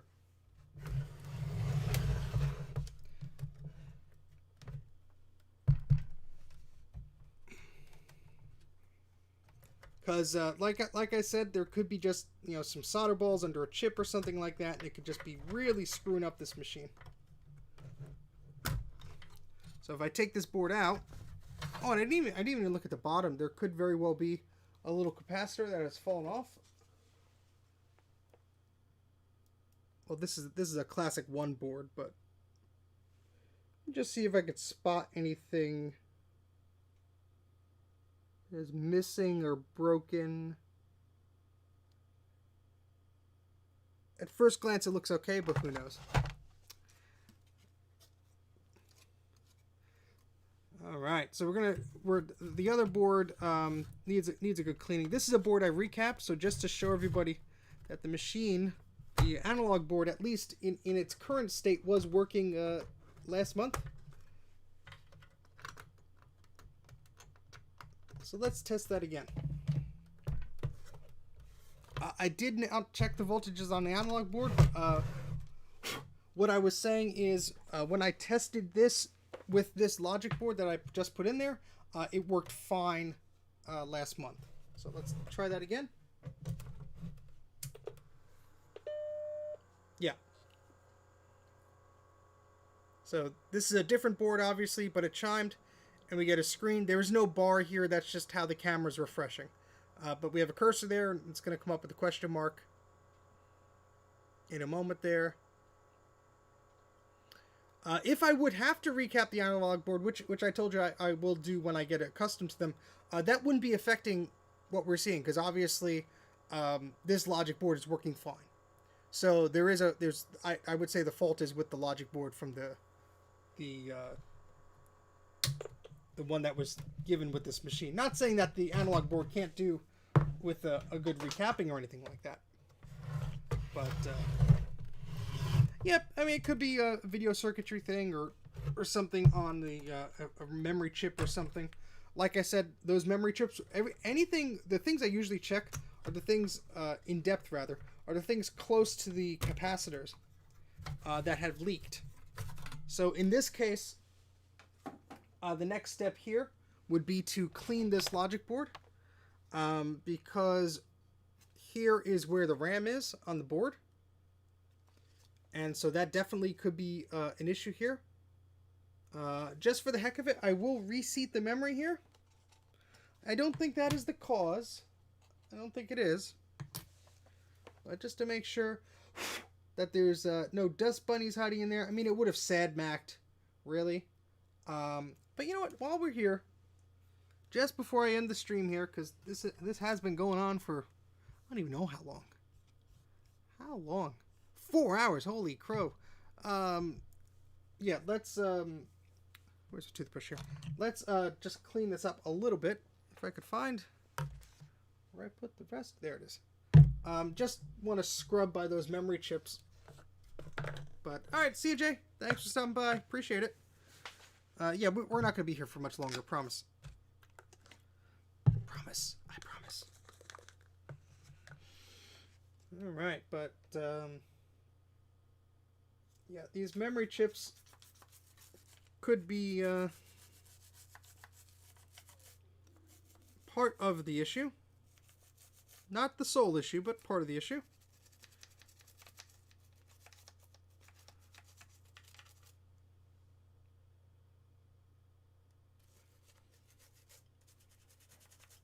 Also, some of these classic boards had a jumper from the factory, like a bodge wire type thing.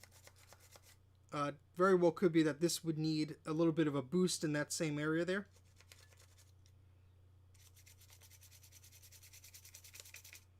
But who knows? Also could be bad ROM chips or something like that. I mean, I do not think that would be the issue, but you never know. It needs to boot. I know it does. I know. I do have a schematic. Not that that's going to help me too much with this, because it could be anything at this point, really. While we do this, let me open up the Dead Mac scrolls here. Let's see. Early Macs, SE and SE30. Where would the Classic be? Is the Classic even covered in this? I think it is. It better be.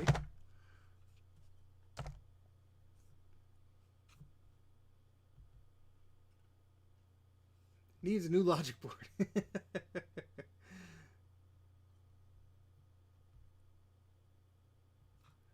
All right.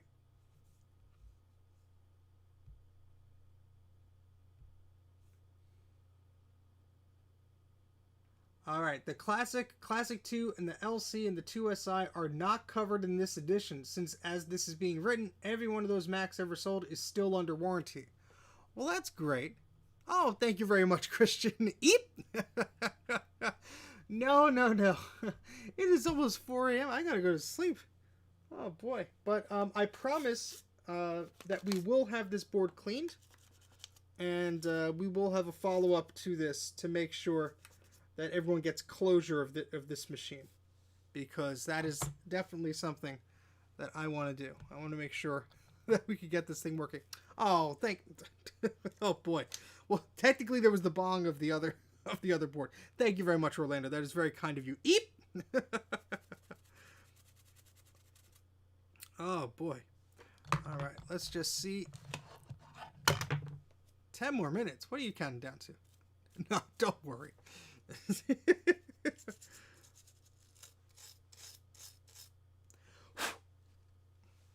a Q-tip in there. But yeah, it could be pretty much anything. But we're gonna try. We'll try one more time. I have a feeling it's something minor, like a trace under a chip, or just a solder ball connecting somewhere.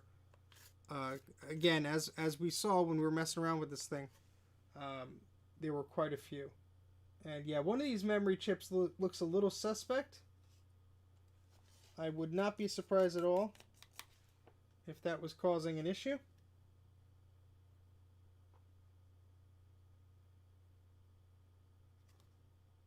And also, we did not remove that other serial port chip, but I don't think that would have caused it. Hopefully not.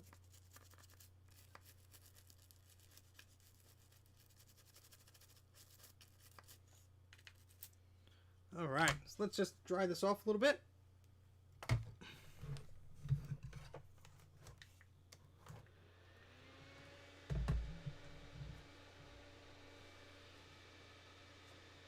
I used to have the hairdryer down here, but then I left it down here, and my wife wasn't happy. But how you guys doing today? Any plans for the weekend? Any retro computer plans for the weekend? Anything exciting planned? Yeah, sorry about any noise from the fan. It's just, it makes noise.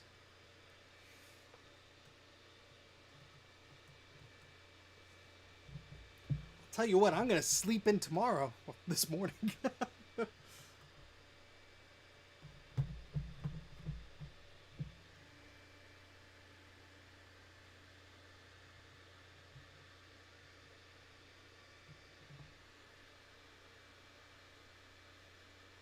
Oh, nice.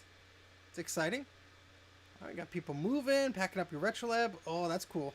Flubby, that's a lot of fun, but I know it's a pain, but you got to look forward to the cool new digs setup. That'll be nice. Same with you, Orlando. That's cool. Some of us should be in bed. Yes, Mike. Some of us should be. All right, last chance. We're going to try this one more time. And if this continues to not work, we will clean it and we'll come back for another stream, another day. Hopefully sometime soon. I'm just cleaning the memory chips because why the heck not? Well, Mike's a patron of mine, but he's not that friendly, Orlando. Everybody go to, if you're not subscribed to Mike already, Mike's Mac Shack, please subscribe to his channel. He also just launched a Patreon. He's an amazing guy. Very close friend of mine. We have had many fun moments together on live streams, especially the one that we did most recently where he came over and we played around on our vintage weird IBM machines and other stuff like that. So if you are not subscribed to Mike's Mac Shack here in the chat, he does do non-Mac stuff as well. Please click on his username and subscribe to his channel. He does excellent content. And I cannot get this memory back in the socket here. Come on. There we go.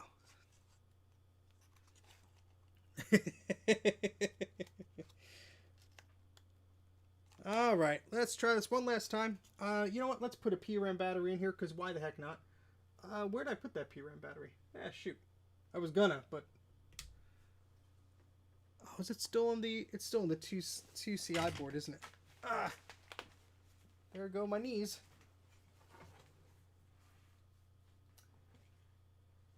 No, it can't be in the 2CI board because I took out that module. Well, we'll test it without it. How about that? All right, the bunny ate it. Yes.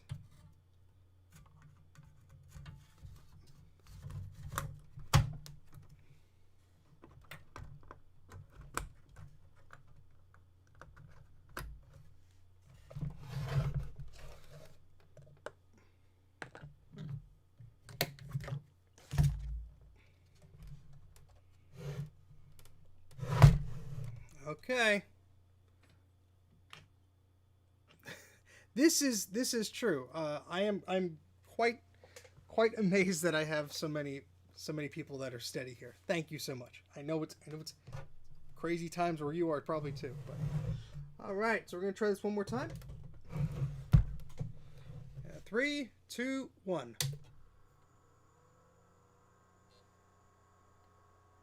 I heard a bit of a. I think that was a floppy drive seeking, but yep, same bars, same pattern here. I'm going to grab a photo.